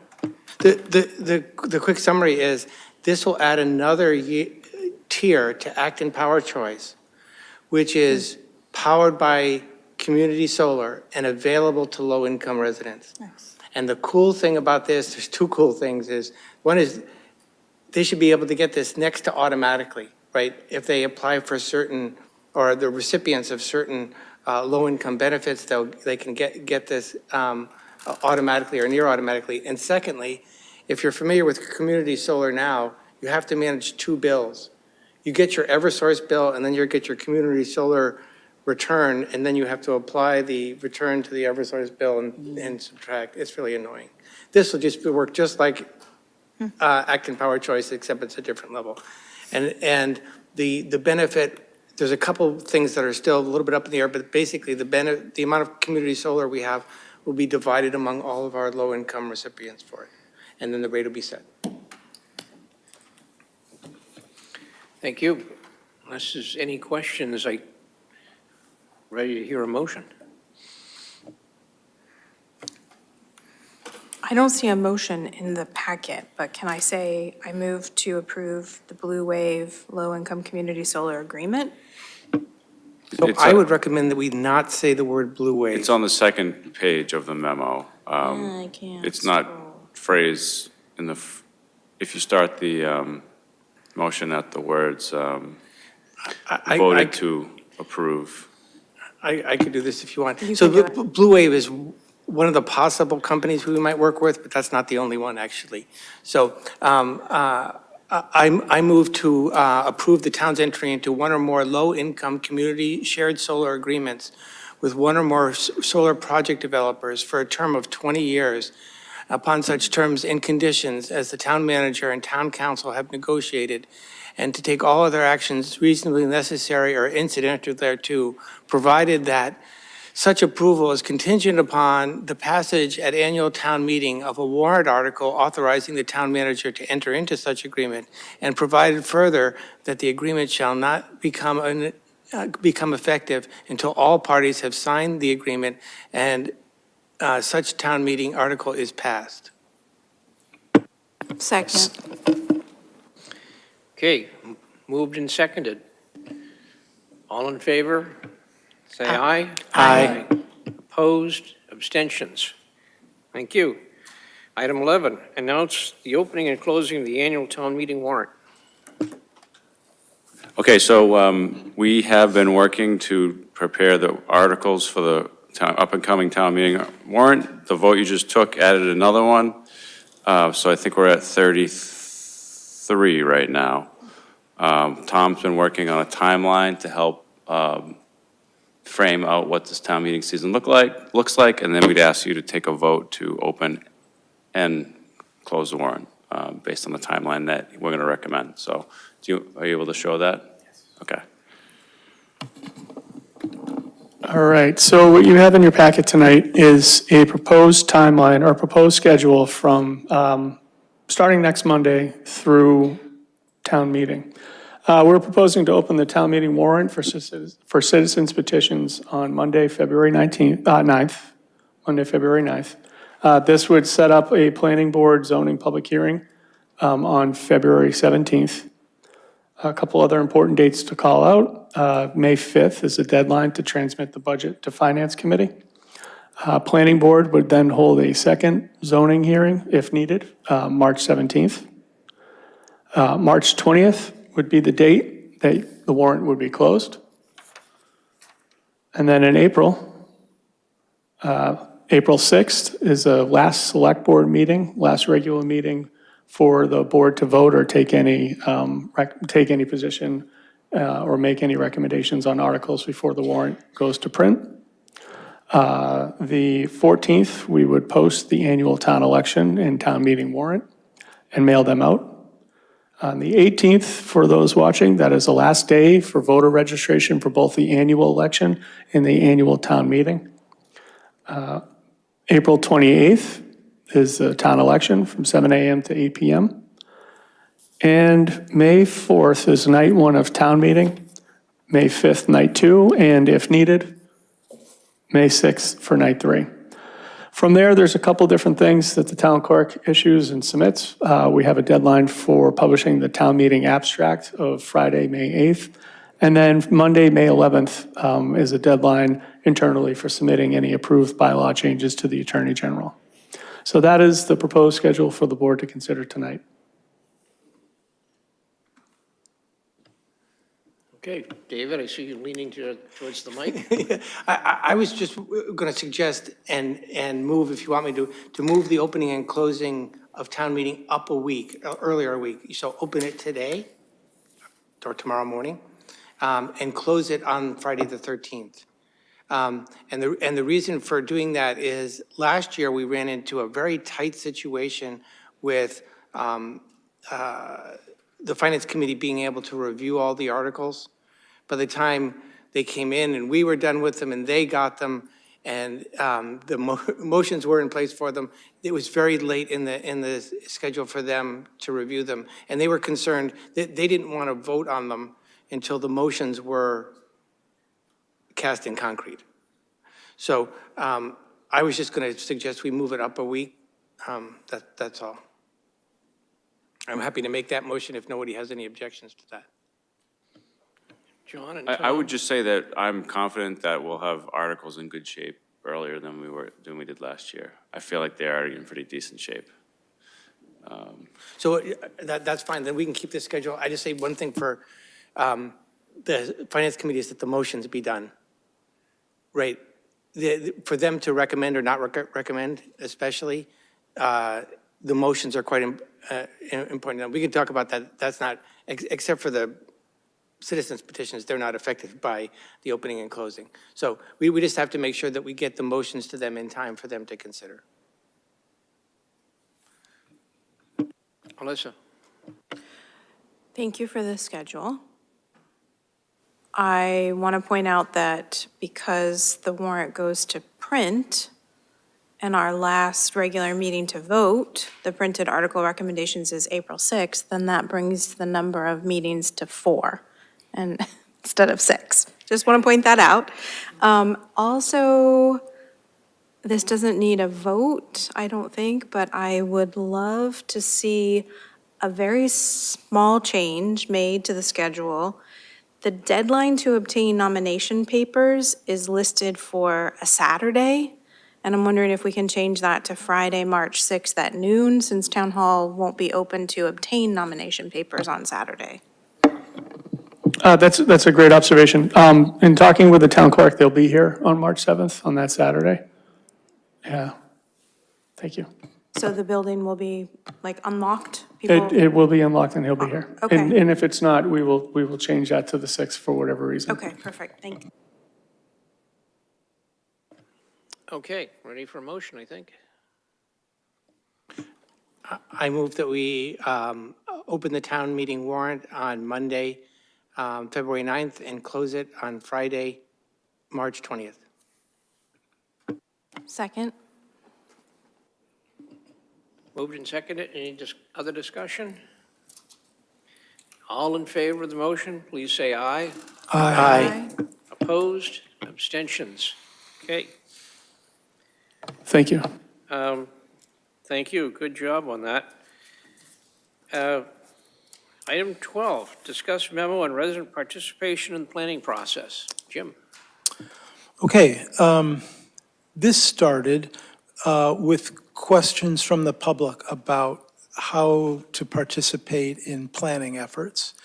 And there were people who were confused that there's a board called the Planning Board, but planning itself is a much larger ecosystem in Acton and in most other towns.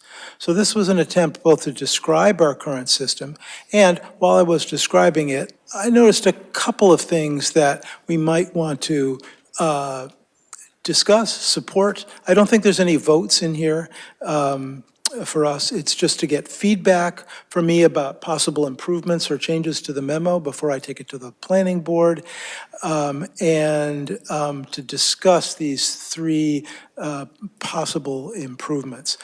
Tom's going to make the cool diagram show up on the screen, and I'll take you through it. So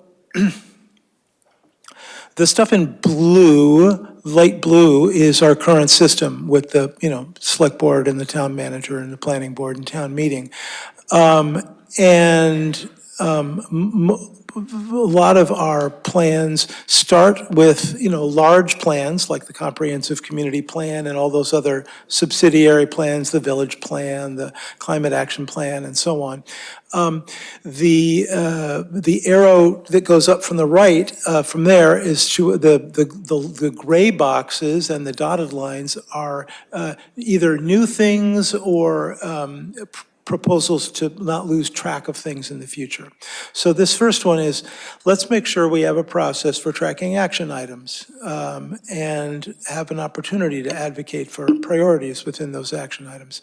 So the example is, we heard once about the comprehensive community plan, the Acton 2020. We looked briefly at the 230 action items and got a vast spreadsheet that said which ones were done and which ones were not done. But we didn't have a chance to really, talk them through. The offer at the time was let's meet about this, a couple of times a year. So that, and with the other plans, let's make sure we're doing that. The other box, particularly for the select board, is on the left-hand side there. And we've been doing this. This is the post-town meeting review of citizen petition results and deciding on next steps. So this is just to make sure that we continue that and that we don't sort of pocket veto any petition that comes out of town meeting with a successful vote, that we discuss it in an open meeting and decide what to do with it. Sometimes we do nothing. Sometimes we decide that we'll, put it off. Sometimes we decide that it's actually antithetical to what we're trying to get done, and we don't do anything. So those are the two things for the select board to discuss. The last item there is really about the planning board, and I'll plan to talk about this with them, which is just to make sure they have an open conversation about how they want to be involved in planning. Right now, the way they're involved is in two ways. At the end of the process, they have those hearings for, zoning changes and other items that impact that, the planning board needs to vote on. And individuals on the planning board often serve as members of the working groups for various of these plans. And that may be a totally fine way for the planning board to proceed. I just want to make sure they actually have an open discussion about it. Like in the state law, the planning board is responsible for creating the comprehensive community plan and tracking all of its action items. But clearly that's not probably that's probably an unwieldy way to do things. So they need to explicitly transfer that responsibility to the planning department. I just want to make sure this is done openly. And that's it. There's a lot of, footnotes and other paragraphs in the document, but that's the basics. So I would love to hear either now or in the next week, comments from any select board member about either things that should change in the document, or if they think that these two ideas are reasonable to keep in mind for the future. Comments, questions? David?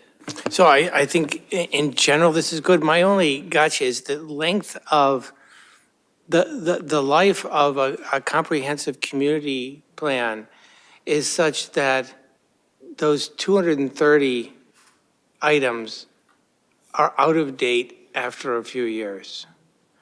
And so I don't know how to track and cull them. I mean, they're either out of date just because they're old, or because the conditions around us have changed, like the MBTA Communities Act or something else, or something else happens. We decide that we want to have a land clearing bylaw, or, no, that's not a good example. But we wanted to do something that was not in the comprehensive community plan, and maybe as an alternative. I don't know what to do with the aging plan. And I don't think it should be considered an obligation that we deal with the very old. I mean, I don't mind at all just having them listed as we go into the goal-setting process. But don't forget about these if you think any of these are important. Consider putting them in a goal.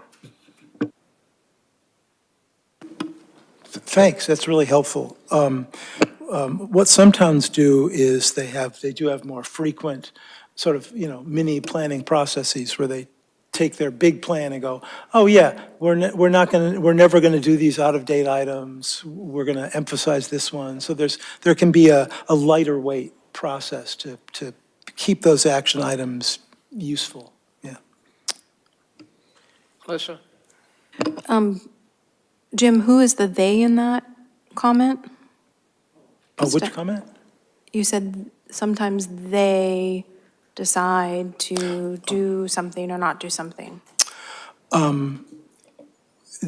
There's usually in other towns, there is sometimes something that has the same scope as the comprehensive community plan in terms of involving, select board members and planning board members and the general public.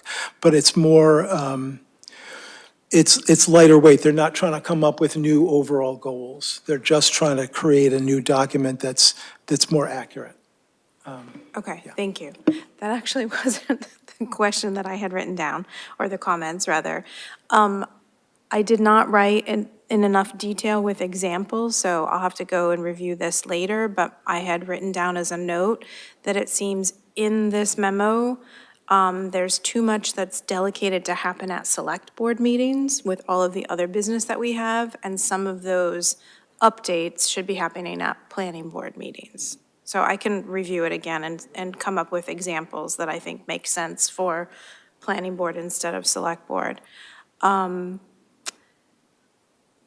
So, you mentioned planning board involvement in planning, and sometimes planning board members are liaisons to like the MBTA communities, Habitat for All. Another way that I see them engaged is by participating in the public engagement. So even if they're not the assigned liaison. And also, I know that with some complicated measures that we're bringing to town meeting, planning board members will often meet one-on-one with staff so that they can develop a clear understanding ahead of the public hearing and get questions answered. And questions still get asked at the planning board hearings by planning board members for the benefit of the public. And